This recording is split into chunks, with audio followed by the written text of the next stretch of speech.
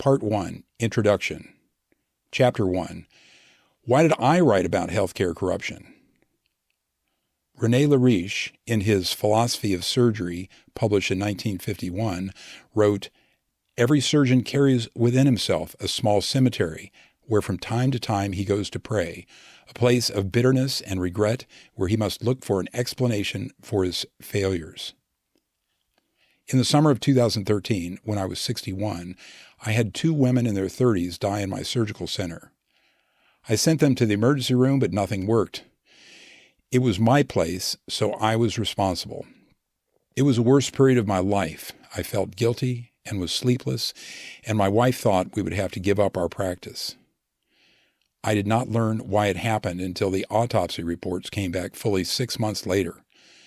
One woman had an embolus of fat blocking her lungs.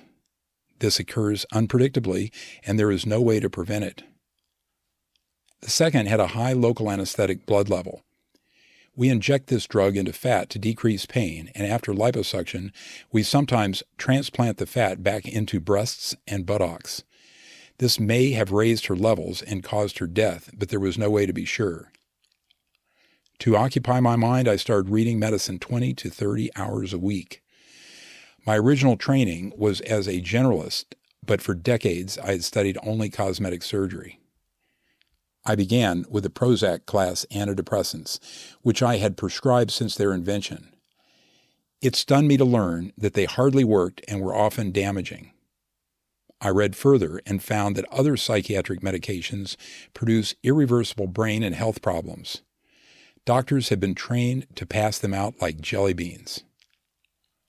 I learned that many drugs are given for wholly theoretical, even speculative benefits. Many are damaging. I consulted people for cosmetic surgery who were taking 10 of these at once. I began to see how medical corporations had done this to us. I read about back pain. Most of it goes away on its own, but doctors had been thoughtlessly prescribing opioid painkillers and turning many patients into struggling addicts. Back surgeries are the most expensive and some of the least effective procedures in all medical care, bar none. No one admits this even to themselves, not the surgeons, the hospital administrators, nor the surgical center's owners. The enormous profits short-circuit everyone's judgment. I also realized that over the past 3 decades, younger and younger people have been getting heart disease, obesity, and diabetes. I wondered if healthcare, particularly medication use, might be the cause. I thought about Peter Van Etten's line, "In this insanity of healthcare, the patient always loses." I saw that we were breaking them on a medical torture wheel. The amount of wealth thrown into American healthcare is astounding. Since the corporations took over, hospitals, drug companies, and senior doctors on their payola are scrapping for it like giant carp eating bread. We pay them handsomely for anything they can slap a billing code on, and they dictate every move according to profitability. Patient well-being is now secondary. Healthcare quality and our general health has deteriorated. I have affluent peers, and many are not shy about it. A gastroenterologist boasted in the doctor's lunchroom that he puts diamonds on the fingers of his infant daughters. In 2004, a cardiologist wearing a $3,000 suit told me he, quote, couldn't pay his personal expenses if he made less than $600,000 a year. Nouveau riche posturing like this is usually accompanied by stories about expensive, supposedly life-saving treatments. I always vaguely smelled a rat, but I was busy and never gave it much thought. As I continued to study, I realized that newer science proved that many of the therapies these people were selling were worthless. I wondered what profit their fancy cars or high incomes could be for them if they did not put patients first. After a great deal of personal and professional reflection, I decided to write about the whole medical industrial calamity. I understand I am a whistleblower, what it means, and what I face. One of my source authors warned me that I would lose my medical license. In late 2019, I quit practicing and left the melee. I can now say what I need to from outside the tent and without conflicts of interest. My story is not the narrative of Wikipedia, WebMD, or other online sources. These are constantly being rewritten by marketers. Wiki is the most reliable, but like the others, it is under guerrilla attack by corporate ghostwriters. Most physicians disagree with me as well. When I shared my conclusions with them, most became resentful, cited their training, and told me I was dead wrong. The few who know the story are afraid to speak up. Industry shills and people born yesterday say my tale is dated and claim everything has changed. They're right. It is not a news story. Since information remains concealed until drugs are off patent, some of my references are 10 to 20 years old. But they are only half right. They are wrong about the change. The situation has become progressively worse. Even though this history has been an open secret for decades, only an elite few understand the whole dysfunctional puzzle. You have the chance to join them, but the more you learn, the more it will break your heart. Physicians, to practice effectively and ethically, must understand what they face. Familiarity with these controversies is indispensable, even if you reject some conclusions. Your work will improve after you realize that doing less may produce better results. Likewise, patients must learn about these issues to have the best chance of benefiting from healthcare. I share practical, little-known ways to deal with doctors and hospitals. You will also learn about health, sickness, and the limits of medicine. The more you know, the more confident you will be accepting, or in some cases, refusing care. Despite my best efforts, I may be partly wrong.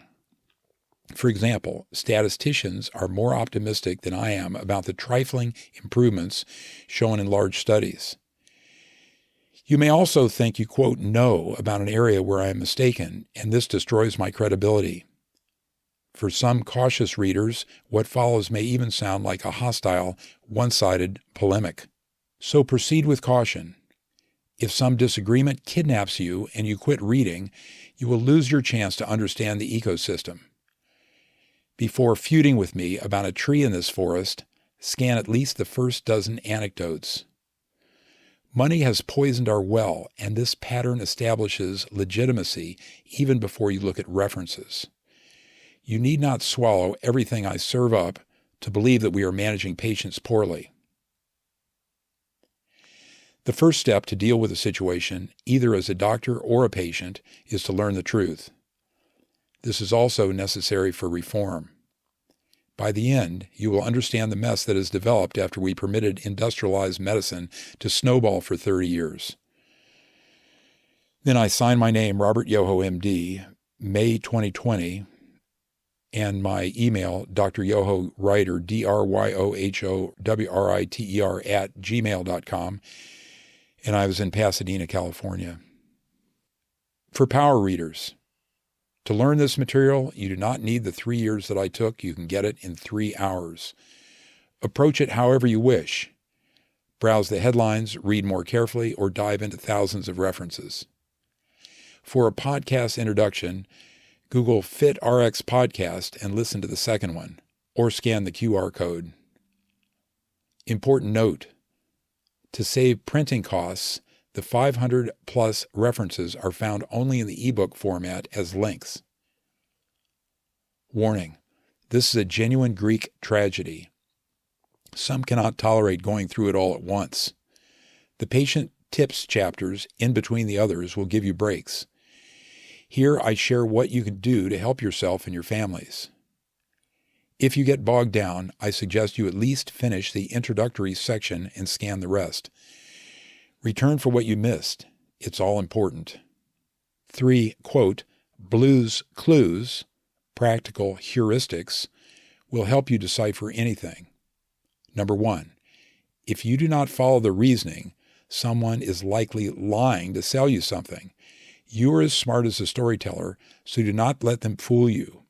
This applies to financial advisors and lawyers as well as to medical studies.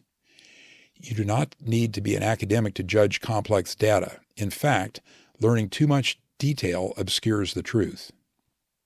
Number 2, the updated golden rule is that those with the gold make the rules, so learning the source of funding explains a lot. Number 3, controversy, confusion, and contradictory evidence about small numbers proves that whatever it is does not work. Do not fall into the trap of believing, quote, reasonable people disagree, or, quote, the science is developing. Dragging politics into the healthcare debate inflames all sides. This makes problem-solving and cooperation impossible. The central issue is that over half of what we do is wasteful, ineffective, or harmful. This is our collective problem.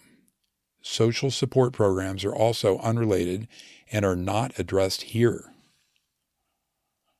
I try to avoid political signaling just as I avoid discussing religion or finances.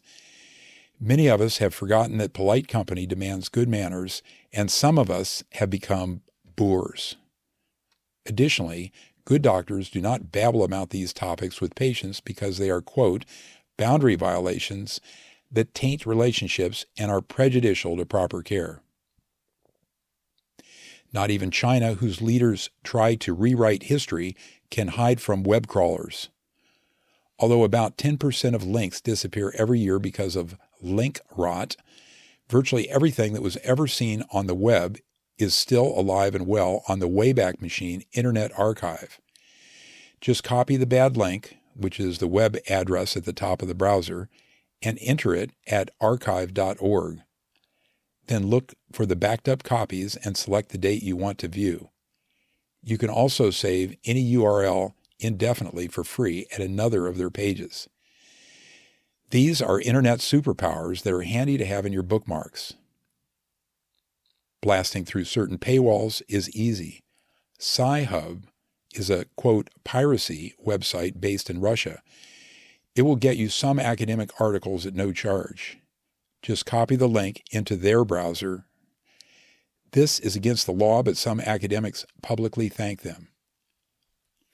Journals are no better than the rest of the medical money grubbers. Their paywalls price gouge and impede scientific exchange. When you read the Sins of the Journals chapter later, you will become angry enough that you will not feel guilty when you use Sci-Hub. Whether you pay for articles is a private matter between you, the journal, Sci-Hub, and your maker. About our relationship. I'm distributing the ebook free for a limited time at Dr. Yoho, author, dryohoauthor.com. Tell your friends. No one makes money on books like these. If there are profits, I will donate them to a worthy cause. If you are not yet reading on Kindle or other apps, the support people at my book distribution service will help you download it and start reading. Ebooks are easy and help you find references. And also see my website for links to my most trusted sources. If you get on my contact list, I will email you more content. Chapter 2. I Was Wrong About Healthcare. Carl Jung wrote, "Wholly unprepared, we take the step into the afternoon of life. Worse still, we take this step with the false assumption that our truths and ideals will serve as before. But we cannot live the afternoon of life according to the program of life's morning. For what was great in the morning will be little at evening, and what in the morning was true will at evening have become a lie." Doctors help patients, and they love us for it. We fix bones, replace joints, cure killer infections, and control diabetes with insulin. We use painless scans for diagnosis. Liver, kidney, and heart transplants are now routine. Some patients get cured of lymphomas, leukemia, Hodgkin's disease, and testicular cancer. Lives are prolonged for myeloma and amyloidosis. Vaccines have saved millions worldwide. We have complex technologies such as the heart bypass machine and dialysis. We replace diseased heart valves with artificial ones that work. Cardiologists permanently correct irregular rhythms using techniques that would seem natural on Star Trek. Other specialists gift infertile couples with children. Despite this, many sources agree. For at least half of healthcare, the potential benefit does not outweigh the harm. For a lot of the rest, supporting evidence that it works is lacking. A review of over 5,000 articles recommends against many of today's standard practices. The list below introduces some of the topics in this book, The Worst Failures of Healthcare, in rough order of wasted resources. The opioid disaster, now killing 50,000 people a year in the U.S., is not even in the top 7. I quote knew a lot because of my degrees and training, but I was wrong about many things. Number 1, insurance. What I thought. Health insurance protects us against disasters just like fire insurance. The truth. Most of the $3.65 trillion in U.S. medical spending in 2018 is run through insurance companies before payments, which produces an insanity of wastefulness. These corporations extract fully a fifth, $20 out of every 100 of whatever they touch for their administration and profits, and they know that if total spending goes up, they get more money. After the insurance layer has taken its share, only 75 to 80% remains for the, quote, providers and suppliers. Every one of these has their own bloated overhead, which they must pay before patients get a thing. Hospitals, for example, consume at least 25% more for internal expenses. This system creates outrageous total costs. The smaller but more gloomy insurance story is the workers' compensation system. Number 2, hospitals. What I thought. Hospitals are bureaucratic, but physicians supervise them to make people better. The truth. Although many people who work in hospitals are idealistic, most of these corporations are ruthless pirates that are looting the patients who trust them. These companies pay or bully physicians to cooperate with their agendas. Hospital costs are about a third of U.S. health care. They spend 10 to 15% of their receipts just on coding, collections, and other methods to whip money out of the insurance companies. Number 3, drugs and medical devices. What I thought. Idealistic scientists wearing white coats develop new miracle drugs and devices all the time. The truth. Pharmaceutical companies purposefully falsify the studies the FDA requires to patent medications, and the regulator turns a blind eye to it. Concealing negative studies that show little or no efficacy, such as was done with the antidepressants and statin anti-cholesterol drugs, is just the start of their hoaxes. Because of practices like this, deciphering which medications work has become difficult. Many drugs are ineffective and a lot are damaging. Some of the worst are the statins, the newer diabetes drugs, the osteoporosis drugs, the influenza vaccine, and the entire psychiatric pharmacy. They're all bestsellers. The huge implant device industry plays the same games as the pharmaceutical companies and has fewer rules that force them to conduct proper studies. Here's what I thought about generic drugs. They're just about as good but cheaper than patent medications, which are a ripoff. The truth, I was right. Patent medications are a ripoff. Generics are sometimes inactive and even contaminated, however. But they are now 90% of the American formulary because of patent drug price gouging. Number 4, journals and the academics of medicine. What I thought. If I studied hard, read journals, went to meetings, and listened rather than talking to my friends, I would become a better physician. Also, if I looked at internet sources, I would quickly learn about any medical field. The truth. Doctors' information sources have been wrecked by corporations. We depend on journals, but their editors have been bought off. They print fraudulent studies containing purposefully confusing math developed by academics who are sponsored by corporations. Patients' information sources, on the other hand, are advertising, quote, advocacy groups, blogs written by industry, and wall-to-wall internet link farms. They're all marketing in disguise and create anxiety and spread false information. Number 5, mental health. What I thought. Psychiatrists have some strange ideas, but their drugs are effective and treat mental illness just like insulin helps diabetes. The truth. This is our most expensive and least effective medical sector. Informed commentators now call psychiatry a pseudoscience, and a substantial, credible group, besides just Scientology, openly questions their theories and drugs. Psychiatry is nearly divorced from even the flawed science advising the rest of medicine. The psychiatrists accept the most money from the pharmaceutical industry of any doctor group, which results in their ideas being the most contaminated. Their toxic medications might help a few sick people, but corporations promote them so heavily that 1 in 6 U.S. citizens takes them. We mostly ignore the tragic consequences. Number 6, the heart industry. What I thought. Cardiologists and heart surgeons have effective treatments for coronary artery disease. The truth. Invasive treatments for this are an immense but dismally ineffective industry. Sham surgery studies have now debunked stents, which are the tiny devices used to open coronary arteries. These might never work depending on what you believe. The cardiologists understand the math, yet continue placing them for the money. Coronary artery bypass grafting surgery, CABG, C-A-B-G, is also useless or harmful. It immediately kills 2 to 9% and gives long-term brain damage to a third. A few patients supposedly benefit, the 3% with severe blockage of their 1 centimeter, quote, left main artery. For them, the studies show a 5-year survival improvement of 20%. But the operation is overwhelmingly performed for patients with other issues. These people suffer the complications with no chance of benefit. Medications and lifestyle changes work better for coronary heart disease than these hazardous invasive procedures. Number 7, back pain. What I thought. Prolonged recovery might be the rule after back injuries, but the treatments, including surgery, help. The truth. Unfortunately, our therapies are failures. Studies show every single one is an expensive, sometimes risky placebo.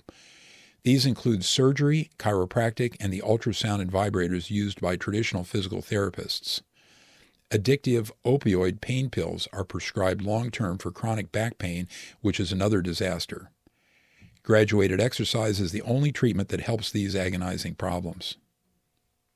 Number 8, the opioid debacle.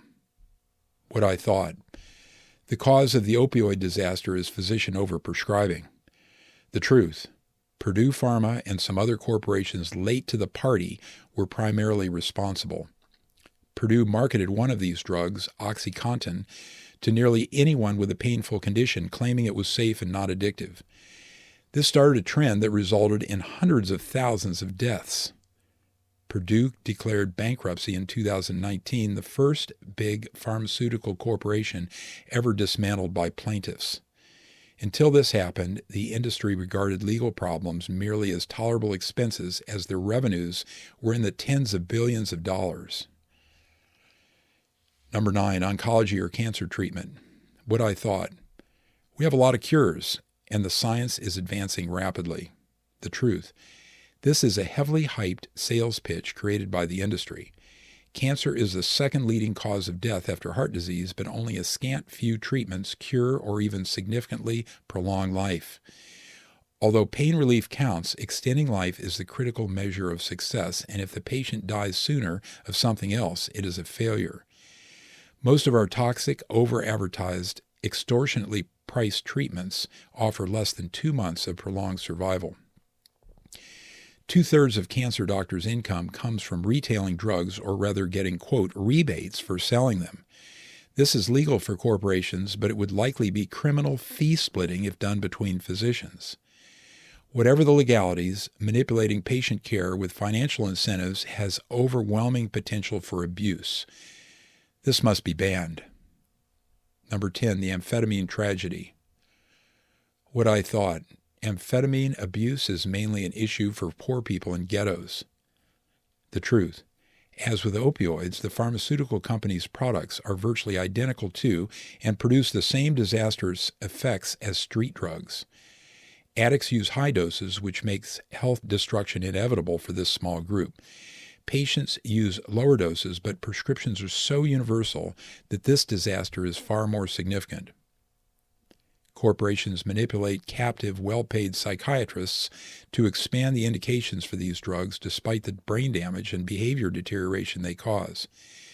9% of our children, a figure cited by the CDC, Centers for Disease Control, supposedly have, quote, attention deficit hyperactivity disorder, that's ADHD. Psychiatrists recommend medicating them. Many of our other kids get these medications from their friends. The recent claim is that adults, including older people, also have an epidemic of ADHD, so they get prescriptions also. Some children now buy the drugs from their neighborhood's senior citizen. Number 11, mammograms. What I thought. Mammograms save women from breast cancer. The truth. Mammograms used to check women without lumps or other indications are a waste of time, money, and emotional energy.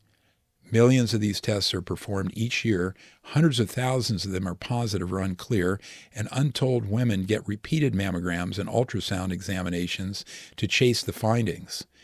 After this, biopsies and surgeries are done to evaluate and cut out areas of concern. This process is expensive and each procedure is a little risky, but the math does not work.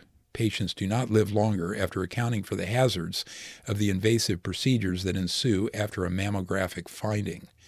We would be better off if the system only evaluated women with lumps they find themselves. Number 12, colon cancer. What I thought. Colonoscopy saves us from colon cancer. The truth. Colonoscopy for random patients looking for colon cancer has no net benefit. This tumor is the second most frequent cancer killer after lung cancer. U.S. gastroenterologists look inside the colon to identify small cancers and precancers before they spread. Since surgeons can often cure these in their early stages by cutting out a section of the colon, this screening program seems reasonable. But examining patients without symptoms or known disease does not increase the average time they live. Number 13, prostate cancer. What I thought. Urologists save men from dying of prostate cancer by checking a blood test on everyone over a certain age. The truth. This does not work. The standard routine is to check the prostate-specific antigen, that's PSA, in the blood, and when it is high, to do painful biopsies. If the cancer is seen, a removal operation called a, quote, radical prostatectomy is often recommended. This commonly results in impotence and incontinence and saves no lives overall. Other therapies for the early stages of this cancer are also ineffective and damaging. Even though about 75% of older men get prostate cancer before they die, it is only fatal in 2%. The tumor is usually inactive, and an aggressive approach does more harm than good. Number 14, endoscopic knee surgery for arthritic knee and hip pain. What I thought. If my knees hurt, an endoscopic operation will help. The truth. Sham surgery studies compare patients who had this procedure versus those who only had incisions and anesthesia. There was no difference. The operation was a failure. Orthopedists know this, but they still perform this somewhat risky surgery. The costs in the U.S. are $4 billion a year. Whether you are a doctor or a patient, the painful reality introduced here is running you over. The next 2 chapters explain how it all started and developed. Chapter 3. How Healthcare Was Ruined. Cui bono, the Latin phrase meaning who benefits, says the motive for an act or event likely lies with the person who has something to gain. Healthcare costs started growing nearly exponentially when social support programs and private insurance fueled it in the 1960s. U.S. costs are now $3.65 trillion, 2018, almost a fifth of our gross domestic product, GDP, and twice what other developed countries are paying per capita. Our medical sector spends more than the total revenues of banking, which is $477 billion, oil and gas, that's $181 billion, and military, $600 to $800 billion. We spend more on healthcare than the next 10 countries combined, more than France, Spain, China, Japan, Brazil, Germany, Italy, Canada, Australia, and the United Kingdom. Wealthy Singapore pays only a mid-single-figure percent of its GDP, and many others spend about 10%. Could the rest of the world be missing out? Are there advantages of more pills, surgeries, and doctor care? How is it even possible to spend this much money? Our academics know the answer. Excess health care makes providers money, but is a net harm for patients. All that spending attracted scammers and entrepreneurs, and they have pursued profits at the expense of patients. As a result, half of medical care is now ineffective, of unknown effectiveness, or harmful. Americans are less healthy and die sooner than people in other developed countries. Our average life expectancy is only 43rd in the world. The excess spending damages our economy. Warren Buffett said healthcare is, quote, the tapeworm of American economy, the number one problem of America and of American business. Economist Peter Orszag agrees. Quote, the United States' standing in the world depends on its success in constraining this healthcare cost explosion. Unless it does, the country will eventually face a severe fiscal crisis or a crippling inability to invest in other areas. Healthcare ruination in 3 steps. Note, insurance companies, government, and corporate employers are, quote, third-party payers. The first and second, quote, parties are the providers and the patients who respectively give and receive care. Step 1. Easy money from insurance and government led to a gold rush. Insurance companies administrate nearly the entire circus, producing astounding waste. These corporations skim off roughly 20% of all healthcare revenue. They oversee Medicare also. For their profits, lobbying, overhead, advertising, investor dividends, interior decorating, and stratospheric executive salaries. The remaining 80% goes to hospitals, doctors, and other providers so they can perform patient care. This is called the, quote, medical loss ratio. As a benchmark, in 2011, the Affordable Care Act, ACA, mandated these insurance expenses must be less than 20%. The insurance industry lobbied ferociously for more. The ACA does not apply to companies which self-fund healthcare coverage, where the percentage eaten by the insurance administration may be much higher. For example, in 2010, the Texas Blue Cross and Blue Shield expenses were 36% before they paid out anything for patients. Some say Medicare has held its insurance administration close to 10%, but this is disputed, and others claim the costs per person are even higher than for private insurance. Elizabeth Rosenthal, in her book An American Sickness, published in 2017, wrote that insurance administration costs now average 20%. After insurance grabs its share, before anything goes for patient care, providers spend another 15 to 30% on their own internal profits, billing, advertising, and administrative costs. To distribute all the money, a costly appendage of codes, billing specialists, and supporting infrastructure grew up. This system produces astronomical expenses. In 2020, a study in Annals of Internal Medicine by David Himmelstein claims that in 2017, the total overhead was 31%. A New York Times estimate by Austin Frank in 2018 was 30%. But given the complexity and the figures above, these estimates must be low. Worse, ineffective services and outright frauds account for at least half of all medical care costs. We barely recognize these, so we do not count them as overhead. When someone else pays, patients see it as a gift and devalue it. When someone else pays, doctors have no qualms about recommending the most expensive options, which are often the most profitable for them. When someone else pays, useless but lucrative tests and treatments become commonplace because there is no incentive to be sensible. The result is that self-styled providers spend recklessly in a dysfunctional pseudo-capitalistic gold rush. Nursing homes, device manufacturers, hospital executives, and big pharmaceutical firms are all at the feeding trough with the doctors. Caregivers and patients alike act as if they are at a buffet eating until they get sick. This is free enterprise combined with remote payment, a large-scale, uniquely American disaster.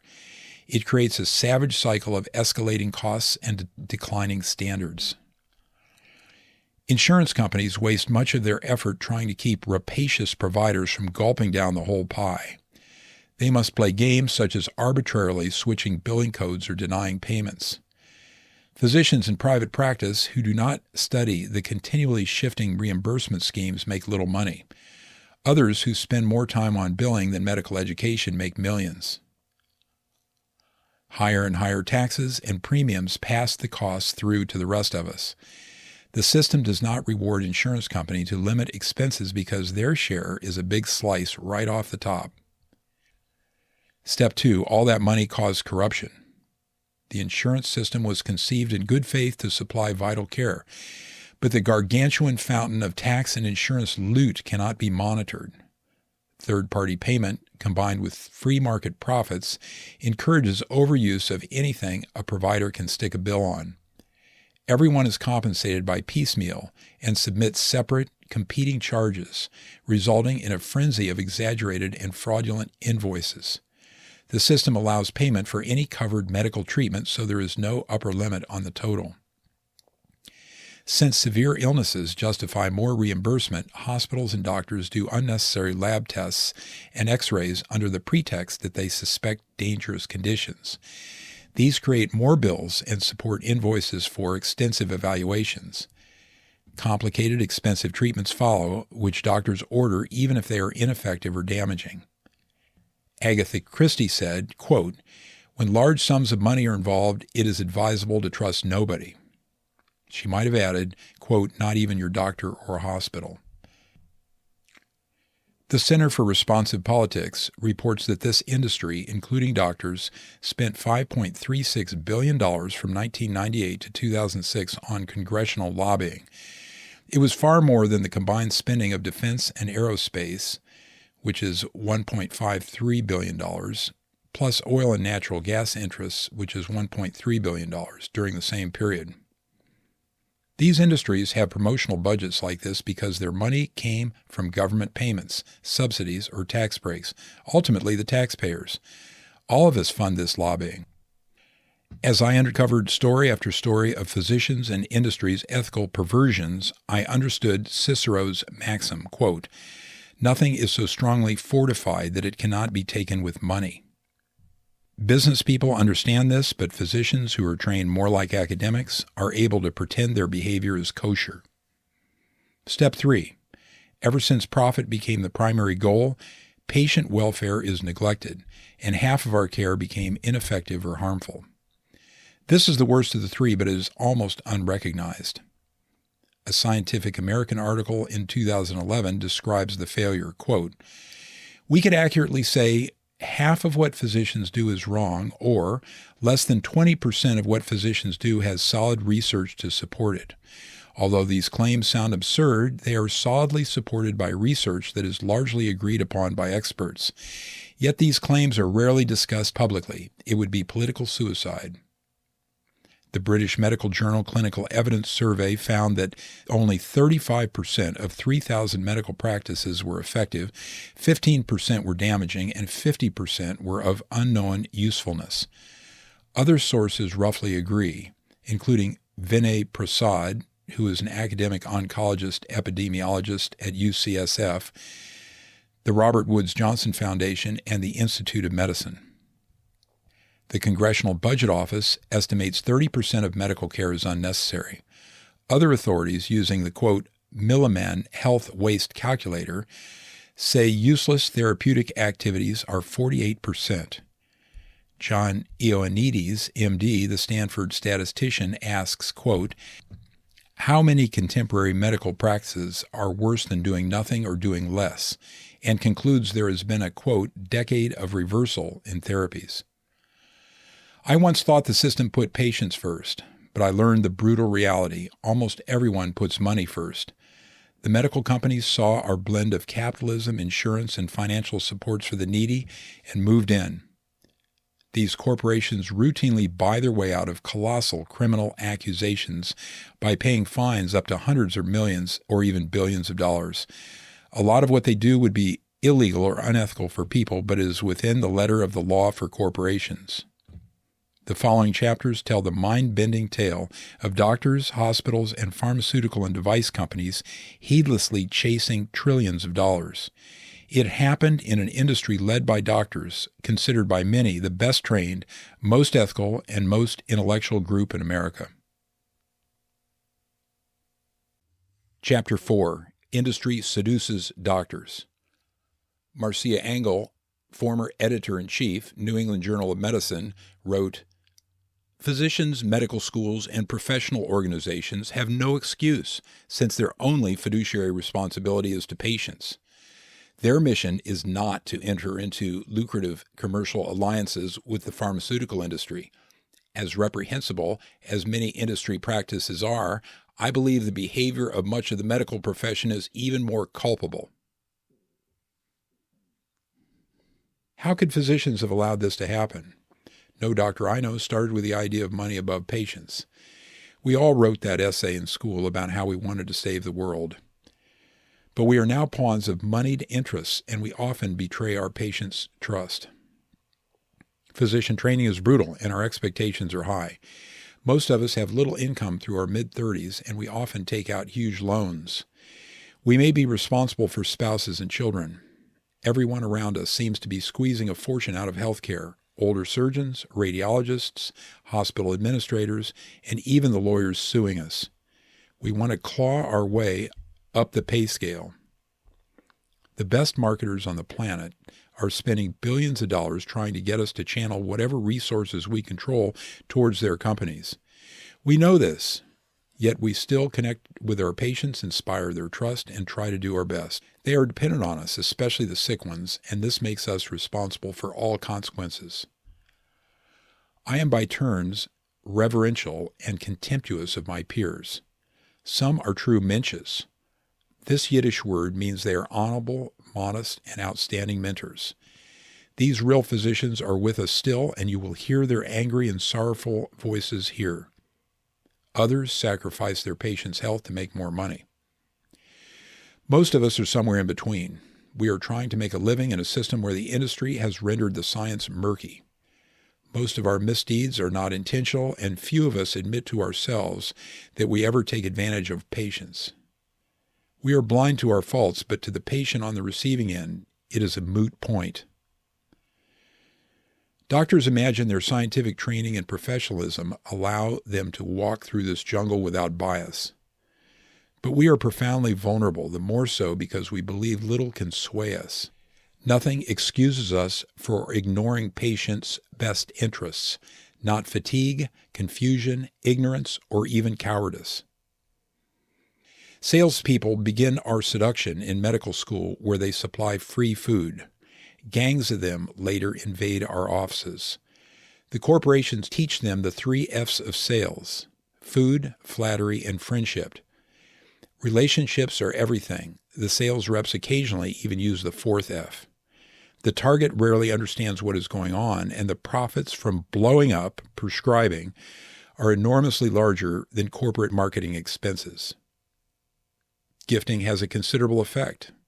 Accepting a single pharmaceutical industry-sponsored meal produced higher rates of prescribing. The more expensive meals had bigger effects. Doctors who accept money prescribe brand-name medications twice as often. Recipients of industry funds write more costly prescriptions.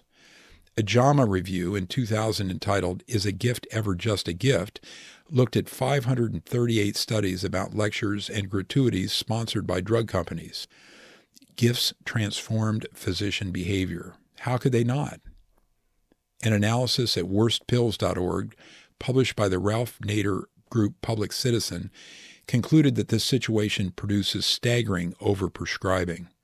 In 2018, U.S. patients filled 4.19 billion prescriptions, over 13 per person.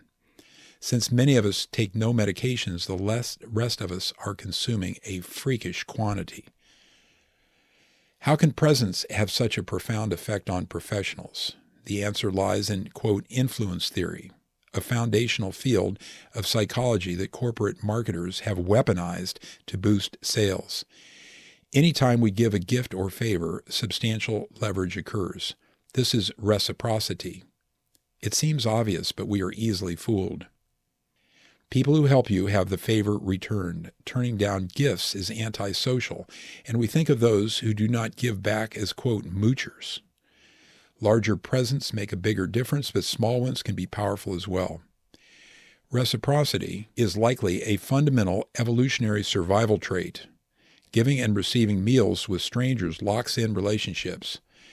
In the past, this allowed a tribe or a person to support others during hard times when starvation loomed. Food, from sandwiches for office staff to lavish dinners for doctors, is one of the most potent weapons in the corporate drive to increase drug and device sales. Outside medicine, business people recognize reciprocity. They scramble to gain an advantage by delivering favors, even as small a consideration as holding a door. The impulse to return gifts is reflexive and powerful. This is unlike negotiated exchanges. Restaurants that give free samples of food can make purchases seem irresistible. Drug companies provide samples of expensive drugs to doctors who then gift them to patients.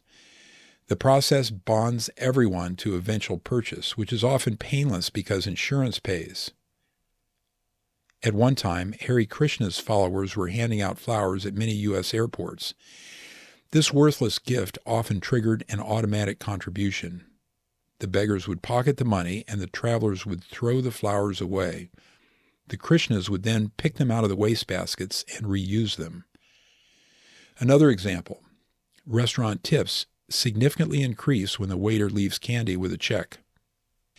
After reading about influence studies, I understood why the drug companies give away all that plastic junk. Besides reminding us of brand names, free pens and coffee cups start reciprocal relationships. Later, dinners, trips, and even substantial research grants may be available. A few prescriptions of stratospherically priced drugs will pay for nearly anything. Congress recognized how potent this is and banned large presents for physicians, yet loopholes still abound. Industry representatives overwhelm busy doctors with these influence techniques. Reciprocity or returning favors is only one type. Others include authority. That's if the physician leaders do it, it must be right. Liking and identification. What a nice drug rep. He plays golf just like me. Social proof. My competitors are doing it. Scarcity. The product is nearly gone. Buy or prescribe it now.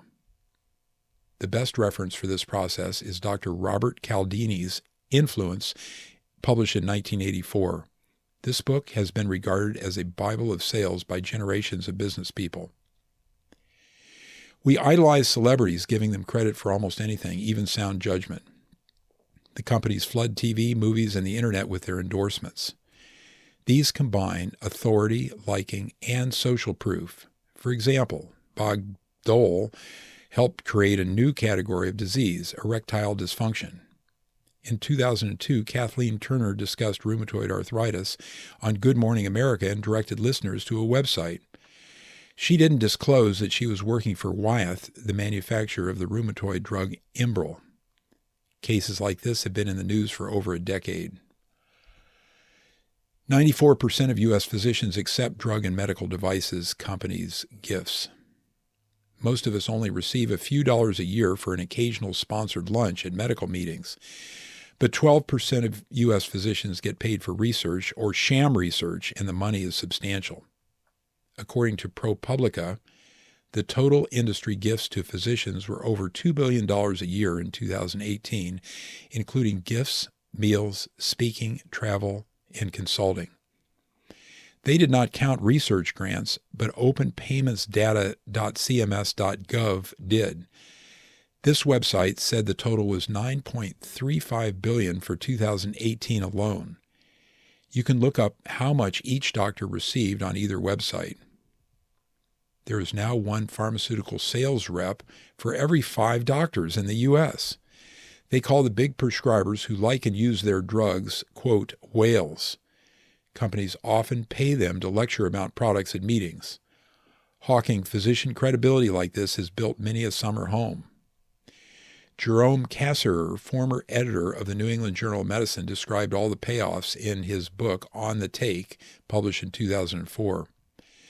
Some consultant physicians get free trips to Florida, some get $1,000 for attending one-day meetings, and some get paid for allowing their names on ghostwritten articles. Psychiatrists receive more money from corporations than any other U.S. specialty.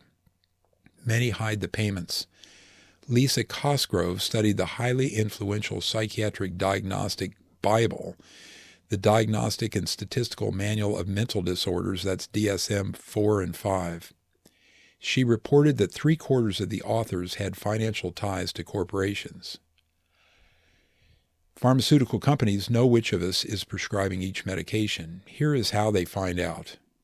Although pharmacies will usually refuse to sell the names of doctors who prescribe, they will sell their Drug Enforcement Agency DEA numbers. The American Medical Association, that's the AMA, then sells the doctor's name that matches each number back to the corporations.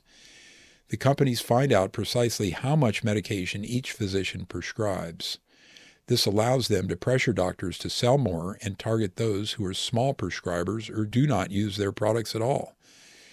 Including this, the AMA made more than $56 million from database sales in 2018.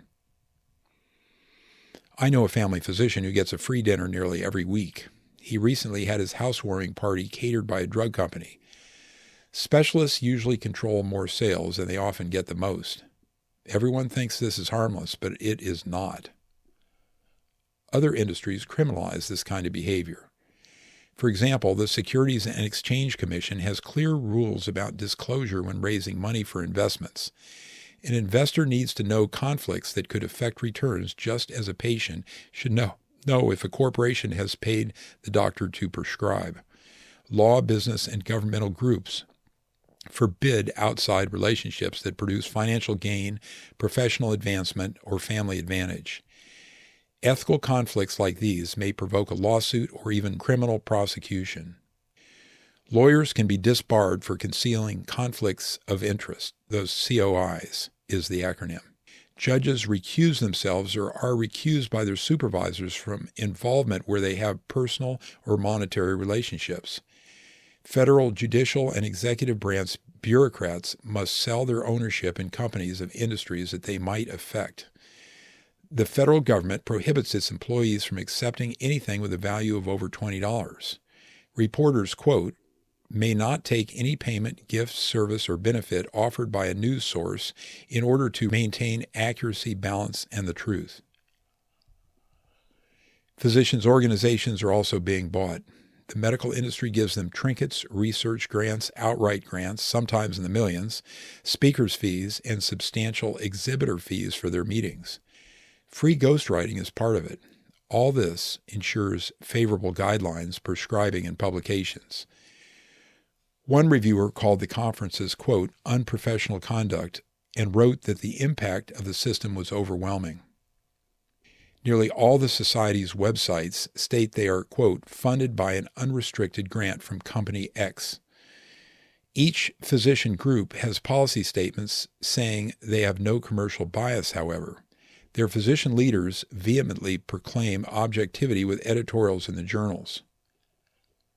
For example, the Endocrine Society says in its Code of Ethics, quote, the Society actively seeks outside financial or in-kind support from pharmaceutical, device, or biotech companies, and they maintain complete independence between industry support of any and all of its programs, and objectivity and credibility are not compromised in any way, unquote.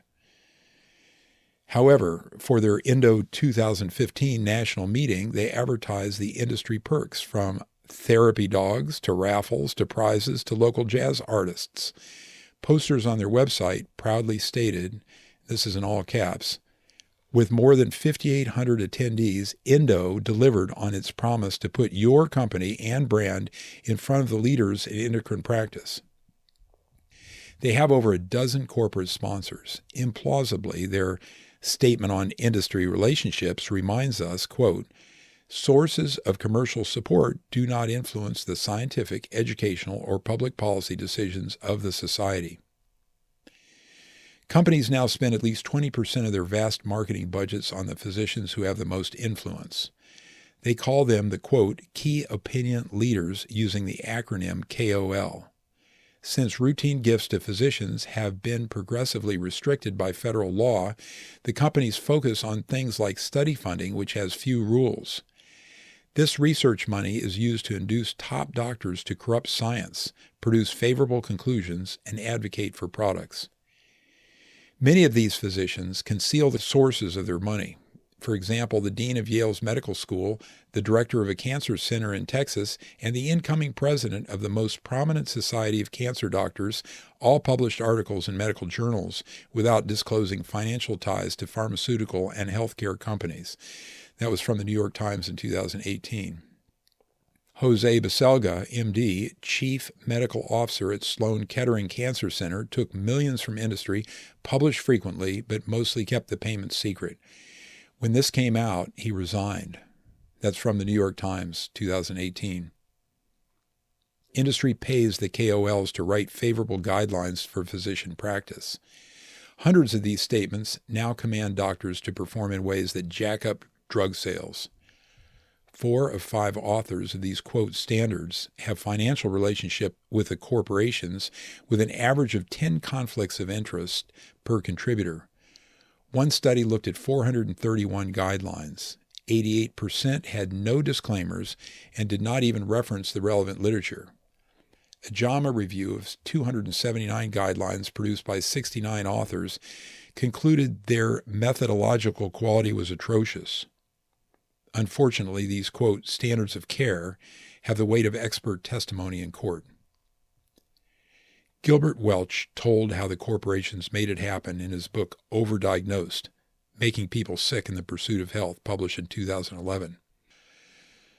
Quote, the head of the diabetes cutoff panel, which established standards, was a paid consultant to Aventis Pharmaceuticals, Bristol Myers Squibb, Eli Lilly, GlaxoSmithKline, Novartis, Merck, and Pfizer, all of which made diabetes drugs. 9 of the 11 authors of recent high blood pressure guidelines had some sort of financial ties to the medication manufacturers. Similarly, 8 of 9 experts who lowered the cholesterol cutoff were paid consultants of the drug companies making cholesterol drugs.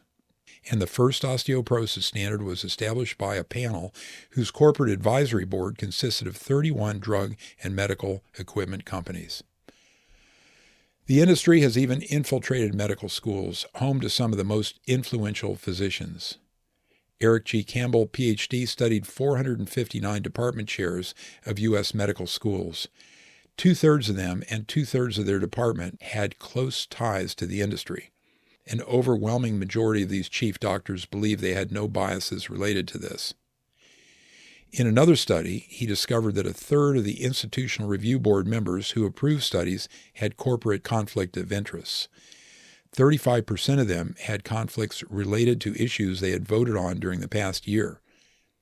Federal guidelines require recusal in these situations, but they are ignored. Disclosure is used to launder conflicts of interest, but this gets nothing clean. Elsevier, the largest medical publication house, requires its authors to confess their payments in writing. But this does not disinfect payoffs. No matter how strong an argument, if it comes from a paid advocate, a balanced view is impossible. Sponsors punish actions contrary to their interests by cutting off their consultants' money. Joseph Biederman, MD, had one disclosure statement of 364 words, an article in itself. He was censured for failing to disclose some of his many sources of corporate pay, and the New York Times asked whether he was, quote, an expert or a shill. He is chief of clinical and research programs in pediatric psychopharmacology and adult ADHD at the prestigious Mass General Hospital. Here's another disclosure statement. Dr. Gertz reports personal fees from Ionis, Acacia, personal fees from Analinium, personal fees from Prothena, personal fees from Celgene, personal fees from Branson, personal fees from Spectrum, personal fees from Annexon, personal fees from Apellis, personal fees from Amgen, personal fees from Medscape, anyway, that's about half of it, but you can imagine. Everyone respects doctors, particularly those with fancy degrees and university affiliations. Credibility based on credentials seems dependable. Unfortunately, influence works on them the same as on the rank and file. After money changes hands, the recipient's recommendations about drugs, treatments, and surgery are biased. Pretensions of objectivity citing authority are much worse than nothing because they fool us. Patients and doctors alike are blind to this. Neither physicians nor patients are tough-minded enough to believe that powerful effects, essentially bribery, now command nearly every move in healthcare. In theory, doctors and other caregivers put patients before finances, but corporations are designed as money-making machines. For them, patient outcomes are a distant consideration. Part 2. Welcome to Drug World. Chapter 5. Big Pharma Prologue. Thucydides, in his History of the Peloponnesian War, wrote, "For ourselves we shall not trouble you with specious pretenses and make a long speech that would not be believed. You know as well as we do that right, as the world goes, is only in question between equals in power, while the strong do what they can and the weak suffer what they must." The U.S. is a nation of pill poppers. According to Bloomberg, nearly half of us take prescription drugs. The Mayo Clinic 2013 puts this figure even higher, a whopping 70%, with 20% of Americans taking 5 or more. This is verified by the Centers for Disease Control in 2019. This is absurd and obviously damaging, but doctors do not get it. How could this have happened and who's responsible? Abraham Katz, MD, summarizes this section. The immensely wealthy and powerful pharmaceutical companies have become more and more entitled and emboldened over the past 3 decades. The FDA requires drug studies for patent approval, so, quote, contract research groups do trials that spoil science and make questionable medications look good. Mathematicians massage the numbers and bury data that do not support the drugs. Industry employees then write up the trials and send them to the FDA. Since more than half of the regulator's funding comes directly from corporations, approval is rarely an obstacle. After the FDA gives permission to sell the drug, corporate ghostwriters spin articles for publication. Then the companies pay prominent physicians to affix their names as authors, and medical journals' editors with financial conflicts approve them. Since the journals are primarily funded by the drug industry, publication is nearly automatic. The prestigious authors and publications lend credibility to questionable drugs, devices, and physician practices. While this happens, physician opinion leaders with transparent financial conflicts, such as research grants, create prescribing guidelines that minimize risks and exaggerate benefits. These standards of practice are poorly grounded in science, but they authoritatively command practicing doctors how and when to use drugs.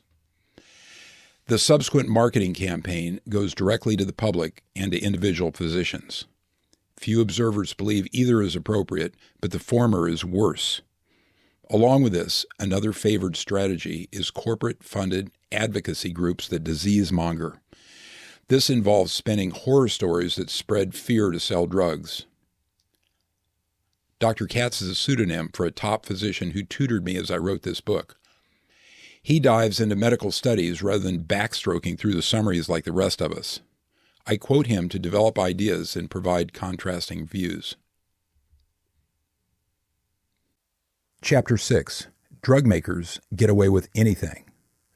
Colonel Heinz Gunther Guderian, a panzer commander facing the Allied invaders on D-Day, said, "It was a situation for despair, but there was no alternative but to keep one's nerve." Wendy Dolan learned the hard way about antidepressants. Her husband, Stuart, threw himself in front of a train a week after he started taking generic Paxil. Mr. Dolan's doctors gave him the drug for job-related anxiety, but it creates intolerable restlessness in 3 to 5% of people using it. He was last seen pacing back and forth on the train platform. He killed himself despite what his family thought was a perfect life. His 2 grown children adored him, and he loved his career, travel, skiing, and his work. He was happily married to his high school sweetheart. When Ms. Dolan sued the drug company, testimony established that it had hidden Paxil-related suicides. For 2 decades, while making billions of dollars, the manufacturer had been quietly settling thousands of similar cases.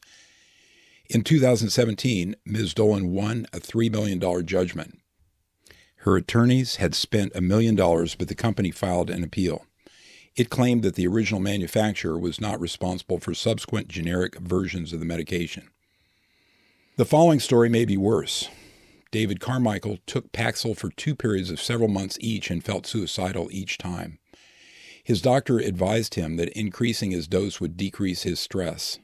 When he did, he went from suicidal to homicidal and killed his 11-year-old son. The circumstances indicted Paxil, and Mr. Carmichael believes it was the cause. Since blaming the drug was impractical for his legal defense, this was not brought forward at his trial. The court acquitted him of murder because he was believed to be temporarily psychotic, which means out of touch with reality. SSRIstories.org has about 5,000 first-hand news stories about situations like these. The drug companies claim that the drugs are bystanders and the perpetrators are prone to violence. A half an hour spent on this website makes a compelling circumstantial case that the drugs are the cause. Corporate criminals calculate that they will make money even if they are caught, convicted, and fined. The Ford Pinto's gas tank sometimes exploded when the car was rear-ended. Ford knew about it but risked more deaths and lawsuits. They calculated that this was cheaper than a recall. After about 500 people died in fires and hundreds of lawsuits were filed, the press discovered the cover-up. British Petroleum, BP, had criminally lax safety practices, so the Deepwater Horizon oil spill in the Gulf of Mexico was not a surprise to industry observers. 11 people died, and the spill devastated the southern coast of Louisiana. By 2016, BP's settlements and restitution for manslaughter and other crimes were projected to exceed $62 billion. But since their annual gross revenues that year were $183 billion, this was just a cost of doing business. Volkswagen AG faked their emissions testing. When this came out, it damaged their reputation, and their stock price dropped by 1/3. By 2016, the fines and settlements in the U.S. alone were over $25 billion. Their gross revenue that year was $259 billion, so it was, again, just another cost of doing business. Pharmaceutical corporations violate more criminal laws than any industry in history, as measured by their criminal settlements. The top 22 drug maker payoffs since 2004 have their own Wikipedia page of shame.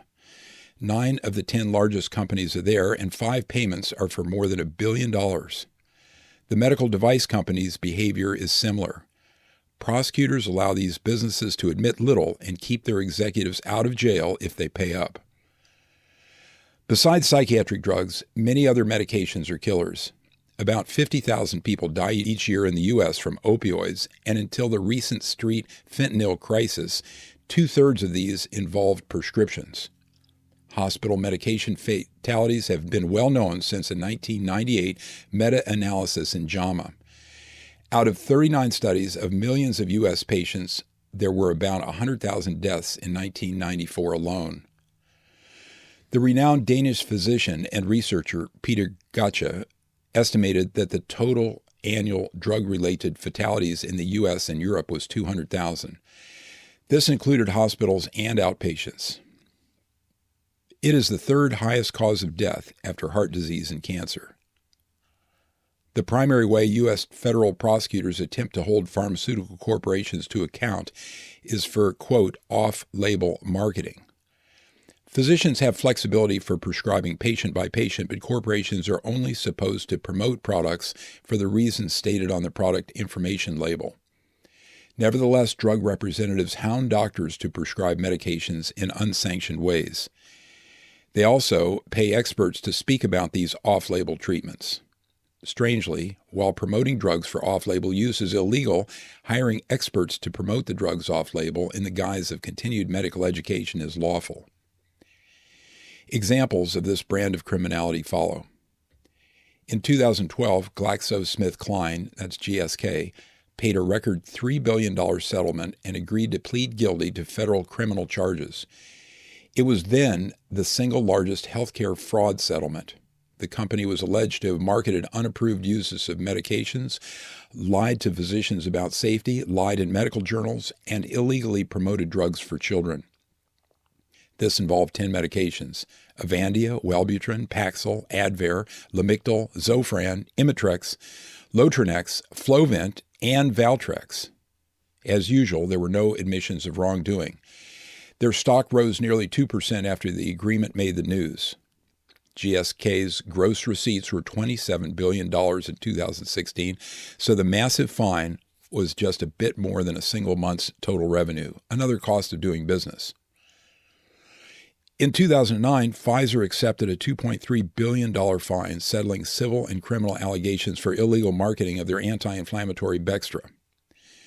John Kopczynski, a former Pfizer sales representative and whistleblower, said, quote, "The whole culture of Pfizer is driven by sales, and if you don't sell drugs illegally, you are not seen as a team player."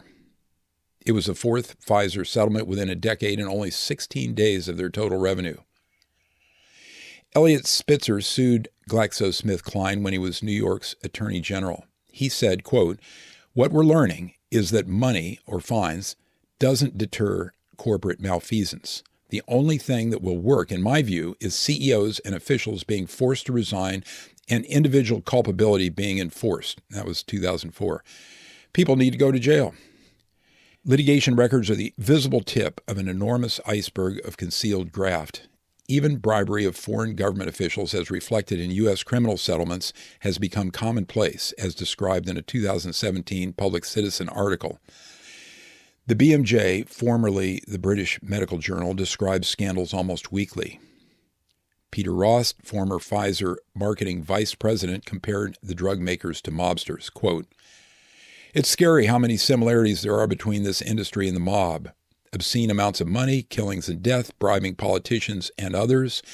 The difference is all these people in the drug industry look upon themselves as law-abiding citizens.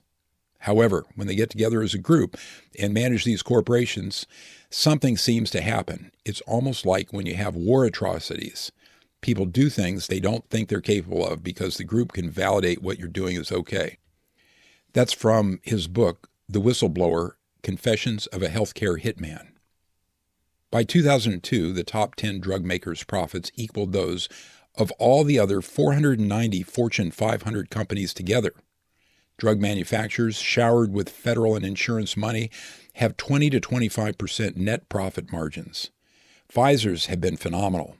51% in 2013, 43% in 2014, 40% in 2017, and 44% in 2018.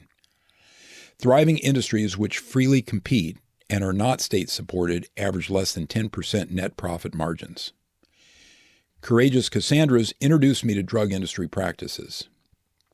Ben Goldacre, for example, wrote the following about drug studies, quote, "Drugs are tested by people who manufacture them in poorly designed trials on hopelessly small numbers of weird, unrepresentative patients and analyzed using techniques which were flawed by design in such a way that they exaggerate the benefits of treatments.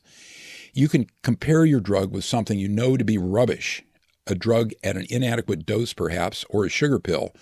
You could peek at your results halfway through and stop your trial early if they look good."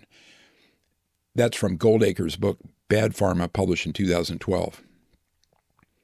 David Healy is an academic psychiatrist who wrote Pharmageddon in 2012 also. He says that for 25 years, the corporations have been fabricating diseases and syndromes and then marketing the drugs to treat them. He also says that over half of our pharmaceutical spending is for proprietary medications with dubious benefits such as antidepressants or statins. He calls the current drug approval system, quote, "research misconduct on a grand international scale." Ghostwriters paid by industry draft more than half of all drug studies and even some textbooks.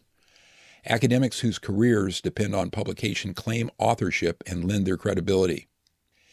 Editors at prestigious journals give these authors a pass. At the same time that this misconduct is sanctioned, students are crucified for plagiarism and medical licenses are revoked for physicians who change patient records. These are misdemeanors compared to industry's murderous practices. A Guardian article in 2009 described how a pharmaceutical company offered writing services to Dr. Healy to emphasize, quote, "the main commercially important points of an antidepressant." Their rewrite of his paper made a mediocre medication sound fantastic, so he took his name off the article. Healy wrote that many drugs are about the same and that their sales depend primarily on marketing. When academic physicians want to author a paper, they often approach a pharmaceutical company that already has the research, evaluation, and writing teams in place. Only 10% of trials are still run inside the U.S. because data scams are easier to pull off where there is less scrutiny. In his book, The Citizen Patient, written in 2013, Norton Hadler adds, quote, "Contract research organizations, or CROs, are contracted to test for efficacy rather than to try to disprove efficacy. The latter is sound science. The former is profitable. The CROs, the recruited physicians, and usually the patients all receive remuneration for their participation. Long gone are the days when drug trials were free of vested interests, conflicts of interest, marketing undercurrents, and fraud. Some scandals involve, quote, paper patients and data massaging." Dr. Robert Fitties, a Southern California family practitioner, developed a business doing medical studies with fabricated data. He said, quote, "Most researchers are forced to cheat because drug companies issue requirements for test subjects that sound good in marketing material but are impossible to meet in the real world.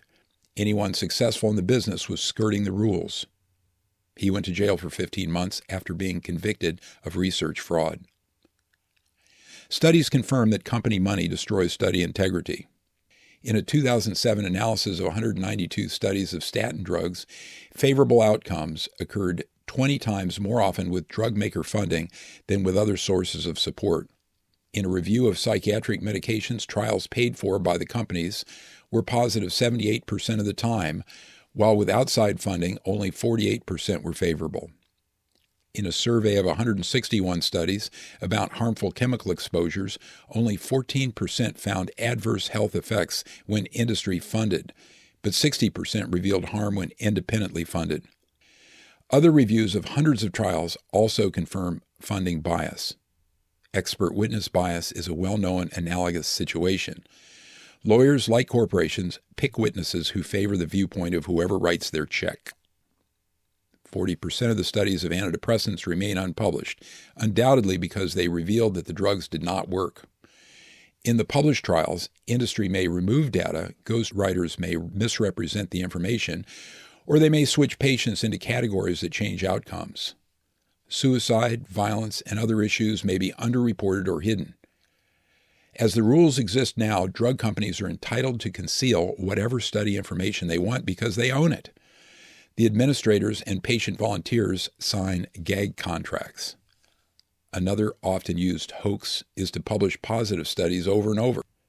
For example, a 2005 review from Cochrane, arguably the most respected source in medicine, found a Zyprexa research dataset that showed up 142 times in various publications. Zyprexa's cost is many times that of older drugs, although it is not more beneficial. John Braithwaite is a pharmaceutical company whistleblower and author of Pharmaceuticals, Corporate Crime, and Public Health, published in 2014. He said that marketing departments dominate the drug companies. He described the concealed studies and the decline of innovation in favor of promoting established classes of medications that make quick profits. He suggested applying whistleblower laws from the False Claims Act to corporate crime. Whistleblowers get a portion of settlements, which, quote, privatizes law enforcement. These incentives work, but they are currently only used for fraud against the government. Braithwaite said corporate penalties should be criminal rather than civil.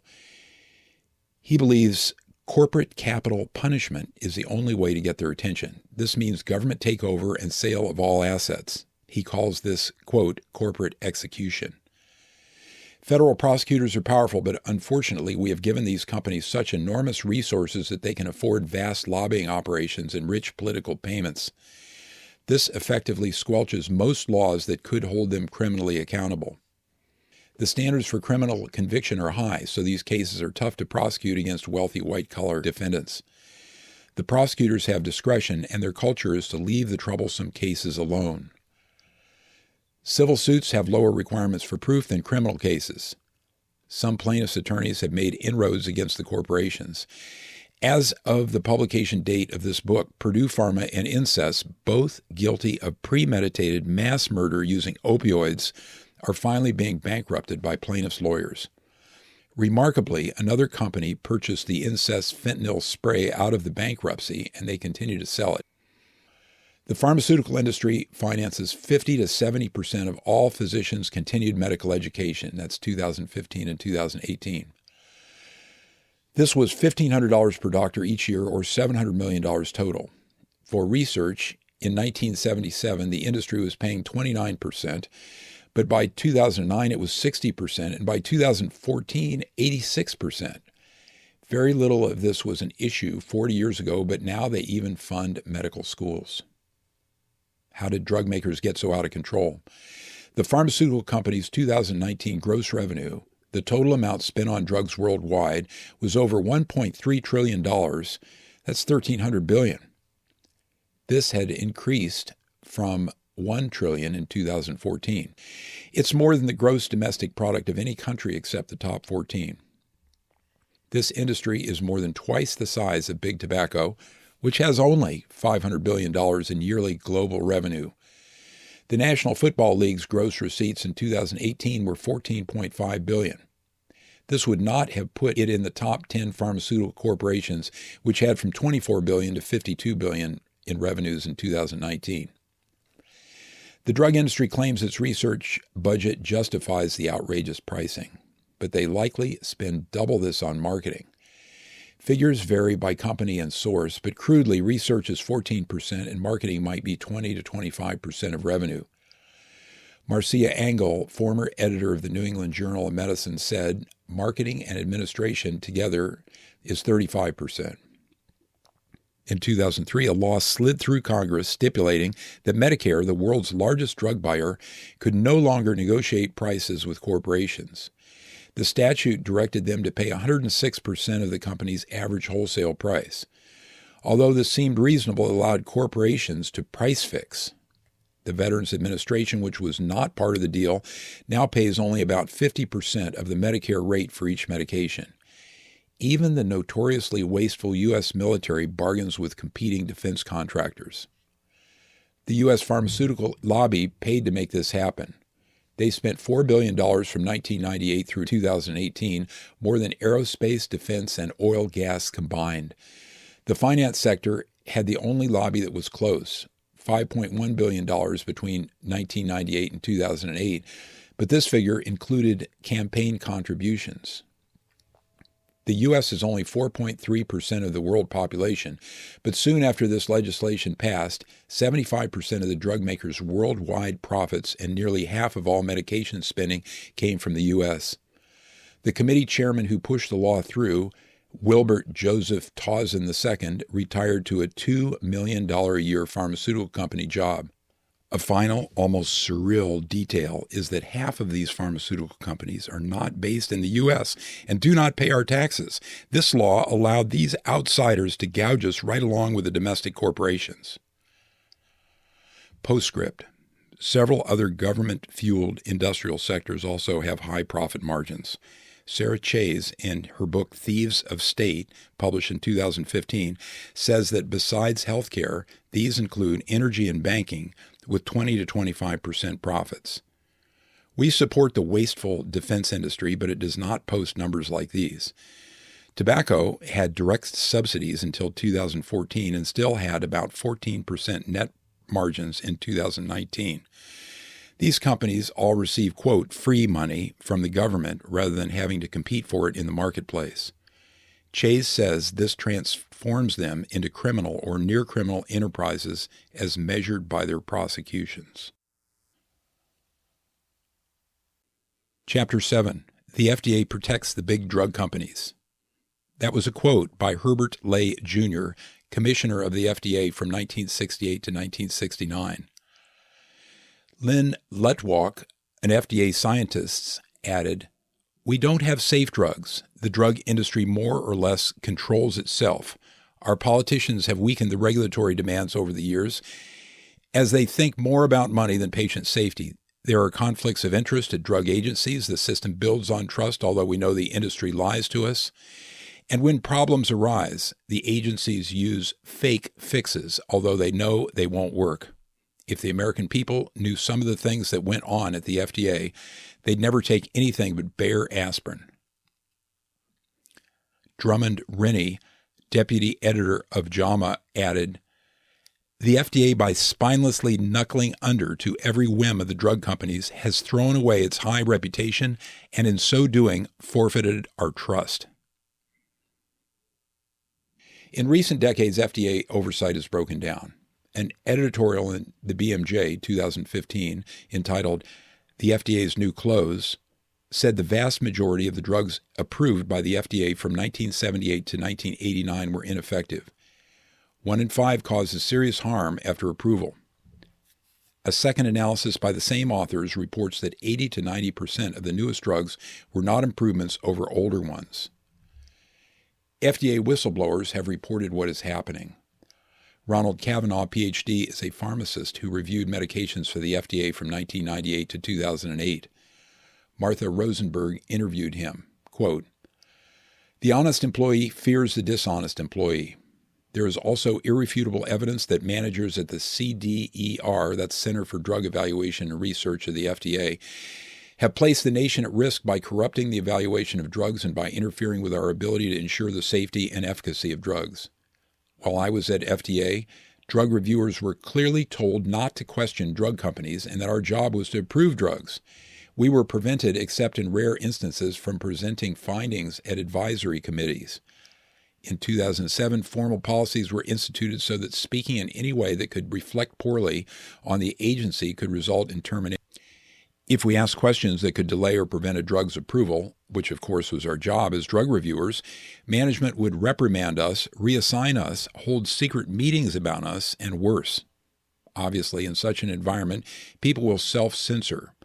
I frequently found companies submitting certain data one place and other data to another place and safety information elsewhere, so it could not all be pulled together, and then coming in for a meeting to obtain an agreement and proposing that the safety issue is negligible and does not need further evaluation. Sometimes we were literally instructed to only read a 100 to 150-page summary and to accept drug company claims without examining the actual data, which on multiple occasions I found directly contradicted the summary document. Other times I was ordered not to review certain sections of the submission, but invariably that's where the safety issues would be. This could only occur if FDA management was told about issues in the submission before it had been reviewed. In addition, management would overload us with huge amounts of material that could not possibly be read by a given deadline and would withhold assistance. When you were able to dig in, if you found issues that would make you turn down a drug, you could be pressured to reverse your decision, or the review would then be handed off to someone who would simply copy and paste whatever claims the company made in the summary document. One manager threatened my children, who had just turned 4 and 7 years old, and in one large staff meeting I was referred to as a, quote, saboteur. Based on other things that happened and were said, I was afraid that I could be killed for talking to Congress and criminal investigators. I found evidence of insider trading of drug company stocks, reflecting knowledge that likely only FDA management would have known. I believe I also have documentation of falsification of documents, fraud, perjury, and widespread racketeering, including witness tampering and witness retaliation. Of the 5,918 FDA scientists who responded to a 2006 survey by the Union of Concerned Scientists, a fifth said their superiors asked them to exclude, alter, or falsely interpret their conclusions. They were often pressured to approve drugs despite safety concerns. A follow-up survey in 2011 found they feared retribution if they wrote about this in journals or spoke to the press. Many said that political and business interests affect the FDA's decisions. Over a third felt that a superior had interfered with their work in the past year. The Institute of Medicine reported the same year that there was significant outside interference with the FDA's scientific work. Early history. The FDA's mission is to protect health by evaluating and approving drugs, food, vaccines, tobacco, supplements, cosmetics, blood transfusions, medical devices, and veterinary products. The agency oversees 20% of the U.S. economy. The pharmaceutical companies are required to perform drug studies according to an elaborate set of rules and present them to the FDA. The FDA made its reputation in the 1950s when it saved Americans from congenital disabilities caused by thalidomide. A German pharmaceutical company marketed this drug almost without prior study. Its use was for sleep, anxiety, and morning sickness of pregnancy. It was sold over the counter in West Germany and other countries. In the rest of the world, at least 10,000 babies were born from mothers who had taken the drug, had missing limbs, eyes, and ears. Half the babies died. Many adults who took the drug had nerve damage. A heroin FDA regulator had her doubts and stalled its approval. Thanks to her, the thalidomide tragedy here did not reach the scale that it did in Europe. But the company passed out unapproved thalidomide samples and performed 2 trials on 20,000 patients, resulting in patient harms. As a result, in 1962, the U.S. passed laws that directed manufacturers to prove to the FDA their products worked and were safe before they market them. Prescriptions were required for new drugs. In recent years, however, direct payments from drug makers to the FDA took the oversight process hostage. Since 2002, pharmaceutical companies paid about 2/3 of the FDA's $4.7 billion budget through, quote, user fees. This money from industry goes straight to the FDA, mostly during the patent process. Critics have said companies should pay taxes instead. In 2007, 4 retired FDA commissioners agreed. The system creates the wrong incentives. Jessica Wapner, in a PLOS blog, wrote, "The structure puts the FDA in the pockets of the drug industry." Any student of influence understands how and why this works. The payments, totaling over $3 billion in 2016 alone, create enormous leverage. Michael A. Carome, Director of Public Citizens Health Research Group, concluded, quote, "User fees fundamentally change the relationship between the FDA and the pharmaceutical industry such that the agency now views the industry as a partner and a client rather than a regulated entity." Megan McArdle coined a name for this in a Bloomberg article, regulatory cap. She says the regulators who are in place to, quote, tame the wild beasts of business instead become tools of the corporations they regulate. Congress ignored naysayers and ratified the U.S. arrangement again in 2017. The U.K. has similar issues. There, drug companies pay 70% of the budget of their corresponding regulatory agency, the National Institute for Health and Care Excellence, acronym NICE. Worse, sizable and open industry payoffs occur after the approval process. These reward cooperative FDA advisors on the committees responsible for endorsing drugs. In 2006, the FDA made it harder for a consumer to sue a pharmaceutical company for harm. The industry had been trying for decades to get such a law passed through the legislature. It finally influenced someone at the FDA to sneak the measure through as a simple regulation. This created immunity for manufacturers unless plaintiffs proved that a company intentionally committed fraud, which is a high legal barrier. FDA Safety Officer David Graham said in a 2004 congressional hearing, quote, "I would argue that the FDA as currently configured is incapable of protecting America against another Vioxx," that was a drug removed from the market for causing fatalities. Simply put, the FDA and its Center for Drug Evaluation and Research are broken. How it all started. In 1992, the FDA began a sped-up drug approval process. This was an incentive to get medicines to the market sooner in response to the HIV epidemic. They allowed, quote, surrogate outcomes such as lab tests rather than requiring, quote, hard clinical outcomes such as death or heart attack. And they mandated only a single study. The FDA approved the HIV drugs based on increases in the T white blood cell counts and decreases in blood virus counts. Post-marketing surveillance was to have accompanied the scheme, but the agency never correctly implemented it. After the start of the accelerated approval process, a review a few years later found that a full third of the drugs approved by the FDA had safety issues. But there were few recalls. They ultimately took only one medication in 20 off the market. If there was a regulatory action, it was usually consisted solely of a, quote, black box warning on the drug label about the possibility of serious harm. The drug makers bitterly oppose this step because it limits profiteering. For example, Singulair, a pricey asthma medication, causes psychiatric problems, including suicide, but so far there is no black box because of industry resistance. The FDA permits data scams. Researchers from the Yale University School of Medicine looked at trials between 2005 and 2012. They found that the FDA based many drug approvals on studies that used various forms of data cheating.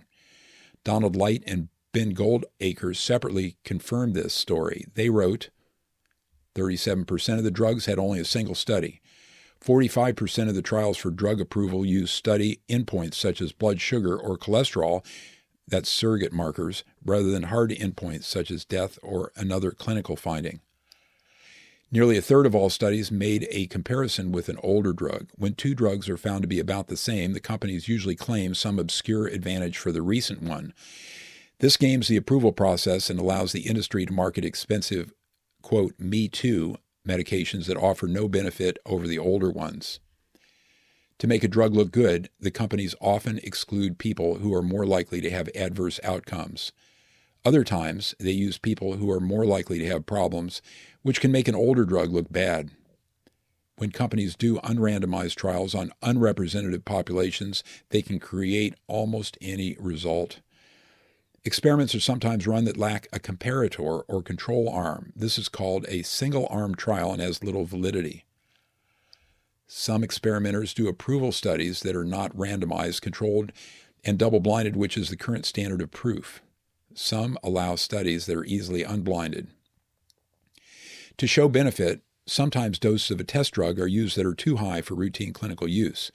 These studies last long enough to show benefits but are kept short enough to conceal adverse reactions. The other way this is played is to use high doses of the comparison drug. This creates side effects that make the new drug look great by comparison.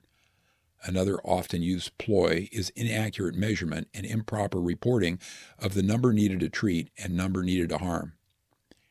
Huge trials are sometimes stopped early because results appear beneficial or harmful at that point. This prevents full evaluation and complete reporting. Physicians should be trained to detect these commonplace forms of deceit when reading medical journals. I spotted them as I learned more. In a 2012 BMJ editorial analysis, Donald Light and Joel Lechtchen wrote that of all the new products developed in the past 50 years, 85 to 90% produce many harms but few benefits. Most of them are Me Too drugs used for established markets. They are not improvements. These medications are 80% of the U.S. increase in drug spending. Despite the sad deterioration of the FDA, it is still the most respected and active organization of its kind in the world.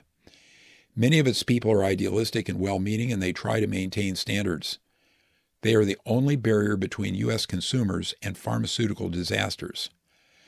To their credit, the FDA is mostly successful at keeping shoddy drugs out of the U.S. Foreign manufacturers sell these with impunity in Brazil, Africa, Mexico, and Eastern Europe. Postscript. Since a 1975 law was passed, expiration dates are required for drugs. A pharmacist who recalls this event says his knowledgeable colleagues thought it was ridiculous, but they quickly realized that it boosted sales. In a 2006 study of 122 expired drugs, 2/3 of them were stable in every tested lot. Their sell-by dates were over 4 years too early. The U.S. military, the CDC, and the Department of Defense understand this, and for decades have saved billions of dollars by stockpiling outdated drugs. But the Pharmaceutical Research and Manufacturers of America, that's PHRMA lobby, claims the short expiration dates are all about safety. Chapter 8. Disease Mongering and Bogus Cures. Henry Gladstone, the former CEO of Merck, which developed some of the first medications that patients needed to take indefinitely, including the statin Mevacor, said in 1976, "I want to sell drugs to everyone. I want to sell drugs to healthy people. I want drugs to sell like chewing gum." We expect hucksterism about the benefits of cars, clothes, and beauty treatments, but it surprises us when it comes from the medical industry, which uses identical marketing tricks. They frighten us with diseases to sell expensive drugs and treatments. Here's how it works. Prominent physicians, guided by corporations, start with some ailment, real or imagined, and are paid to endorse therapies and drugs for it that are barely effective or sometimes even ineffective. But they don't stop there. They then promote more and more inclusive criteria for the disease, which creates more patients who need to take more medications and have more treatments. Finally, charity groups funded and controlled by the companies promote public, quote, awareness campaigns targeting both doctors and patients. More specifically, drugs are used to treat blood pressure, cholesterol, and diabetes to avoid stroke, heart attacks, diabetic blindness, and other diseases. To accomplish this, physicians are guided by numbers for blood sugar, blood pressure, and cholesterol. The numbers considered abnormal are being continuously exaggerated to expand the group that supposedly requires drugging. This has made paying patients out of over half of us. For example, the diabetes definition was originally a fasting blood sugar of over 140 milligrams per deciliter. This was changed to 126, which instantly gave diabetes and drugs to tens of millions of Americans who previously thought themselves healthy. Abnormal cholesterol went from over 240 to anything over 200. This also supposedly requires medications. The blood pressure considered treatable was originally over 160 for the higher, that's the systolic number. Now, anyone over 130 may get a medication prescription. None of these changes was dictated by substantial science, and all made a massive amount of money. This has been established industry strategy for decades. Vince Perry explained it in his book, Medical Marketing and Media, published in 2003. He gave this conspiracy gravitas by dubbing it, quote, condition marketing. Quote, there are three principal strategies for fostering the creation of a condition and aligning it with a product. First, elevating the importance of an existing condition. Second, redefining a current condition to reduce a stigma. Third, developing a new condition to build recognition for an unmet market need. The expense and anxiety of having a diagnosis are not the only problems for patients. Sometimes the wrong treatment is performed, and sometimes surgical complications occur. Prescription medications are a major source of errors and even deaths. The Institute of Medicine states that medication errors are the cause of demise for 1 out of 131 outpatient and 1 out of 854 in-hospital deaths. Lower blood pressure occasionally causes fainting, which is a disaster when driving. Drugs that lower blood sugar can cause blackouts or even death. Cholesterol medications create a host of problems, including occasional deaths because of muscle damage. Drugs may be worth the risk of side effects for sick people whose disease process is being treated. However, people who take drugs unnecessarily enjoy none of the benefits. They still suffer side effects, which are the only effects for them. Anyone not stuck in the tar pit of recent medical thought would think this is beyond obvious. Drugs, treatments, and lab tests must be reserved for the ill who have symptoms. The following diseases show how far our current practices have departed from this simple traditional standard. Diabetics cannot absorb sugar, glucose, from the blood into the body properly. This causes high blood sugar levels that over time produce blindness, heart attacks, kidney failure, and even death. The discovery and use of insulin to facilitate glucose absorption and thus lower blood sugar levels are among medicine's finest achievements. People with childhood or type 1 diabetes cannot get glucose out of the blood into the body because they make no insulin. They require daily injections to survive. People with type 2 diabetes, who are mostly older, still produce it, but their bodies are resistant to its effects. We treat them with diet and oral medications to decrease their blood levels, and some doctors give them insulin. The benefits of drugging this group are controversial, especially for insulin and especially in older patients. The new expensive oral medications for type 2 diabetes are associated with increased heart attack deaths. Despite their high costs, patients taking them do not live longer than those on the older diabetic medications. This should have eliminated their use altogether. Avandia was probably the worst offender in this class, yet by 2006, the drug makers promoted it into becoming the highest-earning diabetic drug in the world. It lowers blood sugar, but as with the others, it increases heart attacks and deaths. 13,000 lawsuits have been filed against the manufacturer, and they settled 11,500. Endocrinologists have been vocal in opposing it, and it is no longer available in Europe, but the drug is still sold in the U.S. The profits from these medications defy imagination. Their worldwide revenues, including the insulins, were $27 billion in 2008 and $71 billion by 2015. This involves many companies. Dr. Gotcha reported in 2013 that the manufacturers structured the studies of the newer oral blood sugar drugs to conceal fatalities. Rather than carefully testing patient outcomes, the trials looked at surrogate numbers such as sugar and hemoglobin A1C, which is a measure of glucose values during the 3 months before the test is performed. Metformin was first used in 1922. It helps with weight loss, lowers blood sugar, and lowers hemoglobin A1C. It does not create hypoglycemia when used alone and likely decreases deaths and heart attacks. Lifestyle changes should always be used first for type 2 diabetes, but if any drug is used, metformin is the cheapest and the safest. The recently patented drugs are not an improvement. Likewise, the purpose of blood pressure control is to prevent heart disease and stroke. The Cochrane collaboration in 2012 looked at studies and saw no evidence that reducing blood pressures below 160/100 improved health. In 2018, they evaluated studies of patients with heart and vascular disease and found the same thing.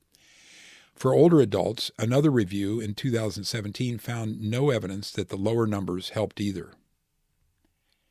The massive SPRINT study published in 2017 supported tighter blood pressure control.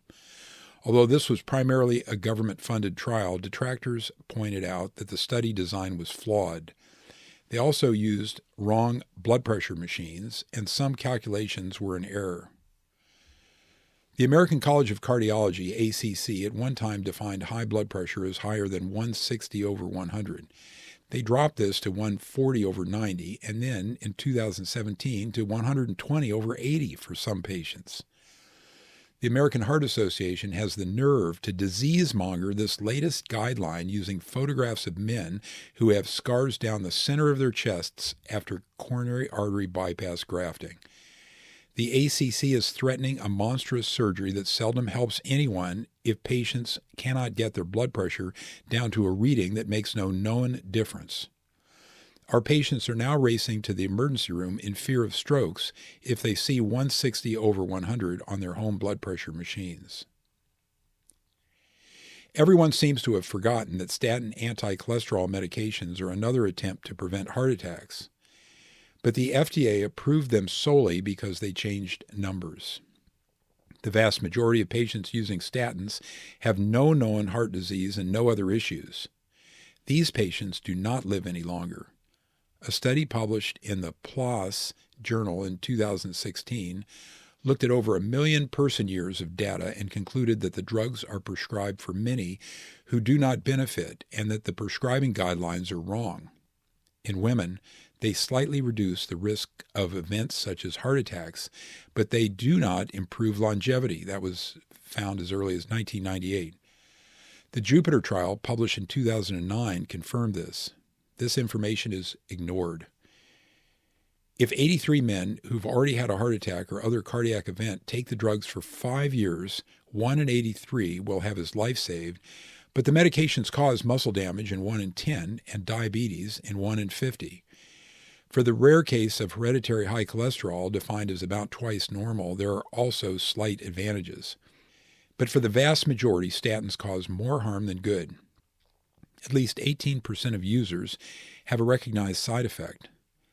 These include sexual dysfunction and Parkinson's disease. 1 in 204 gets diabetes. Muscle damage occurs in 1 in 21, and this is occasionally fatal. Despite this, the industry wants us to use statins routinely for healthy people. Their excuse is that the drugs prevent heart attacks and strokes in a few, despite not affecting lifespan. Guidelines from the American College of Cardiology and the American Heart Association from 2013 recommend that 12.8 million Americans and 1 billion people worldwide take the drugs. Over half of the committee members who invented this idea had a financial connection with the pharmaceutical industry. The FDA approved the drugs for children with hereditary high cholesterol, defined as about twice normal for both the total and, quote, bad cholesterol. The studies have never shown a longer lifespan for treated children. Yet the Pediatric Society recommends checking cholesterol 3 times during the years from 2 to 18, citing the obesity rates as justification. The NNT.com is a website devoted to summarizing which treatments work and which do not. They promote a simple way to understand statistics, calculating the number of people that are needed to be treated to produce one beneficial patient effect. They say the following about statins, quote, virtually all of the major statin studies were paid for and conducted by their respective pharmaceutical company. A long history of misrepresentation of data and occasionally fraudulent reporting of data suggests that these results are often much more optimistic than subsequent data produced by researchers and parties that do not have a financial stake in the results. John Abramson reviewed the situation in the Pharmaceutical Journal in 2015. Like the NNT.com, this is for an academic audience. His sense of outrage percolates through his careful verbiage. Quote, the bottom line is that practically all we think we know about the efficacy and safety of statins has been brought to us by commercial interests that hold the actual data as proprietary secrets. We cannot verify commercial claims of efficacy and safety. The purpose of osteoporosis treatment is to prevent fractures which have a relationship to fatality. Half the women over 50 will get an osteoporotic fracture, and by the time Americans are 65 years old, 20% of all of us, 300,000 per year, will have broken our hips. For women, 14 to 58% die within a year, according to the various studies. The annual deaths from breast cancer are about 42,000, which is roughly similar. Do these deaths related to hip fracture occur in already debilitated people, or do the breaks cause deaths, or both? The answers are not clear, nor are the benefits of the therapies we use. But since fractures in the elderly are a major problem, prevention of some sort seems reasonable to nearly everyone. The drugs promoted for the prevention of bone thinning are the bisphosphonates, but they're worse than nothing. They are expensive, ineffective, increase fracture rates, and even cause rotting jawbones in some people. The NNT.com summarizes the data, quoting a Cochrane meta-analysis. They report that the medications prevent fractures solely in the group of women who have both osteoporosis shown on a scan plus a previously broken bone. The drug industry aggressively promoted bisphosphonate drugs using the standard methods of disease mongering and diagnosis creep. It all began at a Rome medical meeting in 1992 when the doctors concocted the pre-osteoporosis state of, quote, osteopenia. They defined this as decreased bone density found on a radiologic study, diagnosed using an invented threshold and without symptoms. The manufacturer released Fosamax, the first drug to treat it, at about the same time. Although you can find contrary information about the, quote, controversies on the internet, there is no proof these drugs decrease clinically significant fractures. Merck, the Fosamax manufacturer, began building thousands of machines to permit physicians to check bone density in the wrist or other areas of the arms or legs. However, although bone density in the spine or hip predicts fractures, these locations do not. Merck got the machines FDA approved, funded leasing programs for physicians, and somehow the scans were soon reimbursed by Medicare. The drug maker understood that when physicians made money doing scans, the entire scam would blast off. In further marketing ploys, Merck launched a nonprofit, the Bone Measurement Institute, along with a massive disease awareness campaign. Soon, nearly every woman had something more to worry about. The entire thing seemed credible to the USPSTF, that's a U.S. Preventative Services Task Force. Their process is to select a handful of doctors and have them vote on an issue. Despite the dubious history, they put together a group who ratified the use of these drugs for osteopenia, this symptomless scan finding which has only a theoretical relationship to fracture. Merck was still not content. They were soon able to liberalize the bone density numbers considered diagnostic for their invented disease. Medical standards, in this case medical mythology, now recommends these drugs for 52% of all senior women. Sales have soared, of course. Tens of millions of women now use these risky bisphosphonates. Fosamax alone sold about $3 billion in 2007 before it went off patent. This declined to $284 million by 2016, but other drugs replaced it. There are now 10 of these medications with many manufacturers. Even though their popularity declined somewhat after their tendency to cause fractures became well known, the cost is many billions of dollars a year. Influenza is self-limited to a few weeks and rarely causes fatality or long-term disability. Treatment and prevention are part of the latest trend to profitably medicate less severe diseases. The corporations and their paid supporters claim Tamiflu decreases flu symptoms and prevents complications such as pneumonia. But the best estimate of benefit is that it may save a half day of sickness per individual per dose when prescribed immediately after the start of the symptoms. This is nearly impossible. The FDA's long-standing opinion is that Tamiflu did not affect complications, hospital admissions, or survival. It prohibited the manufacturer from making these claims. A 2014 Cochrane review concluded the drug was worthless. They included many studies not sponsored by industry. 2 meta-analyses said risks were higher than the benefits. Within a day of getting the drug, panic attacks, delusions, convulsions, and even suicide have been reported. Complete information is scarce, however. Study data withheld by the manufacturer would reveal the entire truth, but so far there have been no legal challenges to get it. Industry sources, including John Bell, who is professor of medicine at Oxford, stonewalled Cochrane's request for access to Roche's unpublished Tamiflu studies.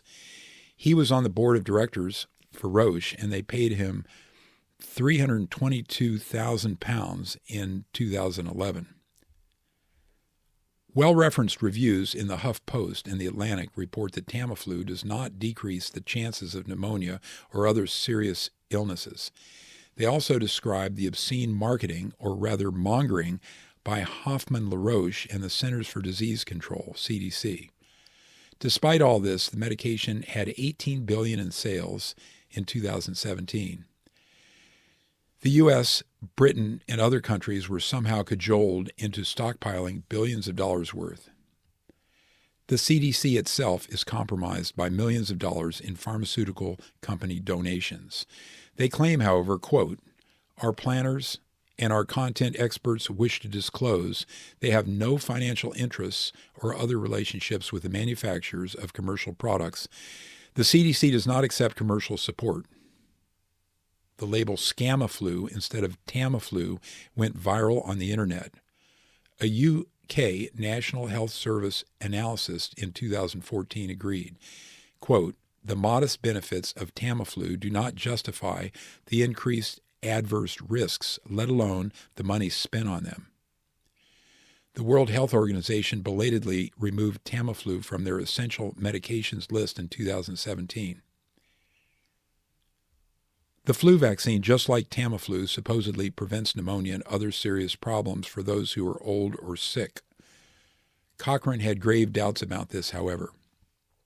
They reviewed 90 flu vaccination studies and considered less than 10% of them decent science. Industry primarily funded the trials.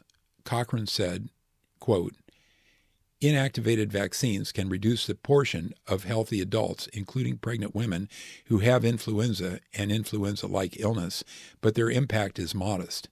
We are uncertain about the effects of inactivated vaccines on working days lost or severe complications of influenza during the flu season. Despite this, the CDC recommends the vaccine for nearly everyone, and the World Health Organization recommends it for vulnerable groups. Many hospitals shame nurses who refuse to get vaccinated into wearing surgical face masks, and a few get fired.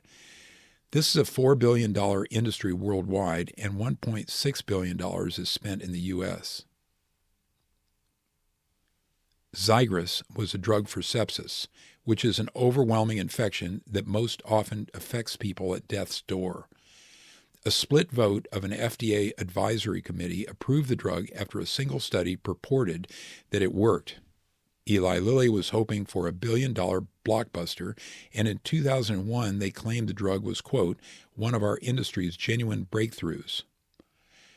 Their charges were $8,000 per patient. The company hired a PR firm who recommended that they boost demand by claiming that Xigris was in short supply and needed rationing.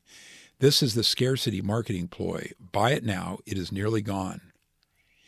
Eli Lilly's public relations firm started Surviving Sepsis, a nonprofit group supposedly representing patient interests. Lilly funded a campaign with the same name. Doctors with financial ties to Lilly created guidelines for the medication's use.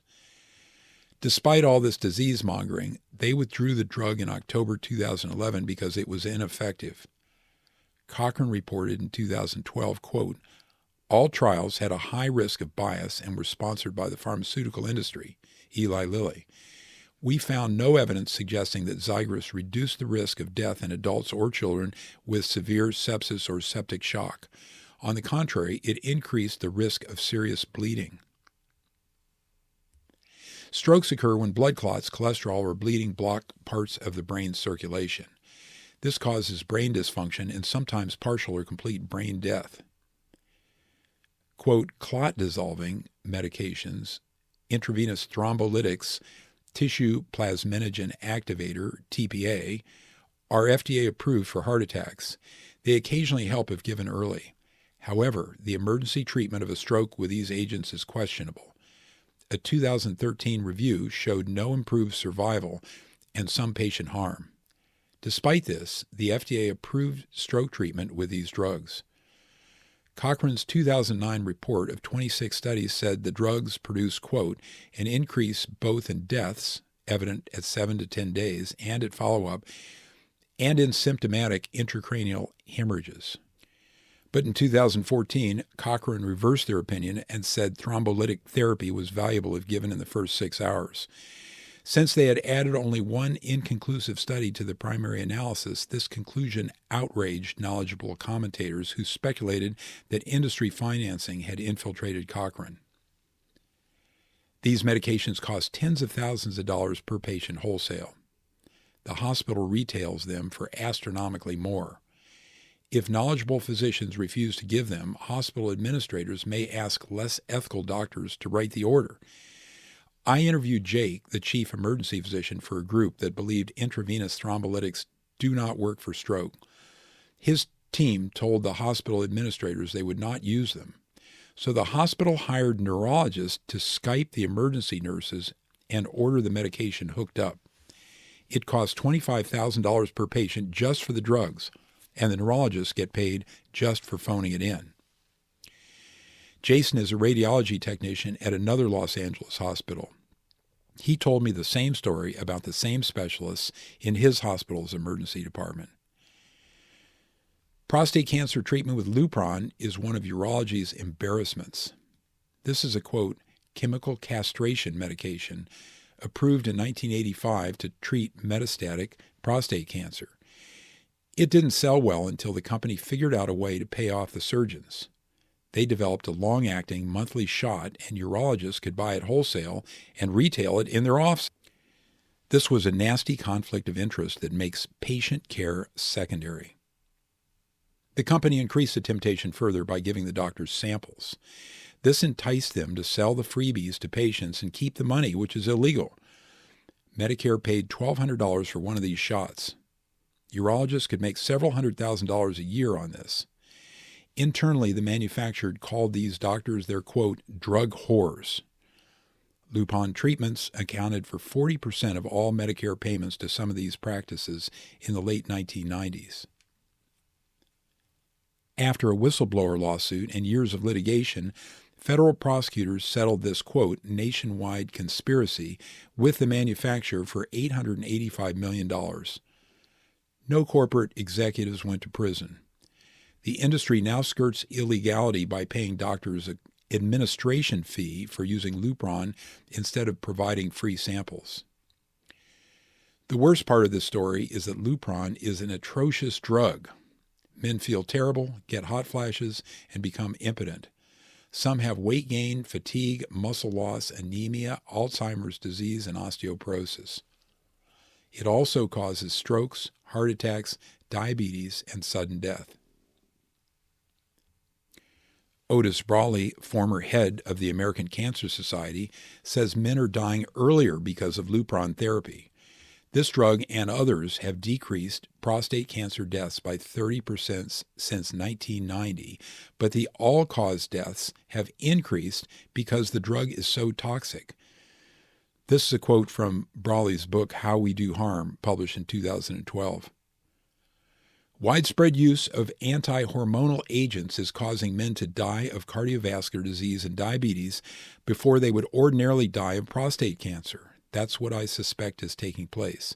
If urologists stop prescribing these drugs as widely as they do, we will see deaths from prostate cancer inch up. That could be good news. Some men who would have died earlier with strokes and heart attacks caused by hormonal treatments of their asymptomatic disease would now live long enough to die of their prostate cancer. My friend Paul had his PSA checked every year. When he was 73, it jumped up to 10. Even though Paul felt fine, he went off to see the urologist, who obligingly biopsied his prostate. They found a tumor and now block his testosterone with a Lupron shot every few months. Medicare pays them a nice injection fee. Paul feels terrible because his testosterone levels are low. Estrogen is likely a far better treatment. It's cheap, it works for many, and it has few side effects. 50 years of experience shows it controls metastatic prostate cancer and does not feminize men. Since the companies cannot patent substances identical to those in the human body, they do not promote drugs like this. Occasionally, delivery systems such as the estrogen patch or a supposedly unique drug strength is used to justify patent protection. For these medications, windfall profits can still be made. I'm not sure where drug marketers can go next. They already claim that nearly half of us have prediabetes and 40% of us have high cholesterol. 1 in 6 U.S. citizens has already started on psychiatric drugs, for the claim is that half of us or more will have mental diseases during our lifetimes. The next few chapters show how they bully consumers and competitors and pull other dirty tricks to make more money. Chapter 9, Pharma's Marketing and Bullying. Martha Rosenberg, in her book Born with a Junk Food Deficiency, published in 2015, wrote, "One of the benefits, if you are Pfizer, with illegal marketing is that the bell once rung cannot be unrung. Doctors and patients remember the illegal messages just like that of Neurontin treating bipolar disorder, even if they are disavowed and found false. So despite the fact that Neurontin is approved only for epilepsy and postherpetic neuralgia, which is pain after shingles, it made Pfizer $387 million in 2008, and over 90% of sales were for its illegally marketed off-label uses." We overpay the big pharmaceutical corporations for their drugs with tax and insurance funds, and then they use the money to carpet bomb the internet and media with marketing. They hijack legitimate advocacy groups and charities into this process with massive donations. They create some of these organizations out of whole cloth to promote sales. Direct-to-consumer ads blanket the media. These are illegal almost everywhere else in the world. The corporations promote virtually any drug that sells. There's little regard for the side effects of medications or the patient anxiety when they are labeled with a diagnosis. We now use medications without legitimate medical use for a vast swath of the population. I believe we should use drugs solely for sick people where they have some chance of having more utility than toxicity. Even for these patients, we must do our best to not let our attempts to help cause harm. Corporate marketing rules the internet. Forests of junk ads and ghost-written articles are used to tout diseases and expensive remedies. Legitimate websites sell links which the companies use for advertising. The ubiquitous corporate presence gets rewritten and shifts daily. It encourages the consumption of any profitable therapy.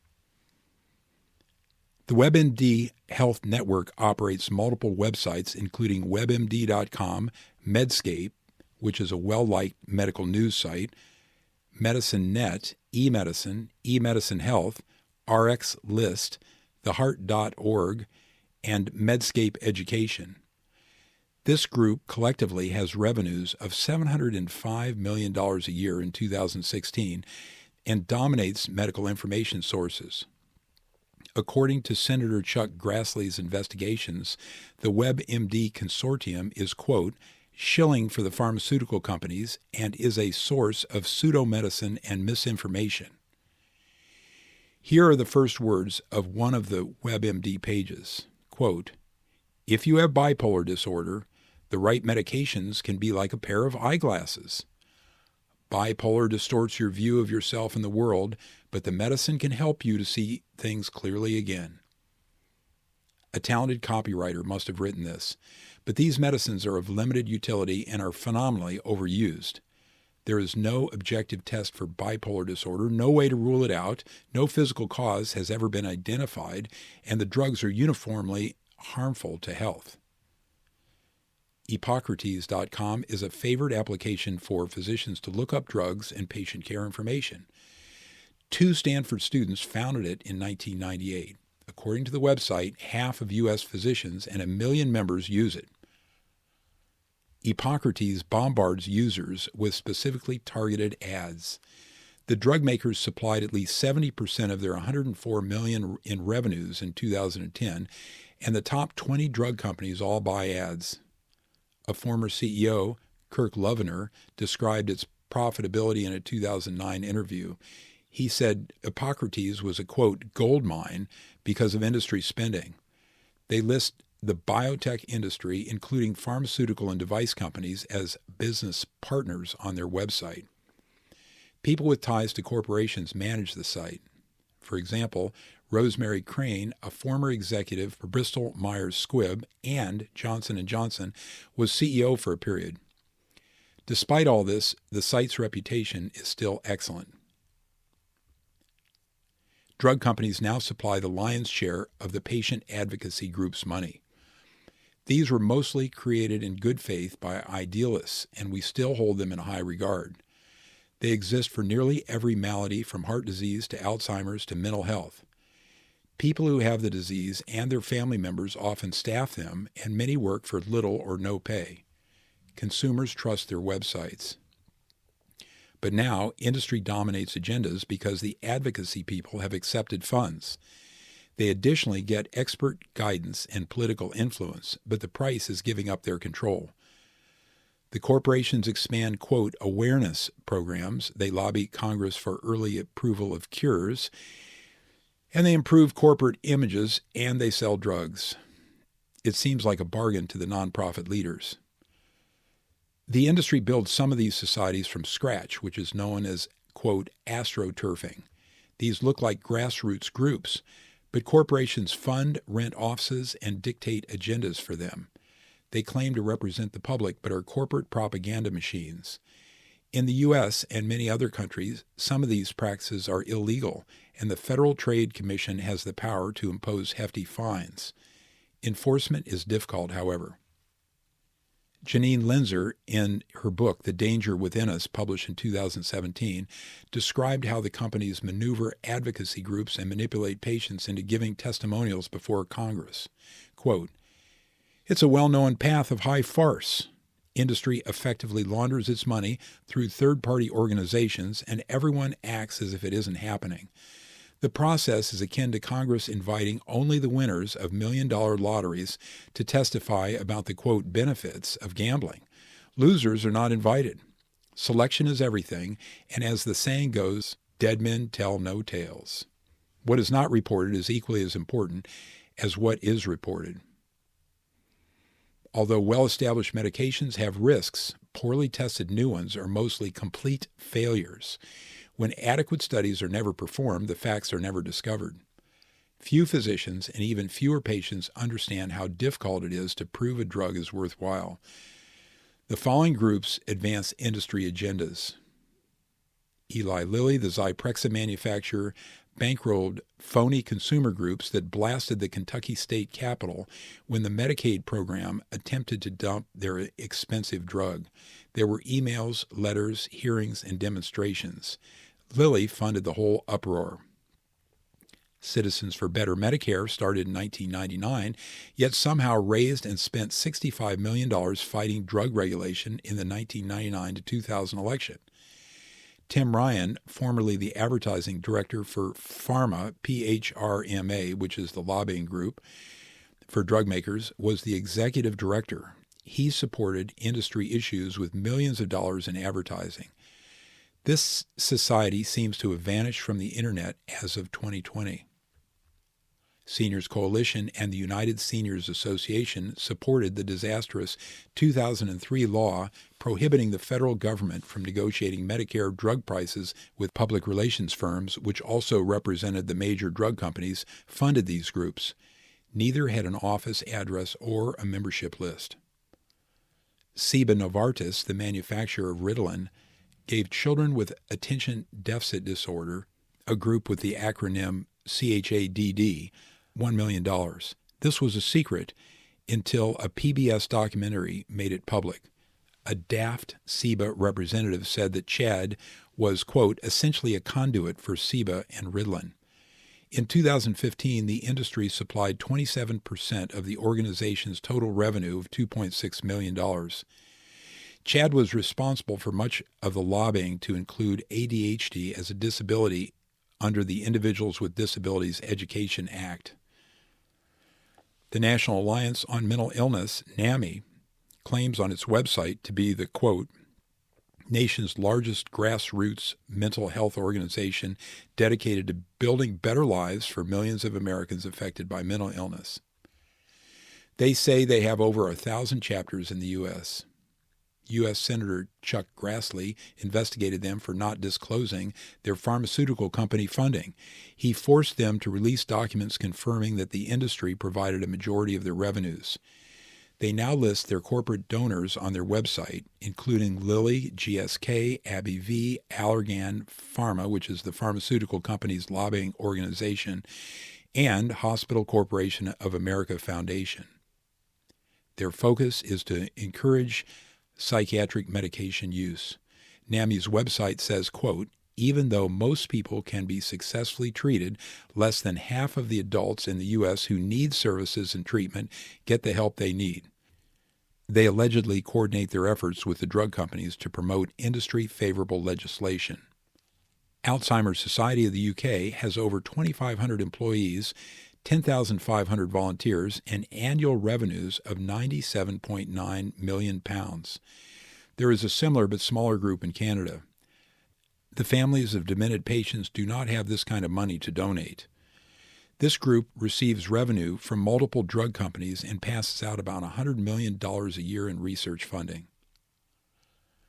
The UK Alzheimer's Society pushed a program that paid doctors a commission for each patient that they identified with Alzheimer's disease. This is an irresistible incentive. It frightened many people needlessly into believing they were becoming senile and promoted ineffective, phenomenally costly medications. In 2008, J.R. Gilstad and collaborators reviewed Aricept, one of the Alzheimer's medications, and found that it had a limited benefit, if any. But the Alzheimer's Society ads proclaimed, quote, don't wait, ask your doctor about Aricept. When they tried this tactic in the U.S., the FDA informed them it was illegal. The manufacturers of the sleep drugs Sonata and Ambien, plus the maker of the opioid OxyContin, together fund much of the National Sleep Foundation's budget. This nonprofit has sold a lot of addictive medications. Alliance for Patient Access is an opioid lobby associated with over 24 pharmaceutical companies, including Pfizer and Purdue Pharma. Their narrative is that the legitimate pain patients should not pay the price for the fight against drug abuse. The fake charities used to donate copays for the phenomenally overpriced drugs are even worse. This seems like a generous idea, but it allows corporations to harvest massive insurance payments and gouge insurance almost without limit. Here's how it works. If the physicians waive the copays, it is a fraud because it violates the insurance contract. The drug companies cannot pay this money directly because it would be bribery. Medicare patients cannot legally accept a donation from a foundation owned by a pharmaceutical company. These, quote, charities skirt the Medicare anti-kickback laws by concealing the donors' identities. The last vestige of common sense, the patient's displeasure with drug costs, vanishes. These, quote, patient assistant foundations give away $700 million a year to fund drugs that often cost more than $5,000 a year per prescription. Quote, charities like these cost the manufacturer nothing because the increase in sales is so much more than the money donated for a copay assistance program. Later, after the insurance companies who are footing the bill have to raise their rates, we all pay. AbbVie and Johnson & Johnson are among the companies that play this game. Direct-to-consumer ads, DTC ads, brainwash patients to pressure their doctors for brand names. Physicians usually obey rather than wasting time arguing, but almost everyone understands that these ads are a malignancy. Jerry Avron, MD, wrote in the New York Times, quote, this advertising promotes only the most expensive products. It drives prescription costs up and also encourages the, quote, medicalization of American life. The sense that pills are needed for most everyday problems that people notice and many that they don't. Other experts agree. The early 1980s, before the DTC ad strategy developed, was a much more innocent and idealistic era. The following industry executives said that these ads hurt patients. These are quotes from 1982. The first is Charles Hagan, VP, American Home Products, and he said, direct-to-consumer advertising would make patients extraordinarily susceptible to product promises. An Abbott Laboratories chairman said, we believe direct advertising to the consumer introduces a very real possibility of causing harm to patients who may respond to advertisements by pressuring physicians to prescribe medications that may not be required. Charles Collins of SmithKline & French said, advertising would have the objective of driving patients into doctors' offices seeking prescriptions. In the mid-1980s, a Madison Avenue advertising agency hired by Merrill Dow marketed Seldane, a new antihistamine. The FDA required ads to contain comprehensive warnings about side effects. The ad agency got around this by not explicitly naming the drug. They said, quote, ask your doctor about how to treat allergies without sleepiness, which was the drug's selling point. The campaign's enormous success spawned imitators. Then, by the late 1990s, court decisions allowed ads that had only a brief mention of side effects.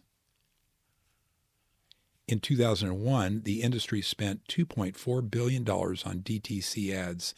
By 2008, $4 billion, and by 2016, $5.6 billion.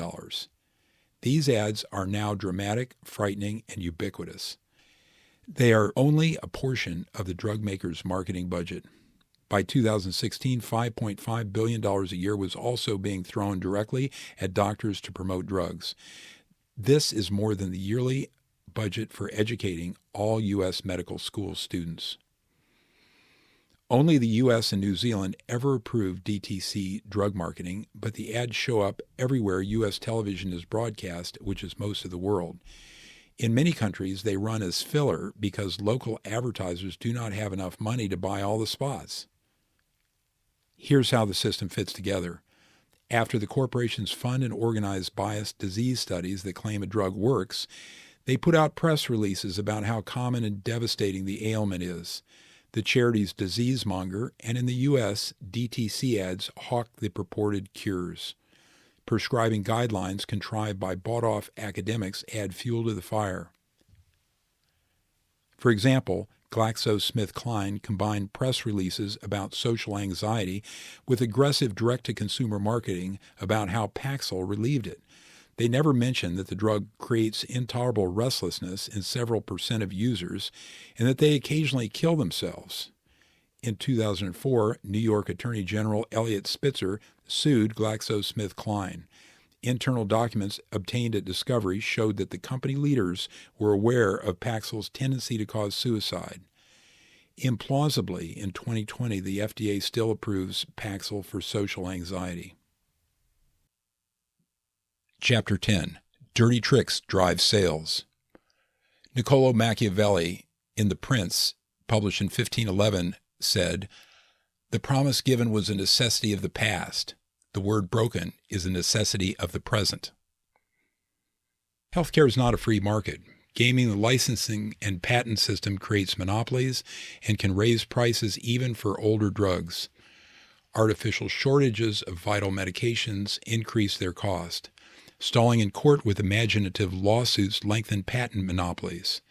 Litigation is also used to intimidate any individual or corporation that stands in a company's way. Lawyers' bills are modest expenses when a drug's revenues are in the billions.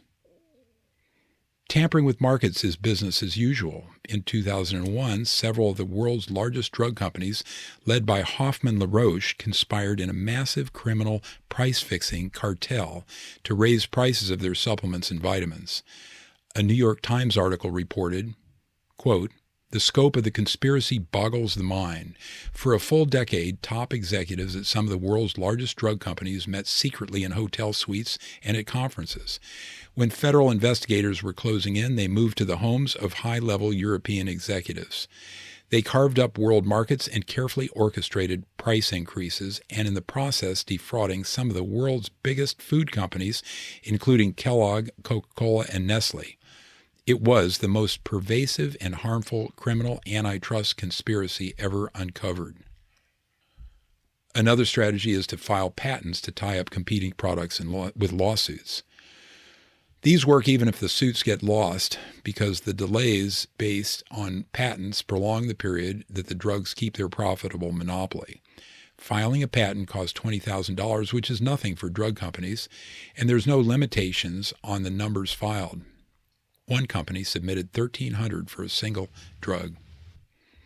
Even generic prices can sometimes be kept high using the patent system or some other technique, as the following stories show. EpiPen is a 30-year-old patented appliance used to inject adrenaline for the emergency treatment of an allergic reaction at home. The company that bought the device's patent increased its price over a few years from $100 to more than $600 and then to $2,400. Generics are available at publication date for $300. The CEO's yearly compensation went from $2.5 to $18.9 million. This would not have been possible without insurance reimbursement. It made the news, but since few pay cash, the outcry was muted. Insulin is arguably the most vital medication in all medical care. People with type 1 insulin-dependent diabetes need it each day to stay alive. The developers sold the rights to it to a university for $1 because they did not believe patenting such a critical drug was ethical. It's been off patent for over 75 years. 30 years ago, insulin manufactured from pigs or cows was less than $1 a vial. Since then, 2 new generations of the drug were created in the laboratory and patented. Manufacturers tripled the prices in the decade before 2016 from about $231 to $736 a year. Pork and beef insulin are no longer available in the U.S. There are 1.25 million people in the U.S. who have type 1 diabetes, and 96% of the insulin used is the most expensive type, now costing about $300 for a 10 cc bottle. Those without insurance spend as much as $500 a month on insulin. For some, this means struggling to buy enough to stay alive. Insulin rationing has caused fatalities. Some uninsured diabetics have bought their insulin abroad.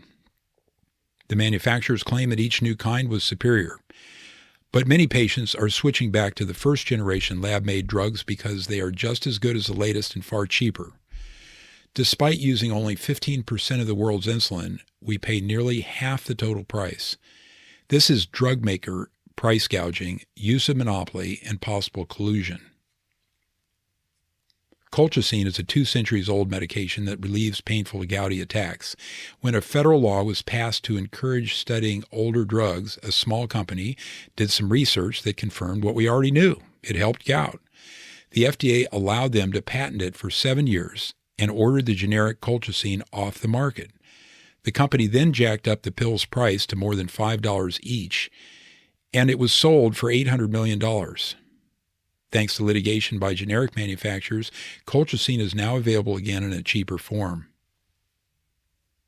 Seconal, secobarbital, was patented in 1934 and has been generic for decades. It should cost pennies. The traditional use was for sleep, but recently it became one of the best accepted drugs for physician-assisted suicide. In early 2015, Valiant, which purchased the medication from the prior owner, increased the price of the fatal dose to $3,000. Albendazole, the traditional pinworm treatment, is now $100 per pill or $1,200 for a course of therapy.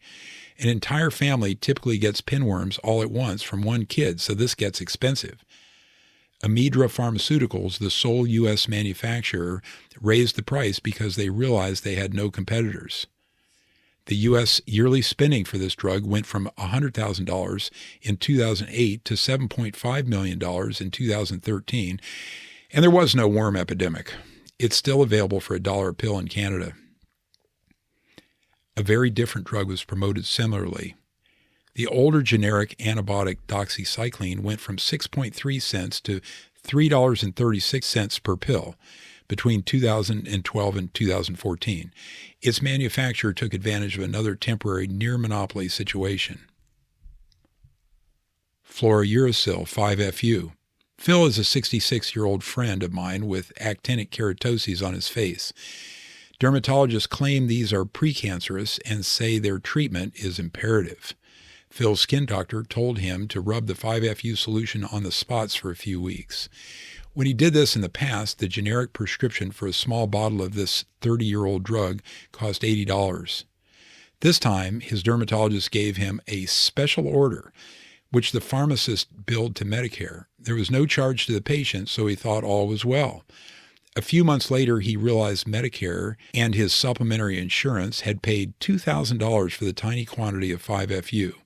He speculated the drug maker gave his dermatologist some favor or kickback to prescribe the proprietary medication, which was identical to the old one. Chloramphenicol was invented in 1947, and it was considered a wonder drug. It killed nearly all bacteria and was initially thought safe. By the early 1960s, it was heavily advertised for almost any minor illness and was used in a shotgun fashion for millions of Americans. Doctors knew they were treating mostly viral illnesses, which would not respond to antibiotics, but they knew of no dangers. There were alternatives, including doing nothing. Within a few years, chloramphenicol was proven to cause liver and kidney damage, and in a few cases, death from aplastic anemia, which is complete blood cell suppression. Others got leukemia or other serious problems. Because it was prescribed so promiscuously, thousands likely died. Park Davis, the producer, marketed it even after they knew about the fatalities. Although this was clear by the 1960s, when the FDA tried to exert control, the company ignored them and continued to advertise aggressively. But once the drug went off patent in 1966 and became less profitable, the marketing stopped and sales declined. No one went to jail. The CEO responsible, Harry Loynd, commented, quote, "If we put horse manure in a capsule, we could sell it to 95% of these doctors."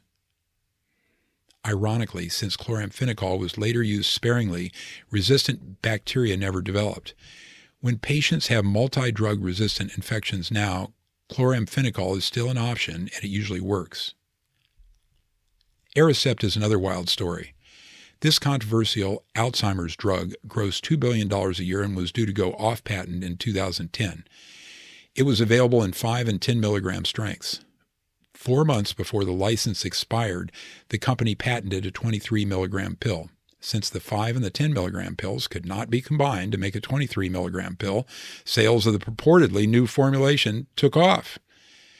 The FDA scientists had internally recommended approval of this hoax, but their chief overruled them, allowing 3 more years of profiteering. It was all technically within the rules, but to observers, it looked like bribery. The companies price HIV drugs outrageously, even in developing countries. Recently, some African nations had HIV rates thought by some sources to be above 30%. If this were true, they faced annihilation. GlaxoSmithKline, GSK, refused to allow other companies to manufacture their patented AZT antiretroviral treatment for HIV. They claimed this would, quote, compromise future drug discovery. They lowered their prices only after a worldwide outcry. Daraprim. The media dubbed Martin Shkreli, quote, the most hated man in America when he increased the price of this drug from $13 to $750 per pill. This is a second-line treatment of toxoplasmosis, a relatively common parasitic disease. It is seldom serious, but for those with AIDS or cancer, it can be life-threatening without treatment. Daraprim is not a frequently used drug, but because of this monopoly situation, the manufacturer could ask any price. Ironically, Shkreli went to jail later for securities fraud, not price gouging. Claritin. Schering-Plough's patent for the drug was due to expire, so they sued the new generic manufacturer that was about to release the drug. They made the claim that the generic's FDA applications were incomplete. This had no merit, and as expected, the lawsuit was lost. But since revenue for Claritin was $2 billion a year, they recouped the entire $5 million in legal fees every single day the case delayed Claritin from going off patent. This routine practice keeps a generic off the market with an automatic 30-month delay, and it's business as usual. Quote, pay to play is a related strategy. After the patent period expires and another company files for a generic application, just like the above case, the patent holder sues. They again claim there is a technical problem with the generic's FDA paperwork. Instead of going to court, however, they settle. The generic company agrees to delay production if the current patent holder pays them. Regulators realize this pay-to-play costs consumers billions of dollars every year and have attempted to regulate it. The rules have become progressively more complex. The game is ongoing despite attention from the Federal Trade Commission in the U.S. and others in the EU. Drugs for rare diseases such as certain metabolic disorders or unusual forms of cancer are often in the news because industry raises their prices to fantastical levels. These, quote, specialty medications are 2% of prescriptions but are now 30% of drug makers' revenues. The corporate strategy is to publish in the New England Journal of Medicine and the buyers will come. These diseases are so uncommon that there may not be enough patients to do proper studies to decipher whether the medications work. To get a feel for this, look at the top earning drugs sold in 2017. There was one cholesterol medication on the list and a new expensive insulin. This top seller list is no longer made up of familiar antidepressants and blood sugar lowering drugs. These new, quote, specialty medications get approved because of pressure on the FDA. Among other arguments, the corporations say, quote, without this drug, we will be empty-handed. An empty-handed doctor is apparently intolerable. Tampering with anti-nausea drugs. Compazine and droperidol are $3 a dose, generic medications used to treat nausea. Here is the story of how they were removed from the marketplace to encourage sales of Zofran, an expensive alternative. In the early 2000s, Compazine suddenly disappeared from the U.S., and shortages have been frequent ever since. Other countries can get all they want. Droperidol had a black box warning slapped on it in 2001. A new study showed that the drug caused serious cardiac rhythm disturbances called torsade de pointe and QT prolongation. When critics examined the data, they discovered the doses used in the trial were 50 times what is ordinarily used. At these doses, the drug was toxic to the heart. The world champion academic fraudster, Yoshitaka Fuji, had a hand in this study. He made his reputation in 2012 when he was forced to retract 183 papers because of faked research. Zofran, costing $150 per dose, has remained available. By 2006, its sales were $1.3 billion globally. It went off patent in 2007. 30 years of experience with droperidol was disregarded. The black box warning from 2001 survives in 2020, and compazine is still hard to find. GlaxoSmithKline, GSK, promoted Zofran for pregnant women.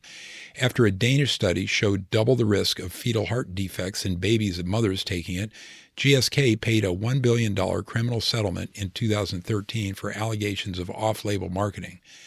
The total amount they paid was $3 billion, and this included issues with other drugs. This price was affordable because Glaxo's gross revenues were $39 billion that year. Zofran's cost in the U.S. is still $10 per intravenous dose and $23 for each pill in 2017.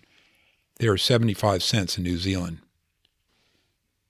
In an American-style business deal, Glaxo agreed to give a Korean company exclusive rights to market the original drug there if they would keep the generics off the market. Korea's regulator, the National Health Insurance Service, NHIS, fined GSK and the Korean drug maker over $4 million.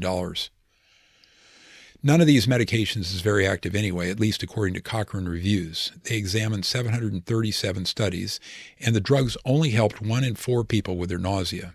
The expensive ones were no more effective than the cheap ones, and the side effects are all about the same. But some emergency physicians still believe Zofran works the best and say they cannot do without it. The next section is entitled More Dirty Tricks. Other mysterious drug shortages have inflated prices for decades. I ran a surgical center, so I watched this. Propofol, a sedation drug, was hard to get for a while, and our wholesaler gouged us for the generics. At first, we believed the excuses.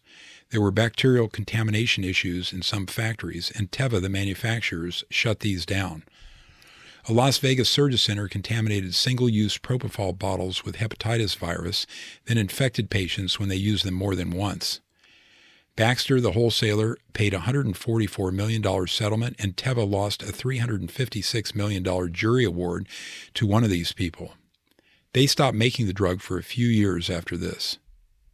Later, lidocaine, adrenaline, and even saltwater, saline, became harder to get, and their prices shot up. This was supposedly because of a Puerto Rico factory destroyed in a hurricane. This also affected Robenal, glycopyrrolate, a drug which keeps patients from producing too much saliva and choking during surgery. Then, in 2018, instead of buying adrenaline inexpensively in 20 cc vials, my clinic was forced to buy single 1 cc glass vials at 10 times the price per volume. These shortages persisted on and off, but we did not hear about them happening in other countries. Intimidation using lawsuits. Dr. Nancy Olveri at the University of Toronto was a lead researcher in a study of a drug used to treat thalassemia major, which is a severe anemia. Apotex funded the research, and she signed confidentiality agreements. When the drug trials were underway, her team discovered a critical health issue. She wanted to inform other researchers so they could warn patients who were taking the drug. Apotex refused permission. She consulted with lawyers and her ethics committee, who said she had a higher duty to her patients than to the company, and that the contracts were unenforceable. Apotex attempted to silence her by canceling her part of the study. They also sued her, but fortunately the Canadian state malpractice insurance paid for her defense, even though the issue was not malpractice. She could not have afforded her attorneys otherwise. While this was happening, she performed liver biopsies on her patients and found continued damage. Defamatory anonymous letters were sent to various staff members at her hospital. Despite her international reputation, she lost her job as chief of the abnormal hemoglobin program. DNA found on the letters proved they came from a physician working for Apotex. The University of Toronto eventually reinstated her. Strategies used to suppress unfavorable research. Boots Pharmaceutical owned Synthroid, a patented synthetic thyroid, in the mid-1990s. They commissioned a study at the University of California, San Francisco, UCSF, to prove their product's superiority to the generic drugs. The study found no difference between the generics and Synthroid. The UCSF scientists sent the paper for publication, but the journal had trouble finding experts who would review it. They all said they had a financial relationship with Boots. Then, just before publication, the company invoked a contractual gag clause and suppressed the work for 4 years. UCSF fought to preserve its academic integrity, but Boots threatened it with lawsuits.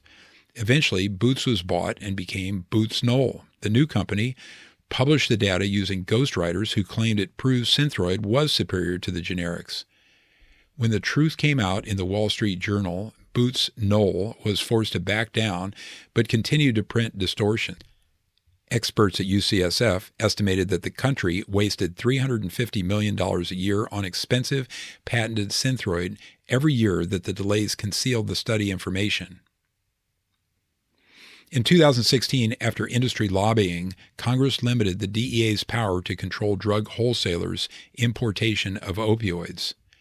Previously, the DEA could freeze a company's shipments if they thought it was an imminent danger to the community. This might stop massive purchases of drugs deemed dangerous.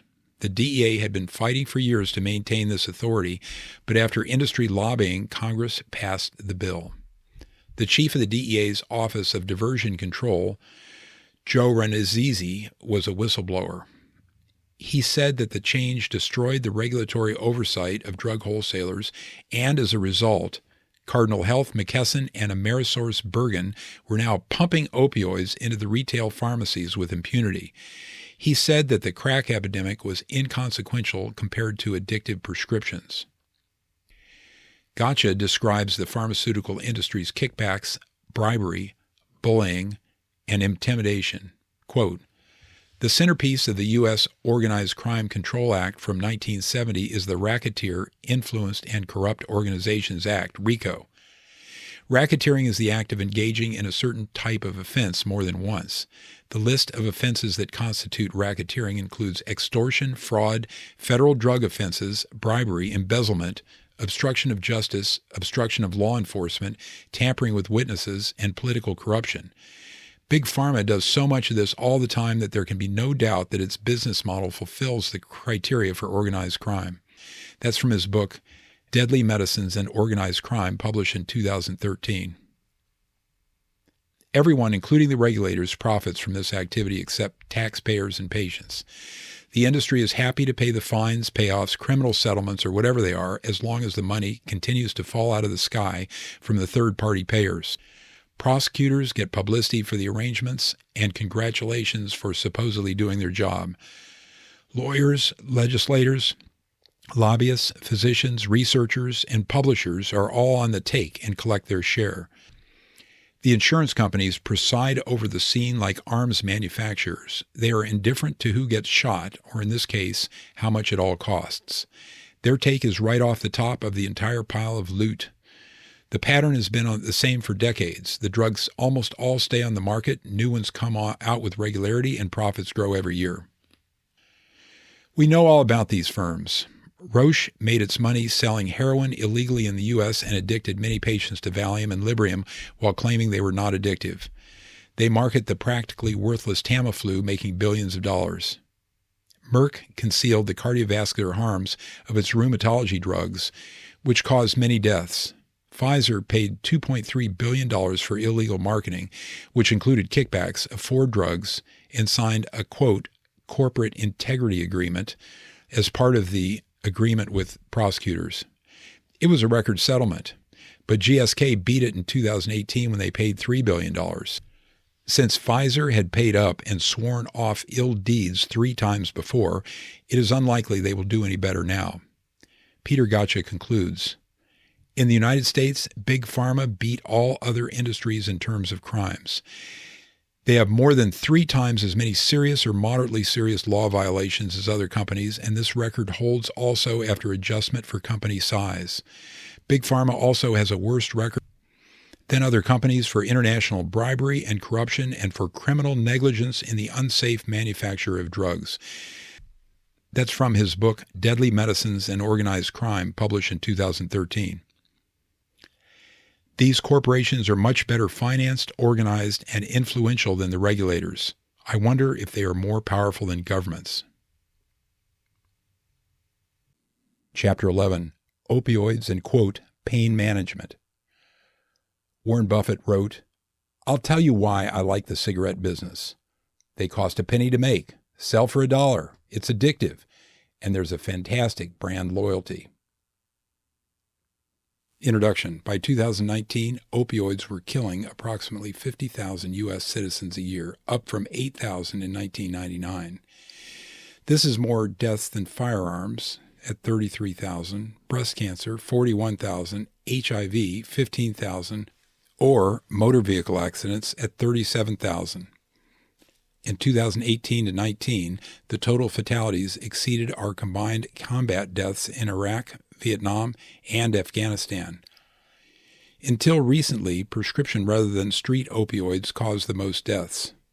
The per capita fatalities differ in each state, suggesting that local factors such as enforcement, economics, and education may contribute. Street opioids and prescription opioids are chemically identical. This class includes heroin, which is illegal, plus morphine, methadone, Vicodin, fentanyl, and Demerol, which all have recognized medical uses, but are also sought illegally. OxyContin, oxycodone, is another prescription that has the street name of Oxy. Purdue Pharma, the patent owner, told the world it was safe. They distributed it widely and made billions of dollars. They market it with free samples, the same method the drug cartels use, but the dealers, to their credit, never claimed their product was harmless. Background. These opioids are effective pain relievers, traditionally used for cancer, heart attacks, severe injuries, and post-surgical pain. Opium, made from a flower, was the first of these drugs and has been used for thousands of years. Morphine was derived from opium in the early 1800s and heroin from morphine in 1874. These three, plus codeine, are derived from plants. They are opiates. The other drugs, along with modern codeine, are manufactured in the laboratory. Side effects include sleepiness, nausea, low blood pressure, and constipation. With continued use, patients become tolerant, which means they need higher and higher doses to get the same effect. There is a withdrawal syndrome that is not life-threatening but involves several days of terrific discomfort. The symptoms include sweating, muscle aches, nausea, vomiting, sleeplessness, restlessness, anxiety, diarrhea, and high blood pressure. Anyone who uses opioids for prolonged periods can get this withdrawal, but addiction is different and much worse. This means users cannot stop the drugs. Junkie behavior is the usual result. This runs the gamut from relationship destruction up to entering a criminal lifestyle to get enough money for the next fix. These basics have been well known for more than a century. Overdose deaths happen because of stopped breathing. When users combine opioids with other sedatives or alcohol, the risk is much higher. Narcan, or naloxone, is an antidote that reverses opioid effects and can save an overdose victim if given before they suffocate. It lasts a shorter time than most opioids, so people receiving it must be watched for several hours to be sure they keep breathing. The drug is now over-the-counter and available at Walgreens in 35 states and even many high schools. Although naloxone has been available for over 50 years and is generic, the drug makers have found a way to price gouge. They patented a nasal spray device that costs $150 for a 2-pack. Another pharmaceutical company created an injection system in 2016 and jacked the price up from $690 to $4,500. It was designed to be carried around by addicts for emergencies. The company rushed it through a perfunctory FDA approval process without the usual study. Dr. Katz's comment about this was, "Most of these addicts are barely functional, and this pricey medication is provided by state support. Having naloxone as a psychological margin of safety encourages addicts to abuse higher and riskier doses." The causes of addiction are unclear. Most people are not very vulnerable and do not search for more drugs when their pain stops. They can become tolerant, however. They then need larger and larger doses to treat pain, and they get withdrawal symptoms. These people are dependent, but can withdraw from the drug whenever they want. Others are susceptible to addiction and get hooked right away. Jason Smith, an addict, described his initial experience after a Demerol shot for back pain when he was 17. Quote, "That first hit, there's nothing like it in the natural world. I was in love. This feeling, I didn't want it to stop. I wanted to feel this way forever and ever. The shame, the self-hatred, the guilt, it disappeared." For 15 years, he was beaten up, was in and out of jail, and did, quote, "dirty, conniving, manipulative, inhumane stuff to scam people out of the money to buy his drugs. He was always looking for another fentanyl patch to suck on. He only used prescriptions and never heroin from the street." What percent of people are vulnerable? A 2014 study in the BMJ entitled Rates and Risk Factors for Prolonged Opioid Use After Major Surgery followed 39,000 post-surgical patients who had never used opioids. Only 3% remained on the medication for over 90 days. A 2017 survey of 36,000 surgery patients who used these drugs for the first time revealed that 5 to 6% stayed on them long after their recovery. A history of smoking, depression, or abuse of alcohol or drugs increased the risk. The surgery and pain intensity had no relationship to prolonged usage. Another trial from 2006 to 15 studied 1 million insured patients whose doctors gave them opioids for the first time. Usage persisted in about 5 to 30% of them. The ones taking larger quantities during their illness were more likely to have long-term addiction. Addicts or pain patients can sometimes take over 10 times the ordinary dose, which would be fatal for the uninitiated. Hydrocodone, which is Norco or Vicodin, is the same strength per milligram as morphine, so 100 of the 10 milligram tablets is 1,000 milligrams. Some people work up to taking this much, quote, morphine equivalent every 24 hours. A dose of 600 milligrams a day is not unusual. This would stop the breathing and kill anyone not accustomed to the drug. Norco and Vicodin are a combination of the opioid and Tylenol, which is acetaminophen. Since physicians know that 30 of the 325 milligram Tylenol tablets in one day can be fatal, this limits prescribing. Opioid hyperalgesia is closely related. This describes people who have increased sensitivity to pain after chronic use. For example, my patient Sally had a hysterectomy. Her gynecologist prescribed Percocet and opioid to deal with her pain. He continued giving her the medication for months instead of stopping it after a week or two. She finally weaned herself off the drug without help. Later, when I performed a minor surgery for her, she suffered several months of severe pain and required opioids. If her gynecologist had not overprescribed, she would likely have been less sensitive to this pain. The next section is entitled How the Disaster Developed. Before the mid-1990s, doctors prescribed opioids carefully and in limited quantities for disease-related pain. But in 1990, Scientific American published an article entitled The Tragedy of Needless Pain. It advocated looser prescribing. Quote, "Contrary to popular belief, morphine taken solely to control pain is not addictive, yet patients worldwide continue to be undertreated and to suffer unnecessary agony." After this, the indications for these drugs was broadened to include many types of acute and chronic pain. By 2001, the FDA was pressured to sanction broader prescribing, and they instituted formal guidelines to achieve this. The Joint Commission, then known as the Joint Commission on Accreditation of Healthcare Organizations, or JCAHO, issued a mandate to treat pain more aggressively. Purdue Pharma was a multi-billion-dollar company privately owned by the Sackler family. It bears a heavy share of the blame for today's crisis. The company claimed their OxyContin did not create tolerance, did not make users high, and had less than a 1% addiction rate. Purdue's marketing blew up nationwide opioid sales. They paid for 20,000 seminars to teach doctors the new treatment guidelines. 40 of these were all expense paid, including airfare. they made a $100,000 donation to the Federation of State Medical Boards for materials to educate doctors about the pain problem. Tracing other monies is harder, but Purdue likely gave millions to influence policy in various ways. Pain became the, quote, fifth vital sign.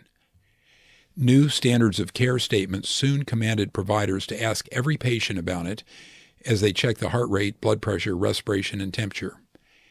If doctors did not prescribe enough opioids, their state medical boards might discipline them. Hospitals might suffer adverse publicity from pain advocacy groups. Purdue sent hundreds of representatives to thousands of doctors' offices targeting primary care physicians who had no prior training in pain management. They gave away dinners, free bottles of samples, and much more. They focused on poverty areas with Medicaid patients whose medications were free through the program. Purdue also abducted or sometimes manufactured agendas for charity groups. For example, the American Chronic Pain Association, ACPA, has industry funding that included Purdue until recently.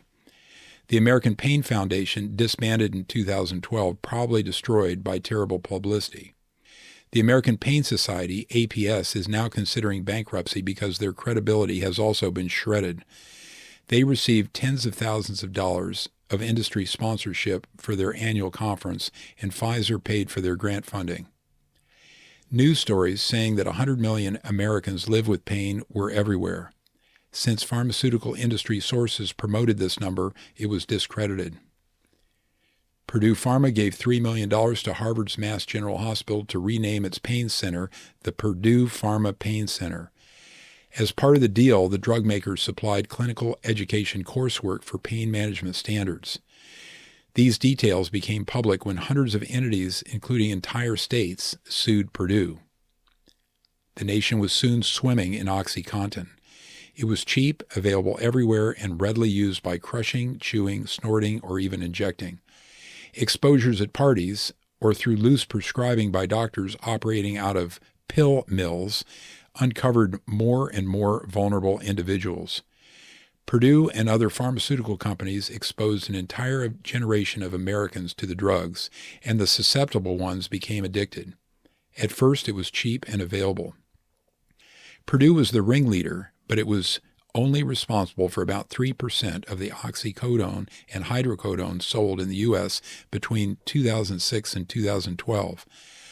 The big distributors, McKesson Corporation, Walgreens, Cardinal Health, and AmerisourceBergen, CVS, and Walmart sold 75%. Johnson & Johnson was also heavily involved. They were ordered in 2019 to pay $571 million for their part addicting just a single state, Oklahoma. They sold opioid products to Purdue and also funded fake advocacy groups. In 2020, plaintiffs bankrupted the U.S. division of Mallinckrodt, the largest single generic producer, with a $1.6 billion settlement. Its overseas affiliates are still thriving, however. When the wave of overdoses caught national attention, prescription supplies tightened, prices went up, and people who couldn't afford legitimate opioids used heroin. Dealers often sold this right outside legitimate pain clinics. Addicts did not need needles because they could smoke it. Mexican dealers developed a sophisticated distribution and marketing system into the U.S., including free delivery to the customer. Joaquin Guzman, El Chapo, a billionaire drug lord now in U.S. prison, was the most famous of the leaders who orchestrated it. Just like Purdue, his dealers offered free samples, the first taste, as the addicts say. But they could never have been as successful as they were without the massive demand created by the prescriptions. Soon, hundreds of thousands were dying. The New Hampshire chief medical examiner could not handle performing so many autopsies on young overdose patients, so he quit and entered the priesthood. Federal prosecutors sued Purdue Pharma, who confessed to their criminal acts in 2007 and settled for $600 million. 3 of their top administrators pleaded guilty to criminal charges and paid $34.5 million in fines. No one went to jail. Purdue designed the settlement to protect itself from new lawsuits, but Kentucky, Ohio, New Hampshire, Tennessee, Oklahoma, and thousands of individual plaintiffs pressed on. Purdue could afford the litigation for over a decade because its total OxyContin sales through 2019 were $35 billion. But by the fall of that year, the plaintiffs forced it into bankruptcy. The Sackler descendants, who still privately own Purdue, are also being sued, and as of the publication date, they agreed to contribute $3 billion to the settlement. Between 2008 and 17, as the opioid crisis worsened, they withdrew $10.7 billion from the corporation and moved the money into Swiss and other foreign accounts. The plaintiffs are still after them. The next section is entitled Treatments. Addicts are more stable and cause less trouble when they can get drugs legally. Methadone is a 24-hour opioid that has been available in Germany since 1937. In the 1960s, it began to be used as a heroin substitute to treat addiction long-term. To prevent resale of the methadone, addiction clinics provide it in a liquid form to be swallowed on the spot. More recently, short-term tablet prescriptions have become available. Taking this drug is preferable to a user cycling through short-acting injectable street opioids and having withdrawals every few hours. The clinics have used this cheap drug for decades. Methadone has drawbacks, such as unsanctioned use, although addicts do not like it as much as heroin. Most users are unemployable.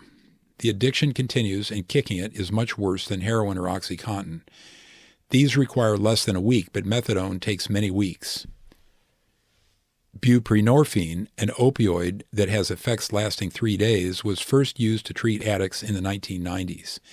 It causes less sleepiness than methadone, so some people can work while taking it. In 2002, a pharmaceutical company combined it with naloxone, the opioid antagonist that counters opioid effects, to create Suboxone, which is a patented drug. This is used as an opioid substitute that addicts take chronically as a replacement drug. It was designed to be tough to abuse. If addicts dissolve it in water and inject it, the naloxone component causes an unpleasant withdrawal. The corporations price Suboxone extravagantly. By 2013, its annual sales were $1.55 billion, more than Viagra and Adderall combined. They market it for use over a year or longer, and since it is severely addictive, this is the near-universal outcome.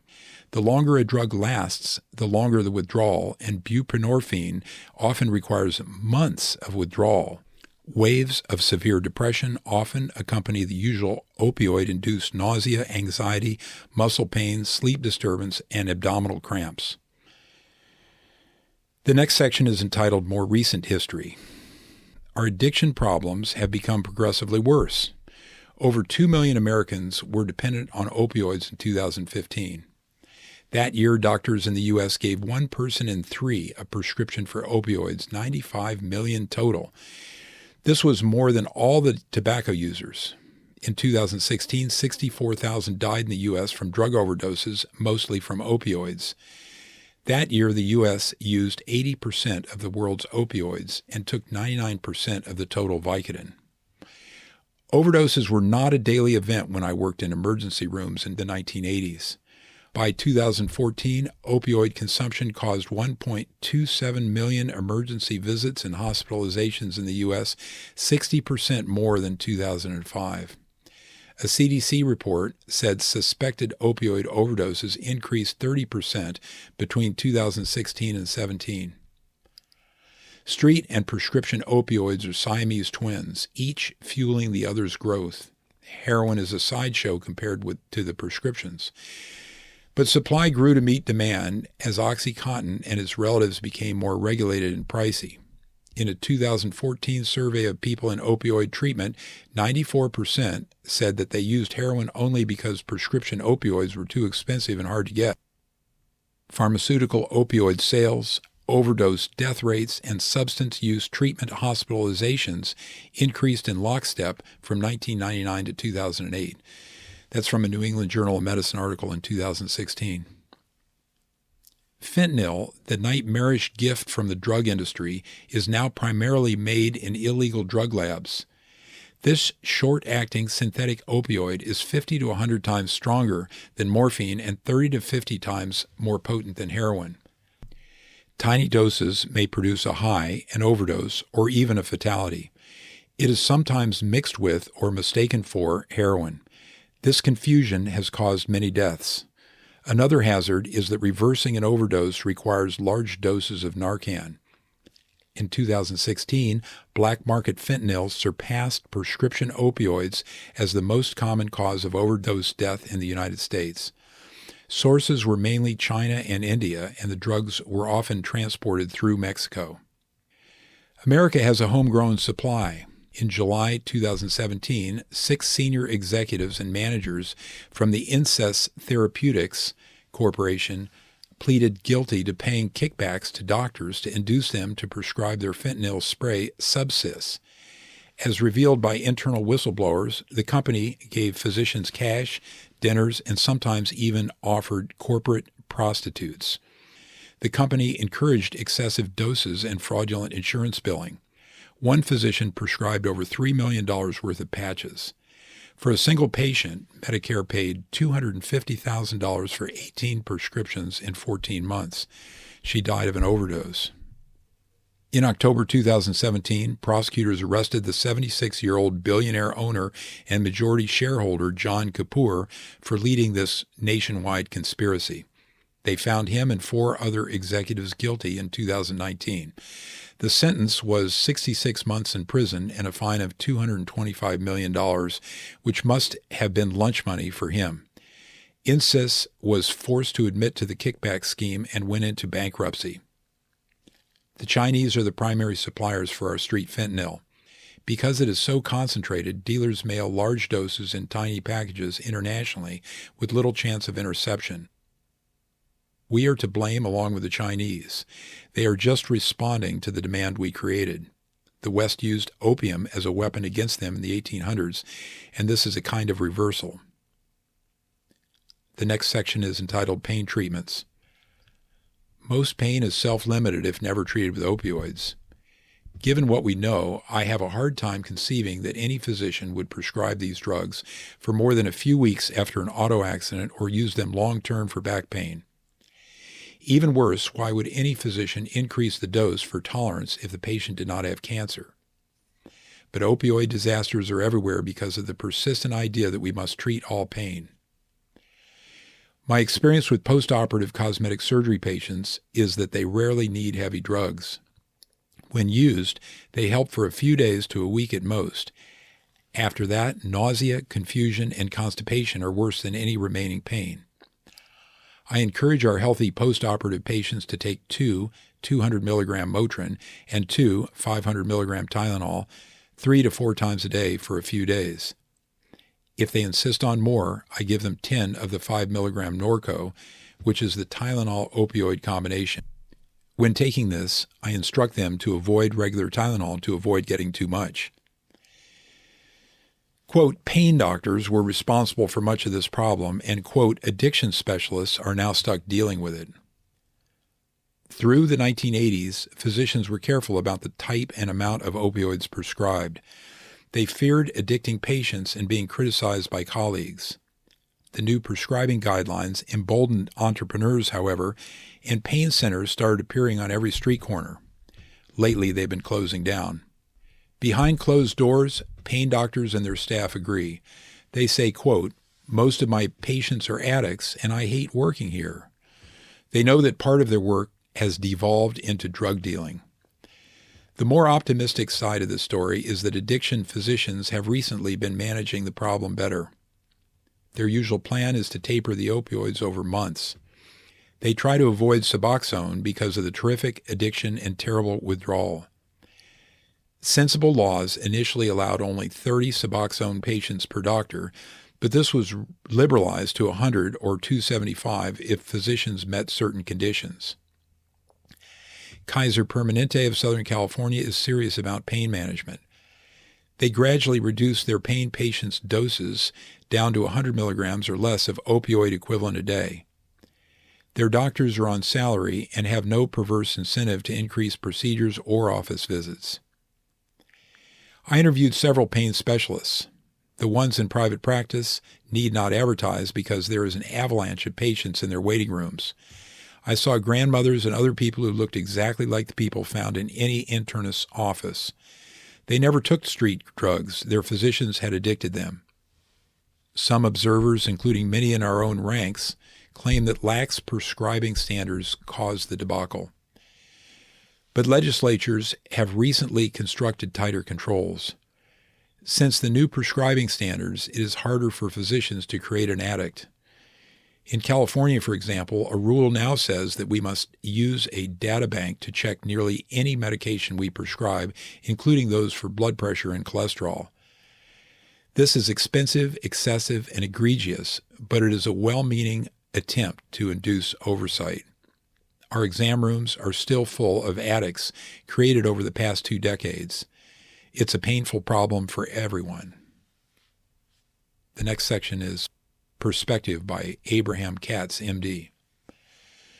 Dr. Yoho is in his mid-60s and I am in my late 30s. I went to school during the era when the, quote, tragedy of needless pain became a concern. Based on my training, study, and experience, I believe that patients other than those with cancer and acute surgical problems may benefit from chronic opioid use. Our prescribing, however, has gone too far and is now part of the problem. The pendulum may have swung in the wrong direction. For example, my father had terminal cancer. During his recovery after a painful surgery, the doctor gave him 1 milligram of morphine IV every 6 hours. This is an ineffective dose, and we requested that the doctors also give him Tylenol, which controlled his pain better than the tiny dose of morphine. Opioids are the most potent medications we have for treating pain, and there are situations where they are appropriate. We must always consider alternatives first, but we should use opioids when they are necessary. The last word by the author. Our policy of slaughtering our populace by bathing them in opioids dwarfs any complaints by legitimate pain patients. We must limit these drugs to cancer, heart attacks, severe injuries, and post-surgical pain. There are a few exceptions to this traditional approach, but they do not come to mind for me. Chapter 12. Everyone takes amphetamines. I have a quote which is anonymous. We used to have a name for the sufferers of ADHD. We called them boys. Background. For opioids, the deaths, addiction, and social destruction are the drug industry's fault. There's no controversy. There's even now an anemic effort to fine and sometimes imprison a handful of people who were partly responsible for the death of more individuals than most wars. There's no consensus, however, for the closely related situation of amphetamines and similar stimulants, possibly because there are only 10,000 U.S. deaths a year. Doctors who are in the pockets of manufacturers still proclaim with straight faces that amphetamine-class prescriptions are worlds apart from the same drugs used for abuse. They say that we are under-medicating despite close to universal usage. Physicians promote prescription stimulants for attention deficit hyperactivity disorder, that's ADHD, and other syndromes. Classroom misbehavior gets kids a quick prescription these days. Fidgeting, squirming, interrupting, forgetting, and being disorganized are the symptoms. For adults, the criteria are inattention, hyperactivity, impulsivity, and other similar issues. This has made 10% of our children and many adults, quote, legitimate drug candidates. American psychiatrists now treat ADHD with at least 50 medications listed on drugs.com. These include antidepressants, stimulants, and even antivirals. Most are FDA Schedule II, the category that includes cocaine, Demerol, and other drugs considered the most hazardous. Schedule I drugs have no accepted medical use. Antidepressants and milder Schedule IV stimulants, such as Provigil, are also used. The 4 chemically similar drugs on the table below are used to treat most of the ADHD cases. They all have similar effects and toxicities, all are Schedule II, and they are all produced by drug makers. Psychiatrists split hairs about their differences, and patients have somewhat individual reactions, but these medications are far more alike than different. Methamphetamine is first on the list below. It is the same chemical as the street drug meth. It is manufactured both legally and illegally in the U.S. Most meth comes from Mexico. Recreational use entails uncontrolled doses that are often many times stronger than the prescriptions. Then I have the table, which includes meth, Adderall, Ritalin, and Vyvanse Concerta.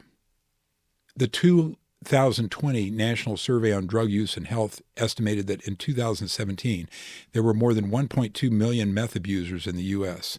In 2010, there were 1,854 fatalities, but by 2017, the deaths had climbed to over 10,000. The next section is entitled History and Use. The first amphetamine was discovered in Berlin in 1887, and they became widely used in the 1960s. The FDA approved them initially to treat obesity, and they saturated our society. The studios famously gave Judy Garland amphetamines and barbiturates when she was a child actor in The Wizard of Oz. Their goal was both to keep her slender and also to keep her going during their brutal filming schedule. She struggled with addiction her whole life and finally died of an overdose at 47. In 1987, an American Psychiatric Association committee voted the ADHD diagnosis into existence. This updated the, quote, minimal brain dysfunction, another vague label. This, quote, hyperactivity of children is the drug's current primary indication. Through a political process involving consensus statements of experts, more diagnoses were soon concocted and the prescriptions multiplied. Psychiatrists now regard the syndrome as a neurological disease, but there is no physiological evidence for this, just opinion. To promote legitimacy, psychiatry has voted names for these syndromes in and out of fashion. They give the terms gravitas by publication in the DSM, their diagnostic manual. However, many physicians and others have repeatedly questioned the credibility of the entire process. For example, in 1979, the FDA forbade the use of the minimal brain dysfunction name, which had created a fiction of an organic cause or a structural brain abnormality. But the psychiatrists soon replaced it. The descriptions of hyperactive kids have mutated over the decades. Minimal brain damage from the early 1960s, learning or behavioral disabilities, hyperactivity, hyperkinetic reaction of childhood, 1968, attention deficit disorder, ADD, some with hyperactivity, 1980, attention deficit hyperactivity disorder, ADHD, since 1987.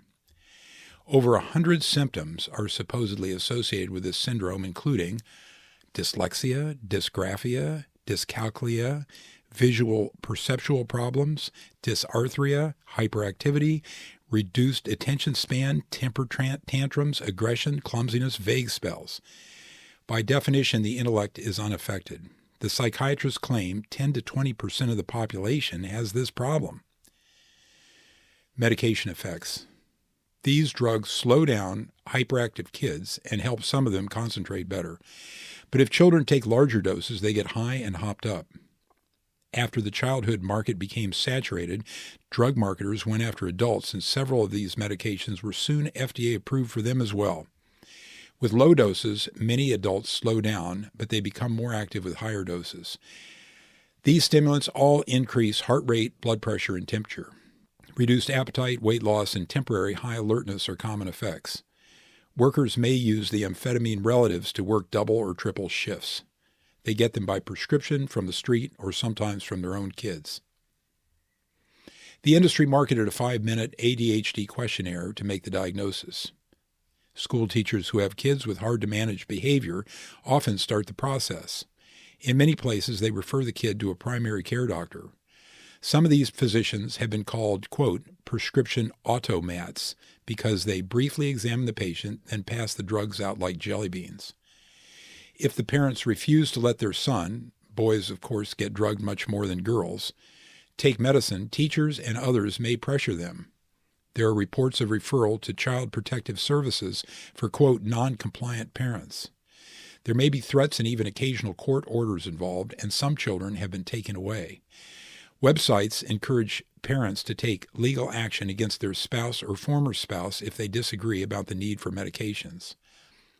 Lawyers regard this subject as legally fascinating, and it has become a topic of law reviews. Those who doubt the benefit of the drugs have criticized this process bitterly. The youngest kids in each grade often display behavior that is not as well controlled as their peers, and they may get diagnosed. The critics say the drugs suppress healthy childhood behaviors, particularly for boys, for the convenience and comfort of teachers, with little regard for long-term safety or efficacy. The corporations disease-mongered the ADHD diagnosis into near-ubiquitous use, starting with the invention of the name Adderall, which sounds like ADD for all. The next section is stimulant harms. There are hundreds of reports of cardiac problems, including fatalities. Since illegal meth is used in higher doses, the short-term problems are more obvious. These amphetamine relatives produce depression, sleeplessness, anxiety, and sometimes delusions or even hallucinations. When this happens, doctors push other diagnoses on the kids. These include depression, bipolar, anxiety, and obsessive-compulsive disorder. The drugs are rarely discontinued. Instead, new symptoms, or rather side effects, get treated with a variety of other medications. The worst part is the kids become convinced that there is something permanently wrong with them, and they turn into lifelong customers of the drug makers. The following are some expert opinions. Bruce Perry, leading neuroscientist and senior fellow of the Child Trauma Academy in Houston, Texas, says that childhood hyperactivity is not a real disease. He states there are no long-term benefits of the drugs and that no study has ever shown benefits for ADHD. He cites the animal studies that reveal brain damage. Fred Boffman describes studies showing brain atrophy or shrinkage in the ADHD Fraud book published in 2006. Richard Saul, MD, who wrote ADHD Does Not Exist in 2014, says the drug makers invented and promoted the whole syndrome with the collusion of psychiatrists, all for profit, ignoring the harm done to vulnerable young people. In 1987, there were 500,000 U.S. children on the stimulants. Since then, the numbers have exploded, and now nearly 5 million kids are taking the drugs. Edward Hallowell wrote books and made his living promoting these drugs. He said, however, quote, "I hate to think I have had a hand in creating that problem." And he apologized for saying these medications were safer than aspirin. He said, "We now make ADHD diagnoses in a slipshod fashion, and he believes prescribing the drugs as, quote, mental steroids is wrong." Keith Connors is a psychologist and professor emeritus at Duke who is said to have invented the stimulant treatment of children. He resurfaced in recent years, calling the use of the medications, quote, a national disaster of dangerous proportions.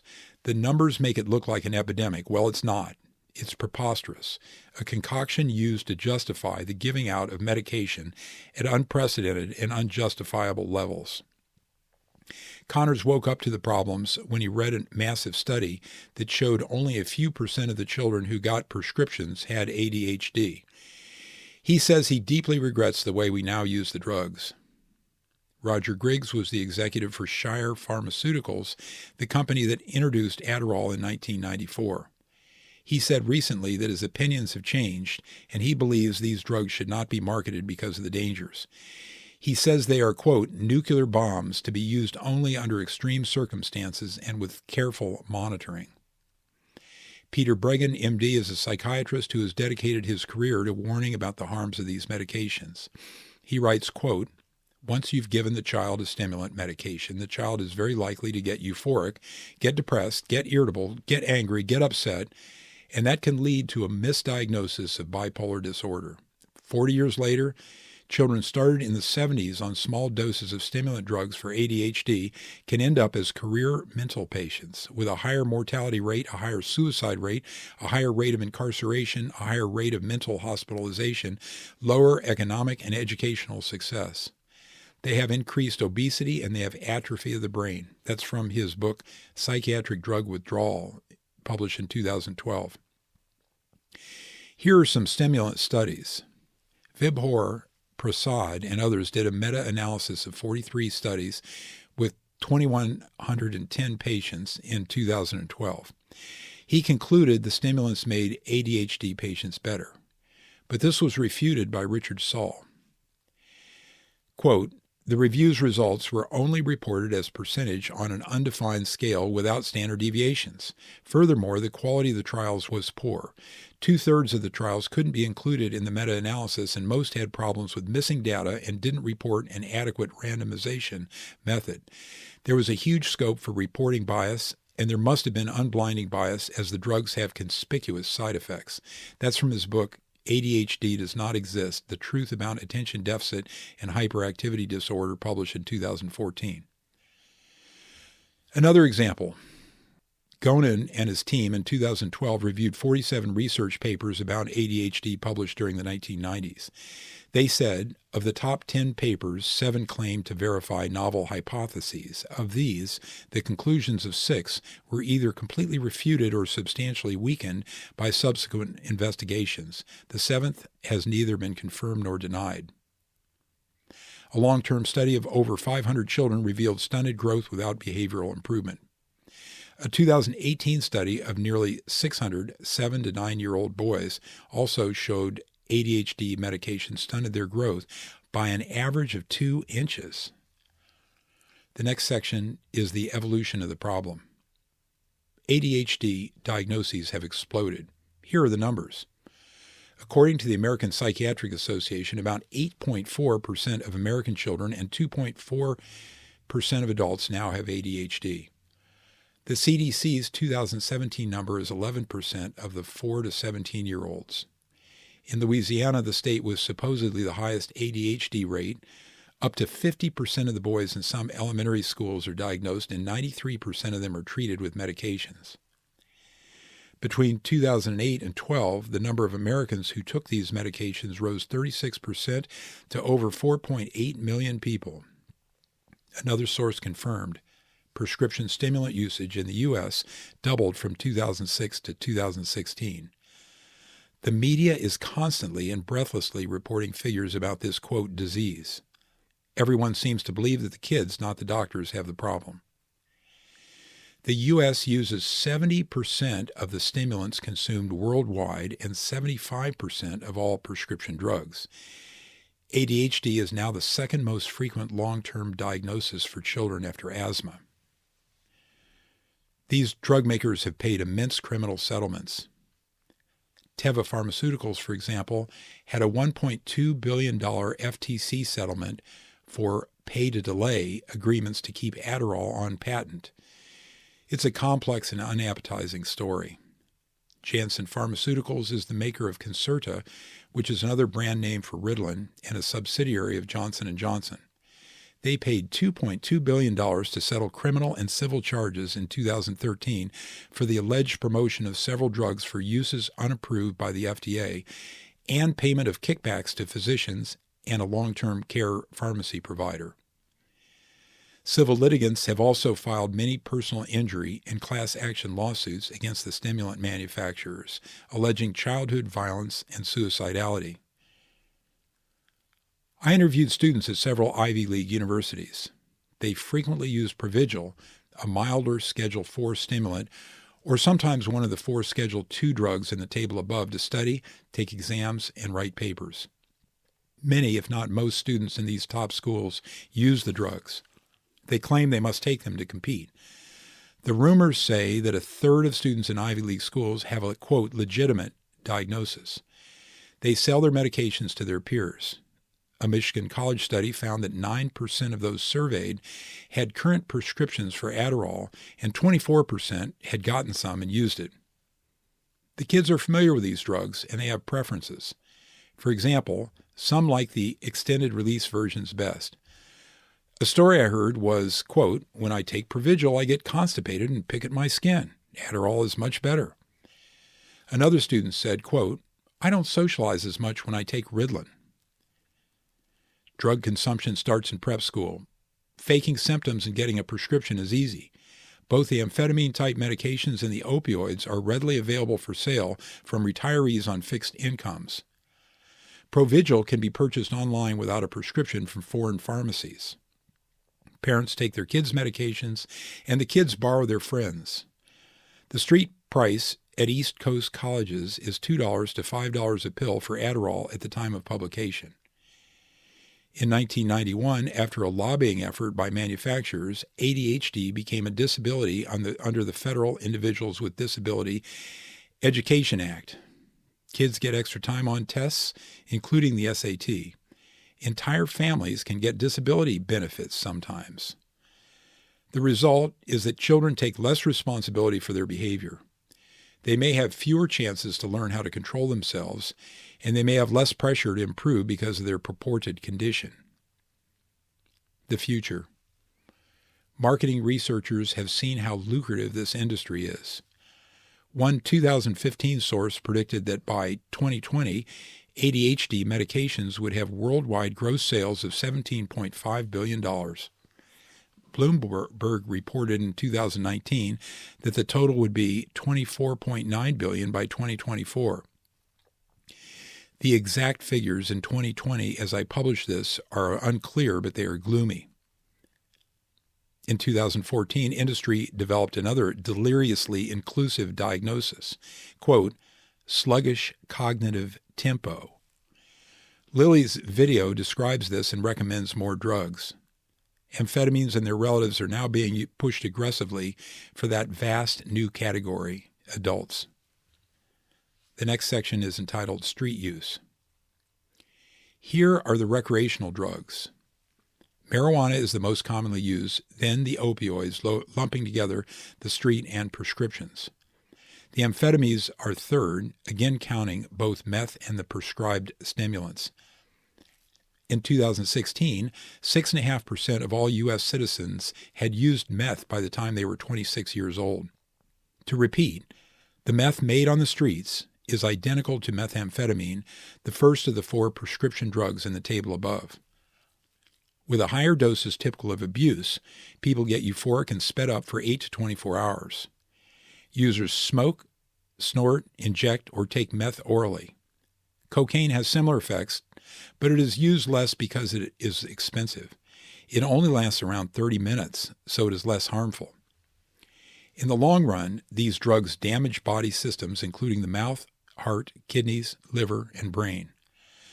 The list of chemicals used to make meth may include drain cleaner, battery acid, paint thinner, and anhydrous ammonia, which is a gas used in fertilizer and refrigerant. Withdrawal after lengthy periods of consuming high doses produces fatigue, seizures, and depression, anxiety, and insomnia. Tweaking is a jittery state which occurs after the drug is taken for many hours or days. Symptoms include euphoria, disturbed speech, agitation, anxiety, and sometimes paranoia with aggressiveness. Strokes occur occasionally with heavy usage. The blood pressure rises and there is brain bleeding. Finger movements and repeated rubbing of the mouth or face are frequent and occasionally persist long term. Emergency physicians treat people on multi-day highs who are sometimes violent and hallucinating. Psychosis or loss of contact with reality has been reported in 10% of chronic street meth users in the U.S. and 50% in Japan. Symptoms like these usually go away after 5 to 7 days, but some are persistent. One study reported psychosis in 6 of 98 children who were given amphetamines for less than 2 years. A common pattern is to use meth, have a psychotic episode, then get stuck on antipsychotics for years. This happened to a friend of mine. His doctors told him he had schizophrenia and refused to help him with taper off the medications. He did it himself and had a harrowing withdrawal. Law enforcement recognizes users, manufacturers, and dealers as violent, paranoid, aggressive, delusional, and often armed. These meth heads are the most unreliable and dishonest of the street drug people. They have been called coyotes because they are often homeless and prowl around looking for drugs, trying to survive. Their teeth rot, they age rapidly, and they die early. Pseudoephedrine Sudafed is an over-the-counter nasal decongestant that is a critical ingredient used to make street meth. 16 branded U.S. products contain it. Their yearly sales are over $600 million in 2011. We import all these ingredients, and between 2005 and 2010, the volume increased by 140%, from 382,000 kilograms to 650,000 kilograms a year. Congress passed a federal law in 2006 that finally required buyers to show their identification. It also created daily and monthly limits on the amount of drug one person could buy. The manufacturers aggressively opposed these rules. Since there were already state laws in most places, it didn't help much. In 2007, federal law limited the importation of bulk pseudoephedrine, and we placed it behind the counter. This did not seem to have much effect. There was no national movement to make it a prescription. A third of hospitalized burn patients in some counties, such as Franklin, Missouri, are there because of meth laboratory fires. Terrifically flammable and corrosive ingredients are mixed in containers as small as a Coke bottle using a method known as shake and bake. These amateur chemists often learn their trade on a YouTube video and may end up spending 6 months in a burn ward. This can cost taxpayers as much as $6,000 a day. Oregon and Mississippi passed laws that required prescriptions for pseudoephedrine compounds. There was a dramatic reduction in their meth arrests, meth treatment admissions, and even burn unit occupancy. Meth laboratory incidents nearly vanished over the short term. This was a win, but the drug manufacturers lobbied to keep other states from going down the same road. Groups such as the National Association of State-Controlled Substance Authorities, and that's controlled with one L, advanced the counter-narratives. They said these trends were short-term. Drug makers and distributors heavily sponsor this group and others. This organization has a substantial website, but they misspelled their own name in the footer of their document.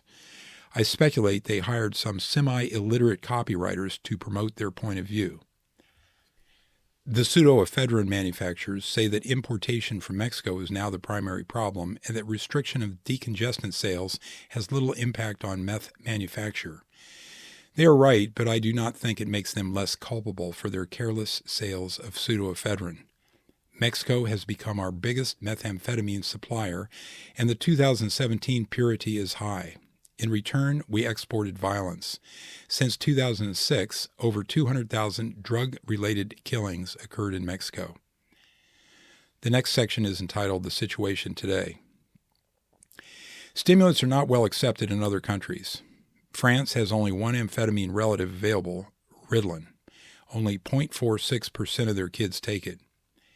Japan has substantial experience with these drugs that dates to when their chemists first synthesized methamphetamine in 1893. Their military used them widely in World War II. They banned or tightly controlled the medication since 1951, and the country has a, quote, zero-tolerance policy today. The Japanese believe they are devastatingly addictive.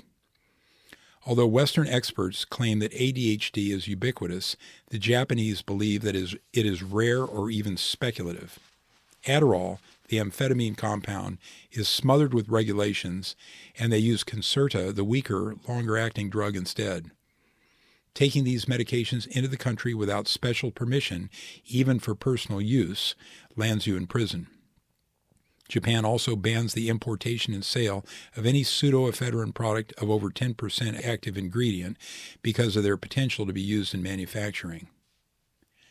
This ADHD stimulant frenzy follows the pattern of other patented drugs. Overwhelming marketing promotes biased industry studies that purport to show benefits.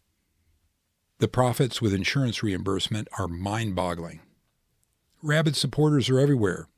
The journals, the drug makers, the psychiatrists, and the academics all make money on the action. The psychiatrists' near universal opinion is that this diagnosis is a disability that impedes success.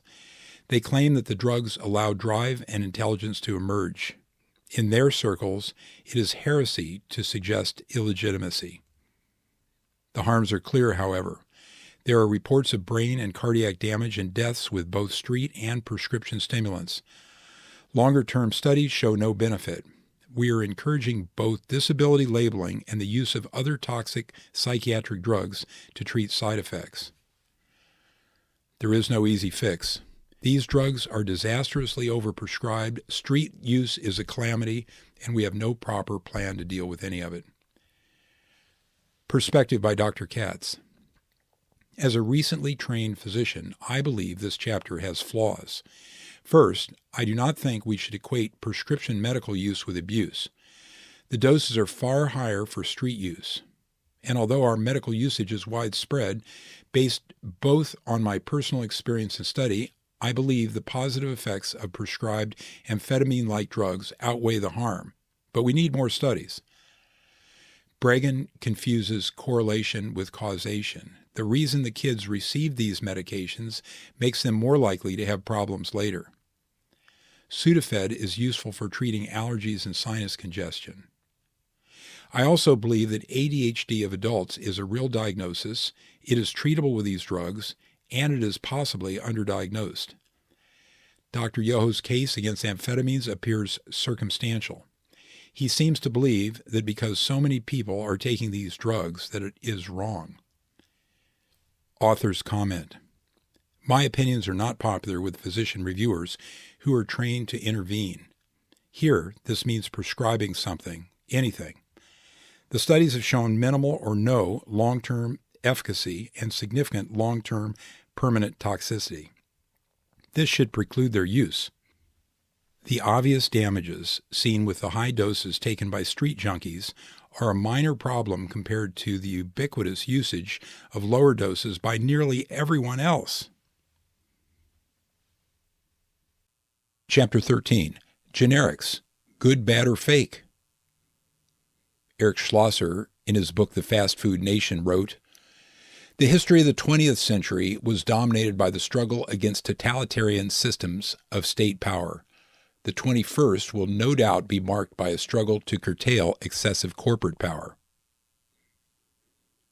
We have allowed our patent drug makers to gouge us so thoroughly that we can no longer afford their products. The result is that 90% of America's medications are now generics. Until recently, I believed that these were practically equivalent to the brand names, but it stunned me to learn that I was wrong. Generics are not exact copies of trade name drugs. The manufacturers do not have the original recipe, and production outside the brand factories tends to be less careful. Overseas, there might be hygiene problems or extra ingredients added. These can change the way a drug works or even be harmful. We permit new companies to manufacture drugs after the patent expires. Other companies make generics in foreign countries where patent laws are ignored.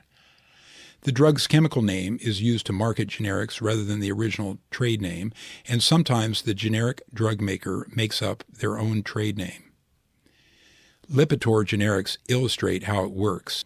Richard Mason, Harvard, collected 36 samples of this statin drug from 15 countries and 24 manufacturers between 2011 and 2013. Analysis proved that 33 had impurities that thoroughly compromised them. This is beyond atrocious, but the backstory is worse. When the patented version of Lipitor was originally studied during its approval process, only 2 small groups lived longer: those who had a previous heart attack and possibly those with hereditary high cholesterol. This alleged success was used to support marketing to nearly anyone with a slightly high cholesterol. There are now 35 million U.S. citizens taking Lipitor. It is not just the best-selling statin, but in 2011 it was the best-selling medication of all time. Lipitor was an ideal drug for fraudulent generic copies because the genuine item was nearly worthless. Neither the doctors, the public, the study authors, nor the writers of the 2 otherwise excellent resource books I used for this chapter ever understood the irony. Although brand-name drug makers are guilty of many sins, they are rarely accused of poor manufacturing standards. They get so much money from the monopoly and third-party reimbursement that they can afford to make the drugs accurately. Their only recent production issues have been Gilead's hepatitis C drug and a few cancer, migraine, and HIV medicines. The generics are another story. Because of our soaring drug prices, 80% of all U.S. medications now originate in India or China, counting both ingredients and finished products. In 1970, Indian law allowed copying patented drugs. The only requirement was that the manufacturer had to alter some step in their process. Soon they were producing 40% of our generics. Some are close replicas, others are weak, and some have extra ingredients that produce harmful effects. When doctors use weak, which is substandard, or ineffective, counterfeit, drugs for sick people, suffering and occasional death result. With antibiotics, weak ones breed resistant bacteria, the superbugs. Proper drug manufacture requires painstakingly clean and sometimes sterile chemistry. Testing and documentation at every step is the traditional way to assure quality, and this is expensive. If the makers cut corners, the savings are at least 25%. The horror stories about careless overseas manufacture include tablets containing bugs, glass, and hair. Inspectors have discovered facilities with bird infestations and a sterile factory in the middle of a pig farm. There are thousands of drug-making shops, and monitoring them all is impossible. Catherine Eben, in her book Bottle of Lies, published in 2019, depicts the FDA as sluggish, grossly underfunded, understaffed, uncaring, incompetent, and sometimes corrupt. Worst of all, they are under severe political pressure to speed cheap foreign generics through the approval process. Despite this, and although we regard the Japanese and European agencies highly, the FDA is still the world leader in quality assurance. Their goal is to do an investigation every 2 years on every U.S. and overseas manufacturing operation that makes products sold in the U.S. This happens domestically, but abroad they are lucky to perform one check per facility every 10 years. Surprise inspections are routine in the U.S., but in foreign countries, the FDA allows scheduling, so managers have a few weeks to clean things up before investigators arrive. In the past, plant records were on paper, but now computer systems pose additional difficulties for auditors. With a visit of only 5 to 7 days, even the most sophisticated, motivated, and aggressive inspector has trouble sorting out what is happening at a manufacturing plant. Since they are paid U.S. government wage scales, inspectors are rarely enthusiastic about foreign travel. Other obstacles include language and cultural barriers, bribery, threats, and even being housed in bugged hotel rooms that allow the local managers to listen to their conversations. The FDA has comprehensive rules about drug making, and most inspectors try to enforce them. Peter Baker, a top inspector who was working in India, resorted to looking in the facility's garbage for discarded complaint files and testing documents. He chased employees through buildings after observing them hiding records. He got into computer systems and found fake data. He caught entire rooms of people falsifying information. The rise and fall of Ranbaxy, an Indian corporation, is Eben's major story. She quotes Dinesh Thakur, one of their employees, quote, Ranbaxy substituted lower purity ingredients for higher ones, altered test parameters so that formulations with higher impurities could be approved. They faked dissolution studies and crushed up brand-name drugs so that they could be tested in lieu of the company's own drugs. They superimposed brand-name test results onto their own and fraudulently mixed and matched data streams and invented data. Document forgery was pervasive. Employees backdated documents and then artificially aged them in a steamy room overnight in an attempt to fool regulators. It was common knowledge throughout the corporation. He warned his supervisors that their only option was a systemic overhaul. They ignored him. He quit, and he contacted the FDA in August 2005. Whistleblowers in India sometimes get murdered. Thacker's spiritual and ethical compass drove him to risk his life and career for the patients taking his company's drugs. The FDA was clueless about Ranbaxy, but when Thacker handed them nearly every detail, they opened a file. By 2008, 3 years after Thacker's first contact, they had done little. The agency only woke up when the Maryland U.S. attorney filed a court motion about Ranbaxy. This reported that there was a, quote, pattern of systemic fraudulent conduct by the company, and that the, quote, violations continue to result in the introduction of adulterated and misbranded products into interstate commerce with the intent to defraud or mislead. 2 weeks later, the FDA received a heads-up email that there would be a congressional investigation into why the agency had not banned Ranbaxy's products from the U.S. After the second warning, the FDA administrators began writing memos justifying themselves. They banned drugs coming into the U.S. from 2 Ranbaxy plants, but did not recall medications that were already in the U.S. After Thacker left the company, his fortunes and finances declined. He initially did not understand that he could ever get paid for standing up to Ranbaxy, but years later, U.S. class action lawyers took the case. After arduous litigation, Thacker received $48 million. He then worked for 2 years on a lawsuit against the Indian federal government claiming their broken drug regulation structure was unconstitutional there. His lawyers billed him $250,000, but the court dismissed the case after a brief hearing. His motivation was never about the money. Ranbaxy might be an extreme case, but Catherine Eben shows that clumsy oversight by the FDA of foreign corporations causes harmful drugs, injured patients, and corporate corruption. More stories from Eben. GVK Biosciences was a contract research organization used by Indian firms to document their medication quality.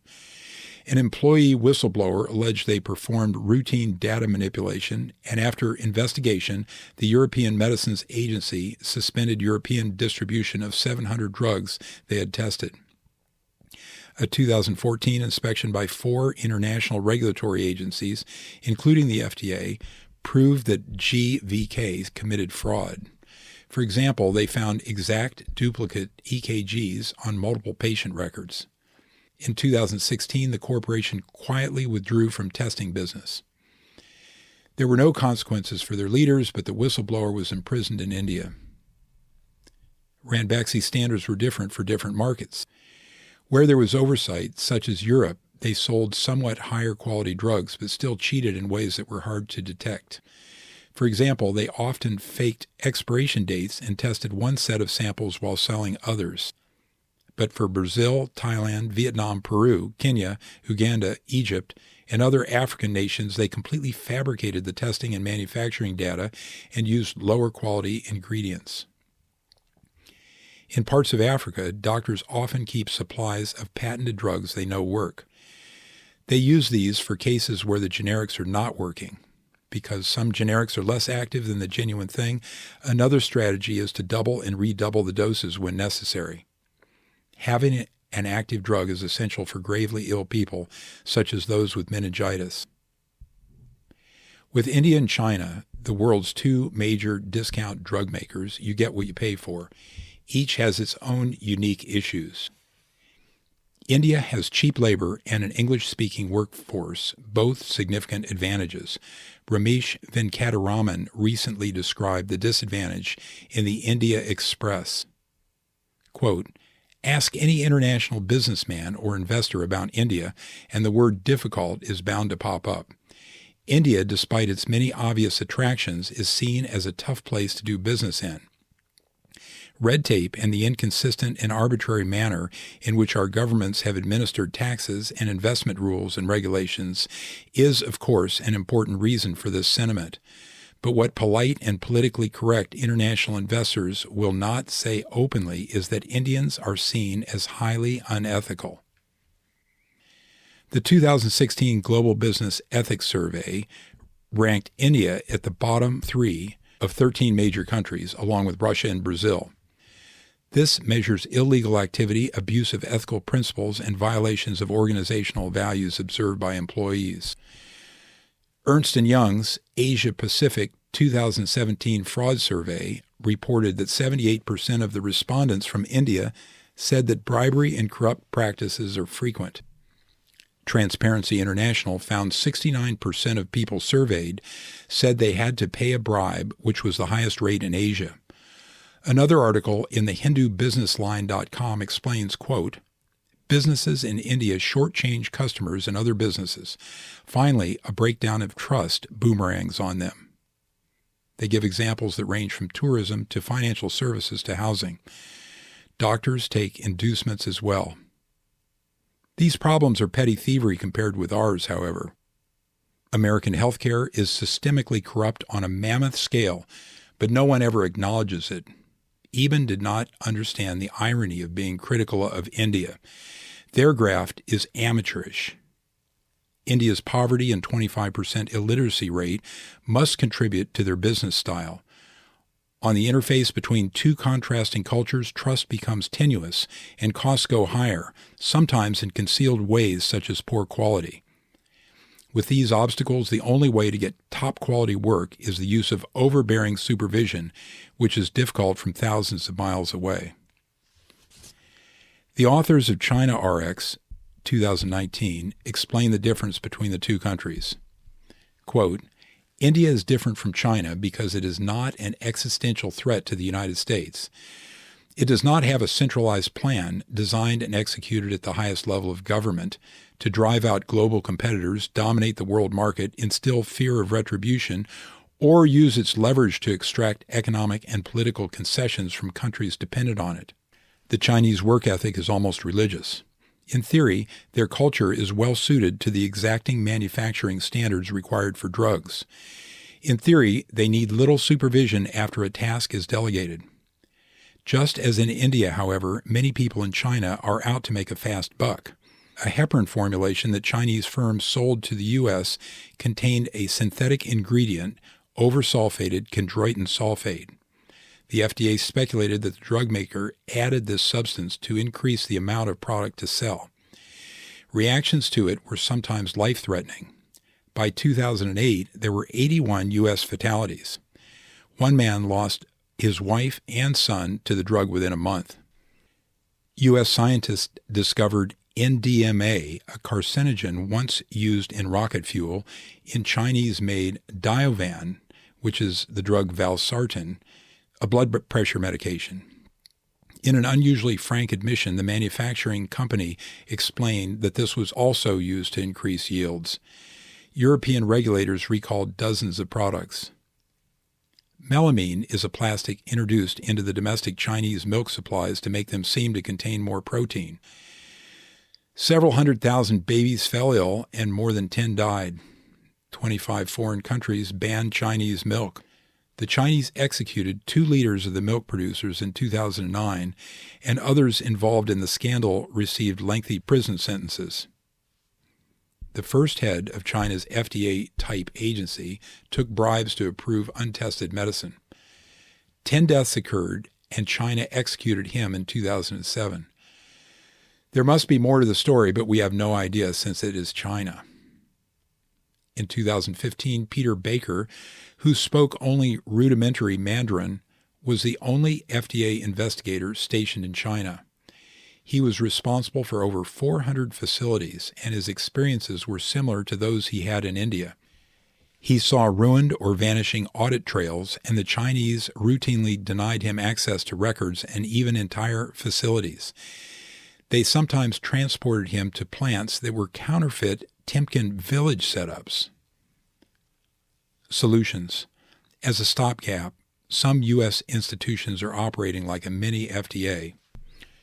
For example, Cleveland Clinic detected reduced efficacy of certain generics after the cardiology patients who took them got sick or even died.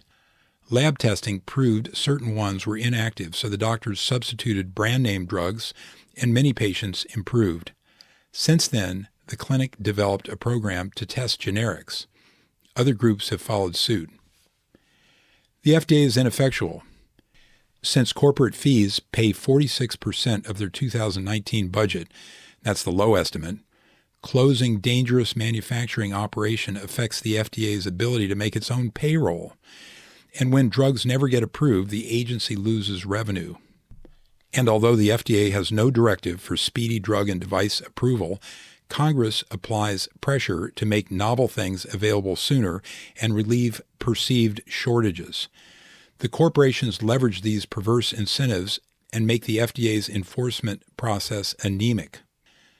The following would fix our system.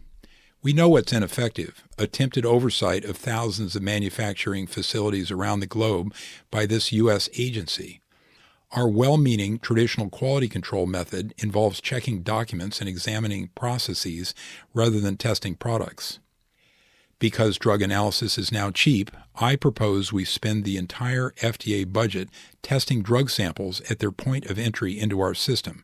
They've already started limited testing programs, but the budget is only a few $1 million.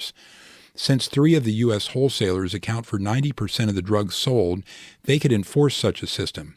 They pay our taxes and could be penalized if they don't cooperate. When we discover weak or harmful drugs, we must fine or ban overseas companies from our marketplace. The money received must go back into the general tax revenue. It should never go back to the FDA because, like user fees, this works like a kickback. This system, I suggest, might substitute for all the rules, checklists, investigative work, and inspectors riding around on bad roads in foreign countries. Why should we care about the manufacturing process if the ultimate results are acceptable? Chapter 14. Patient Tips. Survival in Drug World. Drug world is a shocking place. We must face this unpleasant reality if we do not want to surrender our health to corporate marketers. Few doctors understand and fewer admit that our system is nearly anarchy. Inside the pharma companies, the denial is even deeper. They have hundreds of thousands of nice, well-meaning, and even idealistic people. Peter Ross explains in his book, Whistleblower, published in 2006, how group behavior and peer pressure transform these ordinary individuals into a criminal hive, a situation analogous to war crimes. He was an executive for several of these companies. The COVID vaccine is a false promise. At the publication date, Big Pharma, led by Pfizer, is telling us they will deliver us from coronavirus. There will, of course, be a vaccine, and it will be costly. Proof of its efficacy will be shrouded in adulterated studies. If a true immunization is developed, it would be the first time in history anything like this ever happened in such a time frame. Orwell's 1945 quote about the delusions of academics applies to this. One has to belong to the intelligentsia to believe things like that. No ordinary man could be such a fool. Can we trust any medications? A limited set are essential for health care. Many have addictive qualities because our bodies try to adapt to them. These include opioids for pain, all drugs used for psychiatry, and most drugs used for neurology. Aspirin, statins, and calcium channel blockers also cause withdrawal syndromes. Even diuretics, or water pills, which are harmless compared to others, may put patients who quit them through weeks of swelling. You may now think most drugs are a net harm, and I agree. Since side effects can be serious, taking anything is a risk. Once you understand this, you may discontinue some of yours. If you try to quit, get help from your doctor. Doing your own reading and preparation makes it easier to work with them. It will also give you the confidence to decide for yourself. You learn that some health rules you thought were rigid are actually flexible. The first principle is to avoid drugs if you can. For example, it's all right to say no to cancer treatments that work poorly or not at all. See the failed cancer treatments chapter later. Another example, some drugs used to control heart rhythm kill more people than they save. If you are treated with one, be sure you understand why. Drugs prescribed solely to alter laboratory readings are mostly inadvisable. Perhaps you have been told that there is something wrong with your blood pressure, cholesterol, sugar, or bone density. For each of these, lifestyle changes have more benefits than drugs. Question every prescription. At worstpills.org, they, quote, list the drugs we and our consultants think you should not use. For each of these, we recommend safer alternatives. This excellent website is worth the small yearly fee. Their simple rule is to wait 7 years after drugs go on the market before using them. Lack of efficacy and harmful side effects are usually apparent by then. They describe the, quote, 7 deadly sins of medication use. You can often spot them even if your physician does not. The following are from their superb article, Misprescribing and Overprescribing of Drugs. First, treating side effects of one drug with more drugs. Second, prescribing drugs when lifestyle changes are more effective. Third, using drugs that do not work. Virus treatment with antibiotics is an example. Fourth, use of new drugs rather than the simplest and the cheapest. Fifth, prescribing multiple drugs that interact with each other. Seventh, multiple drugs are used rather than just one. Eighth, prescribing drugs in doses that are too high. If you decide that you need medications, price shop them. Several websites show the cheapest cost for each insurance plan. You can often find drugs for even less than your copay. See healthwarehouse.com, goodrx.com, blinkhealth.com, werx.org, Costco and Sam's Club, independent and grocery store pharmacies, and shopping outside the U.S. Watch your retail pharmacy closely to avoid being overcharged. They're not like a grocery store. Price shopping for food is natural, you understand it, and in some stores, prices are nearly wholesale anyway. Since you rarely go to the pharmacy, price comparison is more difficult. You know much less about drugs than the pharmacist, and they will gouge you if you are not careful.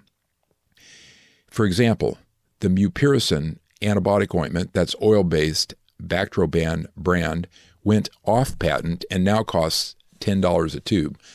The company later patented a cream, water-based, and priced it at $80. Know the difference, or they will sell you the expensive type. The ointment is better for most things anyway. Generic versus patented drugs. The flip side of price shopping is that you may be handed cheaper generics. In theory, they are identical, but the quality control on foreign manufactured generics is inferior to the brand names, and this may translate into problems for you. Since you often get a different generic every time you reorder, you may find some are weaker or problematic in other ways. I have observed this when prescribing calcium channel blocker blood pressure medications. The patented ones seem to work better with fewer side effects. Another example, I prescribed a generic beta blocker drug called metoprolol, which was supposed to work for 24 hours. But after only 12 hours, the patient's heart rate would go up and the patient would go into an abnormal heart rhythm called atrial fibrillation. This meant the drug was shorter acting than the manufacturer claimed. I even tried having the patient cut the pills in half and take them every 12 hours, but this also worked poorly. Here's how drug names work. The industry usually creates both a confusing chemical name and also a catchy trade name to use when harassing doctors and patients. Celebrex, for example, has a chemical name of Selexcoxib. Medical journals traditionally use the chemical name. I've used whatever seems more readable here. Since patented medications are more dependable than generics, look for them overseas. Most manufacturers sell their patented drugs in other countries at a fraction of the U.S. price, often using another brand name. You can purchase them by mail order from foreign pharmacies' websites. Some are over-the-counter there, making this easy. Best of all, the prices are cheaper elsewhere. Sometimes they are 50 to even 98% less than in the U.S.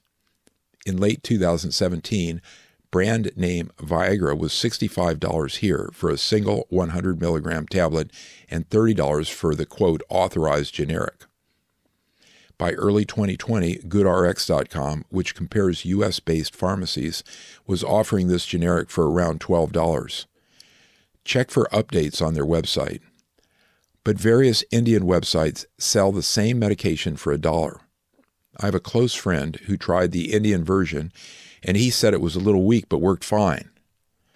The industry calls this reimportation, and they aggressively oppose it, supposedly to protect drug quality. Several state governments have championed their citizens' rights to order abroad, however. There were congressional fights in the early 2000s to make this lawful nationwide, but our bought-and-paid-for legislature continues to block it. The compromise seems to leave it illegal, but not to prosecute anyone. Since the FDA does not reach out of the U.S., there are more quality issues abroad. A maker might fake a brand name. A generic might have no active ingredients or even contain contaminants. But by 2014, wholesalers were importing 80% of the drugs and ingredients used here anyway. European pharmacies get most of their drugs from other countries as well. PharmacyChecker.com can tell you if the medications ordered overseas are likely okay. The best policy is always caveat emptor. Learn as much as you can before you buy and observe the effects of anything you take. And be just as careful at Walgreens as when buying internationally. For another point of view, scan the World Health Organization, that's WHO, model list of essential medicines. These are 460 mostly sensible drugs, the vast majority old generics. Dull as it sounds, it is interesting reading for most practicing physicians. To get a flavor for this list, the only statin drug is Zocor, which has been off patent since 2006. Blood pressure medications include diuretics, that's water pills, a few ACE inhibitors, and some venerable off-patent calcium channel blockers. The only antidepressants are amitriptyline and Prozac, the oldest ones in each category, and the only antipsychotic is another senior citizen, Haldol. They include no atypical antipsychotics.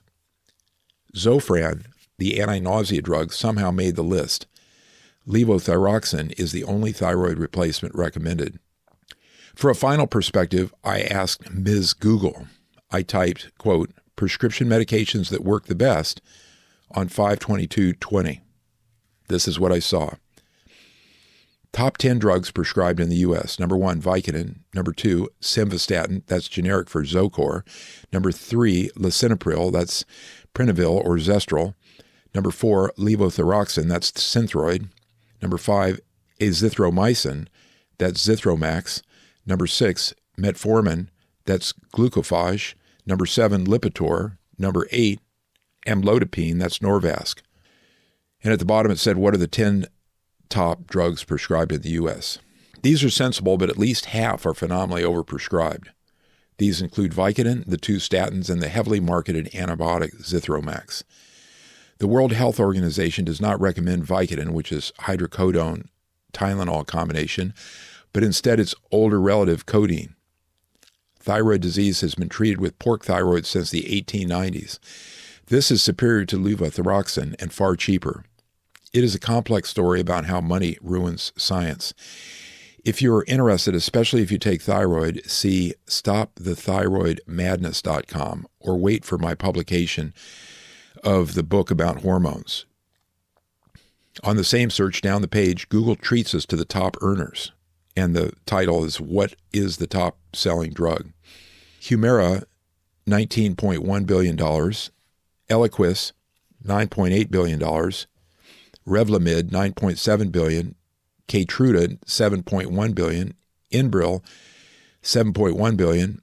Herceptin, $7 billion. Avastin, $6.9 billion. Isla, $6.7 billion. These are exotics, specialty drugs, mostly for specialty diseases with special price tags and equally special names. They treat multiple myeloma, blood clots, cancers, and inflammatory diseases. Humira, the biggest earner for 2 years, treats rheumatoid and other kinds of arthritis. Patients who use it may enjoy a copay assistance program, which magically transforms a bill of over $6,000 a month to $35, shifting the costs onto the other insureds or the taxpayer.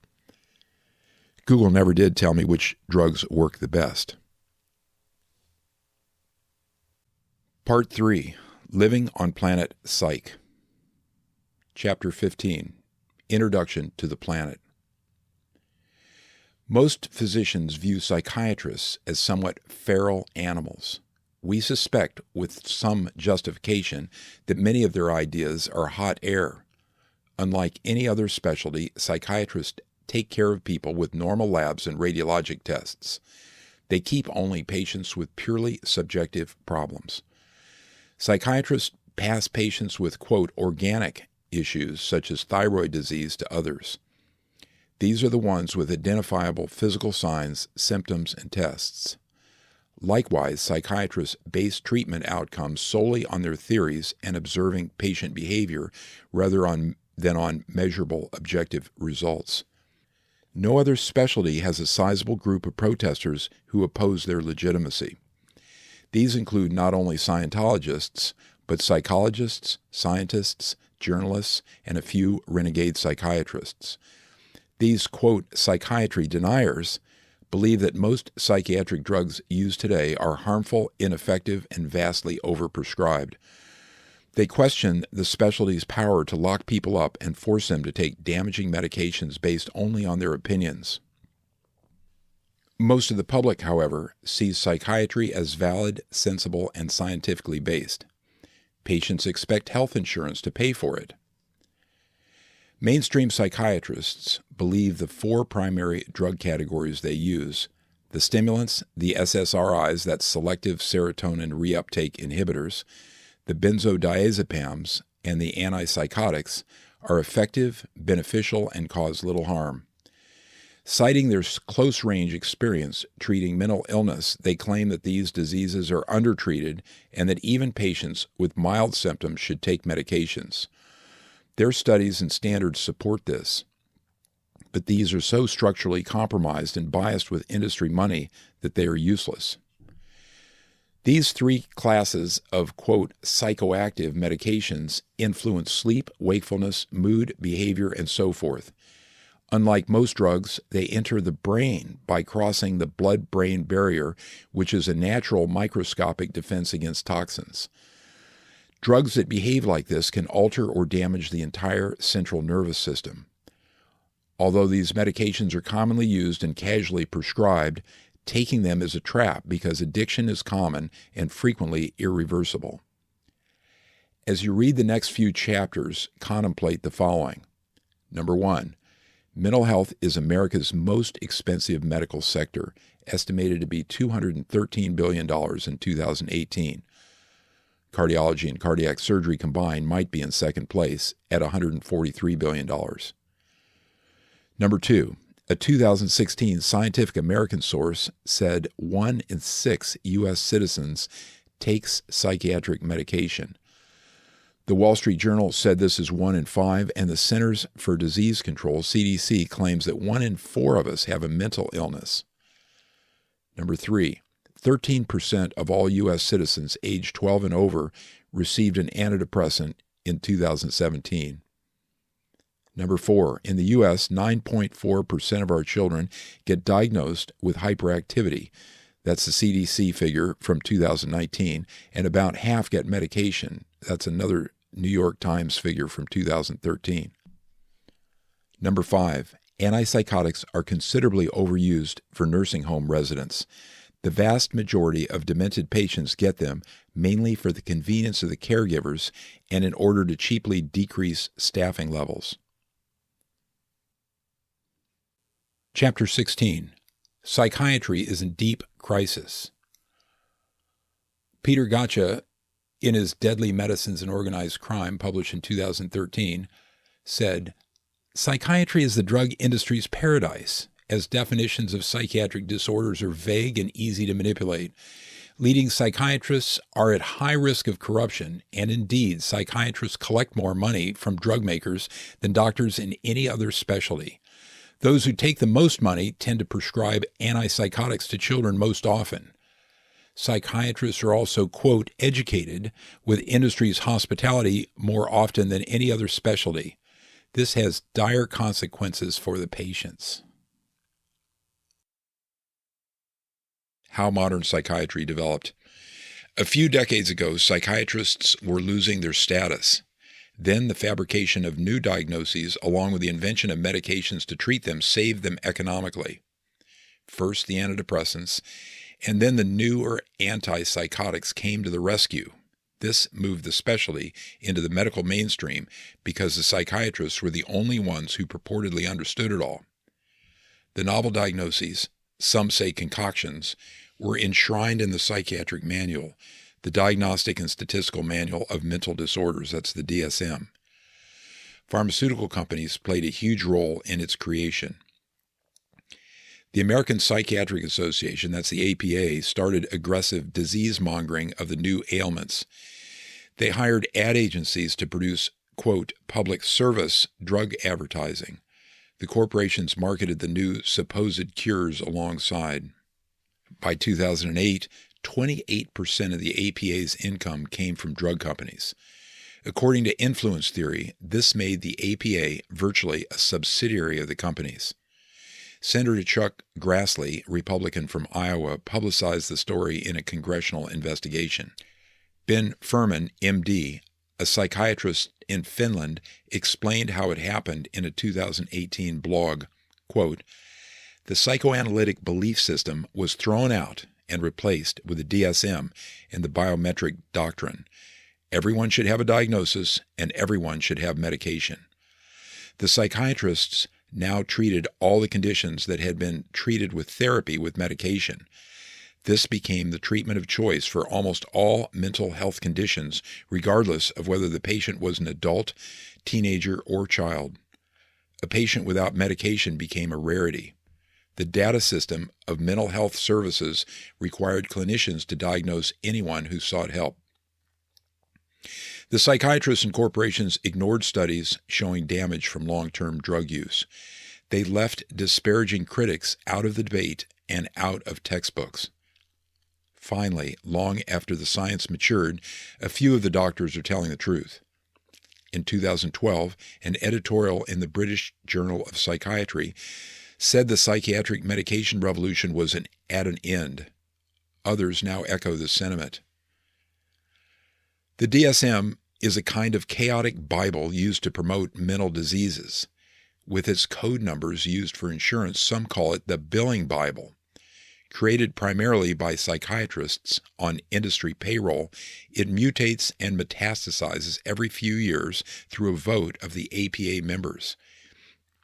In 2017, after many additions, it was 947 pages long. Insiders have decried its intellectual disarray for decades.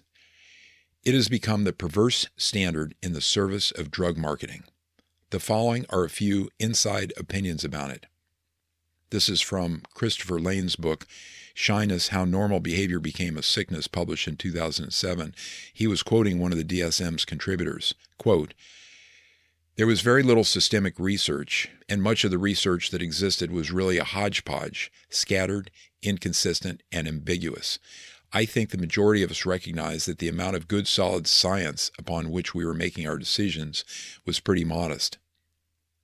A second quote is by Alan Francis, who was the lead psychiatrist for DSM-4 and the author of his book, Saving Normal, published in 2013. Quote, "I pictured all these normal enough people being captured in the DSM-5's excessively wide diagnostic net, and I worried that many would be exposed to unnecessary medicine with possibly dangerous side effects. The drug companies would be licking their chops, figuring out how best to exploit the inviting new targets for their well-practiced disease mongering. I was keenly alive to the risks because of painful first-hand experience. Despite our efforts to tame excessive diagnostic exuberance, DSM-4 had since been misused to blow up the diagnostic bubble." The next quote is Bruce E. Levine, psychologist and journalist. Quote, "The National Institute of Mental Health, NIMH, in 2013 finally tossed the DSM, psychiatry's diagnostic system, into the wastebasket."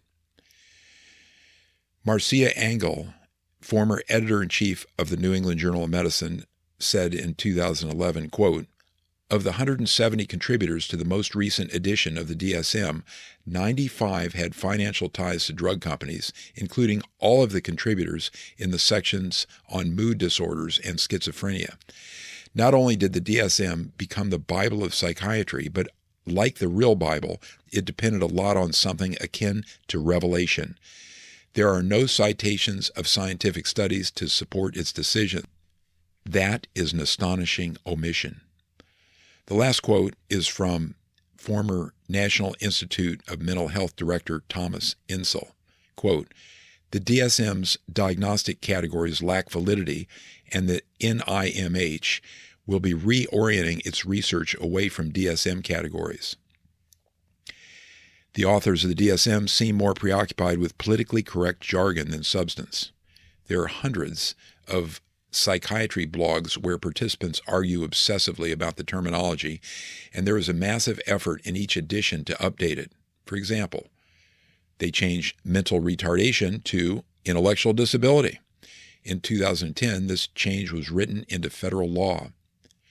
Multiple personality disorder morphed into dissociative identity disorder for the DSM-5. Other diagnoses were hatched. For example, disruptive mood dysregulation disorder and premenstrual dysphoric disorder. This was formerly late luteal phase dysphoric disorder. For many more samples, scan the entire document online. I read it for hours and did not think it got any better. To understand the DSM-5 better, scan the following excerpt. This is a quote. Criteria for oppositional defiant disorder. A pattern of angry, irritable, mood argumentative defiant behavior or vindictiveness lasting at least 6 months as evidenced by at least 4 symptoms from any of the following categories and exhibited during interaction with at least one individual who is not a sibling. First, angry, irritable mood. Number 1, often loses temper. Number 2, is often touchy or easily annoyed. Number 3, is often angry and resentful. Second, argumentative defiant behavior. Often argues with authority figures or, for children and adolescents, with adults. Often actively defies or refuses to comply with requests from authority figures or with rules. Often deliberately annoys others, often blames others for his or her mistakes or misbehavior. Parents of boys need no other commentary unless they support using medications with pernicious side effects to suppress normal but somewhat irritating behavior. The DSM has worldwide influence. It is the ultimate resource for courts, doctors, prisons, hospitals, and insurance companies. These diagnoses lock people into legal and therapeutic boxes, but they're of dubious benefits since the drugs work poorly and promote chronicity. Since withdrawal from these medications is severe and mimics the conditions treated, long-term use becomes almost inevitable. The corporations blatantly falsify research to get psychiatric drugs approved. The study deceits I reviewed in the FDA chapter are all used. Studies that show drugs do not work get concealed. Positive reviews get published multiple times, and the journals mostly only print the data that shows the drugs work. These last 2 tricks are such standard practice that the drug makers have internal names for them, quote, salami slicing and, quote, cherry picking, respectively. Another often used fraud is to compare massive doses of an old drug, such as Thorazine, with standard doses of a new medication. This makes the side effects of the new one look modest. In proper drug studies, patients who take a placebo are compared with those consuming the genuine thing. However, in some psychiatric research, the people chosen to receive the sugar pill recently discontinued an older antipsychotic such as Thorazine. They are having withdrawal effects such as severe restlessness, which is called akathisia, and anxiety. Placebo patients should not have any reactions. When such a trial is over, the lie is told that the treatment group using the drug had fewer ill effects, fewer side effects than the sugar pill group, which is absurd. Psychiatric drugs are disasters. For example, Hingartner and his colleagues did a 30-year prospective study of 591 depressed Swiss adults at the University of Zurich. They found that no use of SSRI, that's the Prozac class medications, had better patient outcomes than some use, which in turn had better results than long-term use. After 9 years, they reported that the SSRIs caused more depression rather than less. The benzodiazepines, the Valium class drugs, relieve anxiety for a few weeks, but after a month they stop working. After this, patients require higher doses to produce the same effects. Later, if the drugs are discontinued, months of agonizing dread, sleeplessness, and crippling nervousness commonly occur. The original studies of Xanax for anxiety were for 14 weeks. After 4 weeks, it was working. After 8 weeks, it was not. And at the end of the study, as the experimenters withdrew the drug from the patients, they got much worse. The psychiatrists and the drug maker ignored the longer-term results and claimed there was a net benefit based on the first 4 weeks. I have a reference here to Robert Whitaker's YouTube video that explains the whole thing. The FDA approved the drug, and it became not only the most commonly prescribed benzodiazepine, but the most frequently prescribed psychiatric medication. But Xanax is addictive, and most physicians are well aware of it by now. Other benzodiazepines are also hard to stop. Klonopin, which is clonazepam, is a chemically similar drug. One patient I worked with had used this 17-hour benzodiazepine to sleep every night for a decade. He decided to stop it. I wrote a compounding pharmacy prescription for smaller and smaller doses, so he tapered it over 3 months. He suffered with anxiety and sleeplessness the whole time, but felt better at the end. He said his energy and creativity both improved. Another example. Bipolar patients' outcomes are profoundly worse in today's medication era than they were before. Prior to the drugs, the disease often went away on its own, but now we treat children who have psychological ups and downs with a stimulant or antidepressant before their first severe mania develops. The ones treated with antidepressants have 4 times increased chances of becoming, quote, rapid cyclers, which means they have frequent recurrences. Robert Whitaker, a distinguished journalist, summarized the horrific medication problems in his book Anatomy of an Epidemic, published in 2010. Given what the scientific literature revealed about the long-term outcomes of medicated schizophrenia, anxiety, and depression, it stood to reason that the drug cocktails used to treat bipolar illness were unlikely to produce good long-term results. The increased chronicity, the functional decline, the cognitive impairment, and the physical illness. These are usual in people treated with a cocktail that often includes an antidepressant, an antipsychotic, a mood stabilizer, a benzodiazepine, and perhaps a stimulant too. This was a medical train wreck. Whitaker learned that most patients in emerging countries could not afford psychiatric drugs. Doctors there may even leave psychotic people unmedicated. The result is much less chronicity and some spontaneous cures. Almost half of the people with schizophrenia recover if they never get antipsychotics, but in the U.S., with treatment, this happens rarely or possibly never. History is also encouraging. Before the drugs were developed, some studies showed the same thing. But since Americans now medicate practically everyone, comparison with placebo has become impossible. In the U.S., mental illness, disability, and drug prescribing rose in tandem. Our psychiatric disability percentages have grown over tenfold since the modern medication era. Whitaker built a cautiously stated and well-referenced case that the medications were the cause. He also reported studies showing that within a few years, antipsychotics cause brain shrinkage in both monkeys and humans. Psychiatrists have pressures to pass out medications. I interviewed one who said, quote, "We cannot support our families unless we see a patient every 10 minutes and give them the latest drug.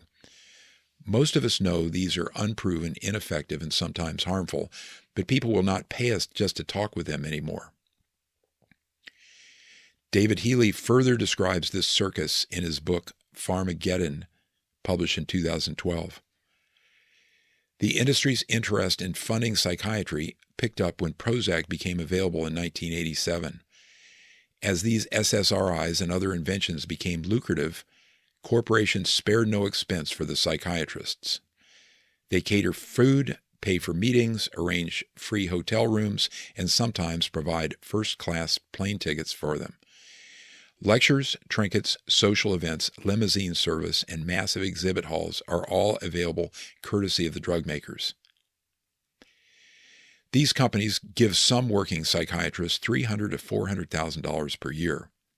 This creates the desired effect. For example, one group from the American College of Neuropsychopharmacology published a claim in 2004 that SSRIs did not cause youth suicides. They were discredited after the discovery that 9 of the 10 doctors on the panel had a financial relationship with the industry. The psychiatrists have credible excuses. The phenomena they treat are chronic and poorly understood. No labs, physical testing, or examination findings help make the diagnosis. Studying treatment is difficult because every detail is subjective. I felt sorry for them until I read about their misbehavior. Since nothing seems to help, in their frustration, they have historically tried about anything. Ice water baths, electrical brain shocks, that's electroconvulsive therapy or ECT, overdosing with insulin to crash the blood sugar, even a destructive brain surgery called lobotomy, for which the inventor received the 1949 Nobel Prize in Medicine. These were all discredited. ECT, for example, is no longer believed to be effective, and at least a third of those treated suffer substantial memory loss. Worse, the fatality rate is 1 out of 1,000. Psychiatrists customarily use medication combinations. They prescribe Topamax and Lamictal, which are unpleasant anti-seizure medications to treat various symptoms and side effects. Depression, drug abuse, anxiety, and bipolar disease are all treated off-label using these. Military psychiatrists are fond of giving these seizure treatment drugs to combat troops. They often throw antipsychotics into these, quote, drug cocktails. The side effects of all these medications include fever, hair loss, nausea, mood changes, dizziness, diarrhea, double vision, loss of appetite, and even suicide. Brexanolone is a steroid hormone approved in 2019 for postpartum depression. It requires 60 hours of medically supervised intravenous injection costing $34,000. Progesterone, a female hormone that rises during pregnancy and goes nearly to zero postpartum, can ease these symptoms. The 100 milligram dose is a patent drug, but compounding pharmacies can inexpensively provide the larger doses required for this condition. There is little interest in this because there is no huge price tag. Hallucinogens such as ketamine, which is used for date rape, or LSD, are recurrent fashions in psychiatry. Recent trials are underway to treat depression, anxiety, and post-traumatic stress disorder using small doses of these, and there is a lot of enthusiasm in some circles. LSD has been considered disreputable and classified Schedule I, which is no known use since the war on drugs in the 1970s, even though it has no fatal dose and its toxicities are modest compared with many prescriptions. Although these therapeutic uses may have merit, I fear they are further abuses, even though there is no patented way to profit from these older drugs yet. The mental health industry's ambition, now mostly realized, is to be the universal solution for every problem and to use the drugs for nearly anyone.